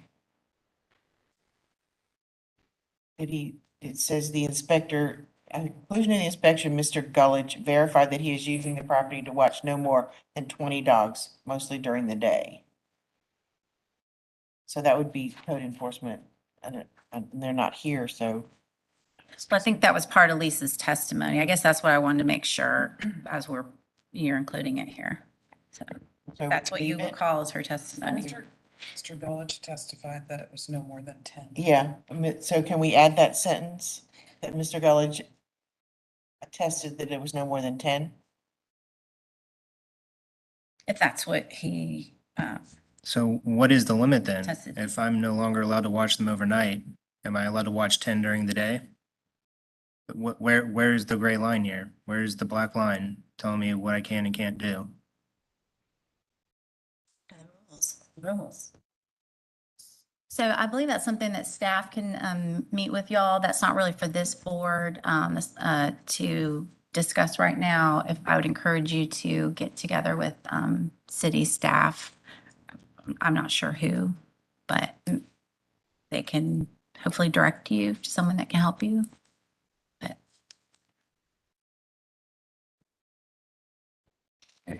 Well, with that said, I guess we vote on the finding facts?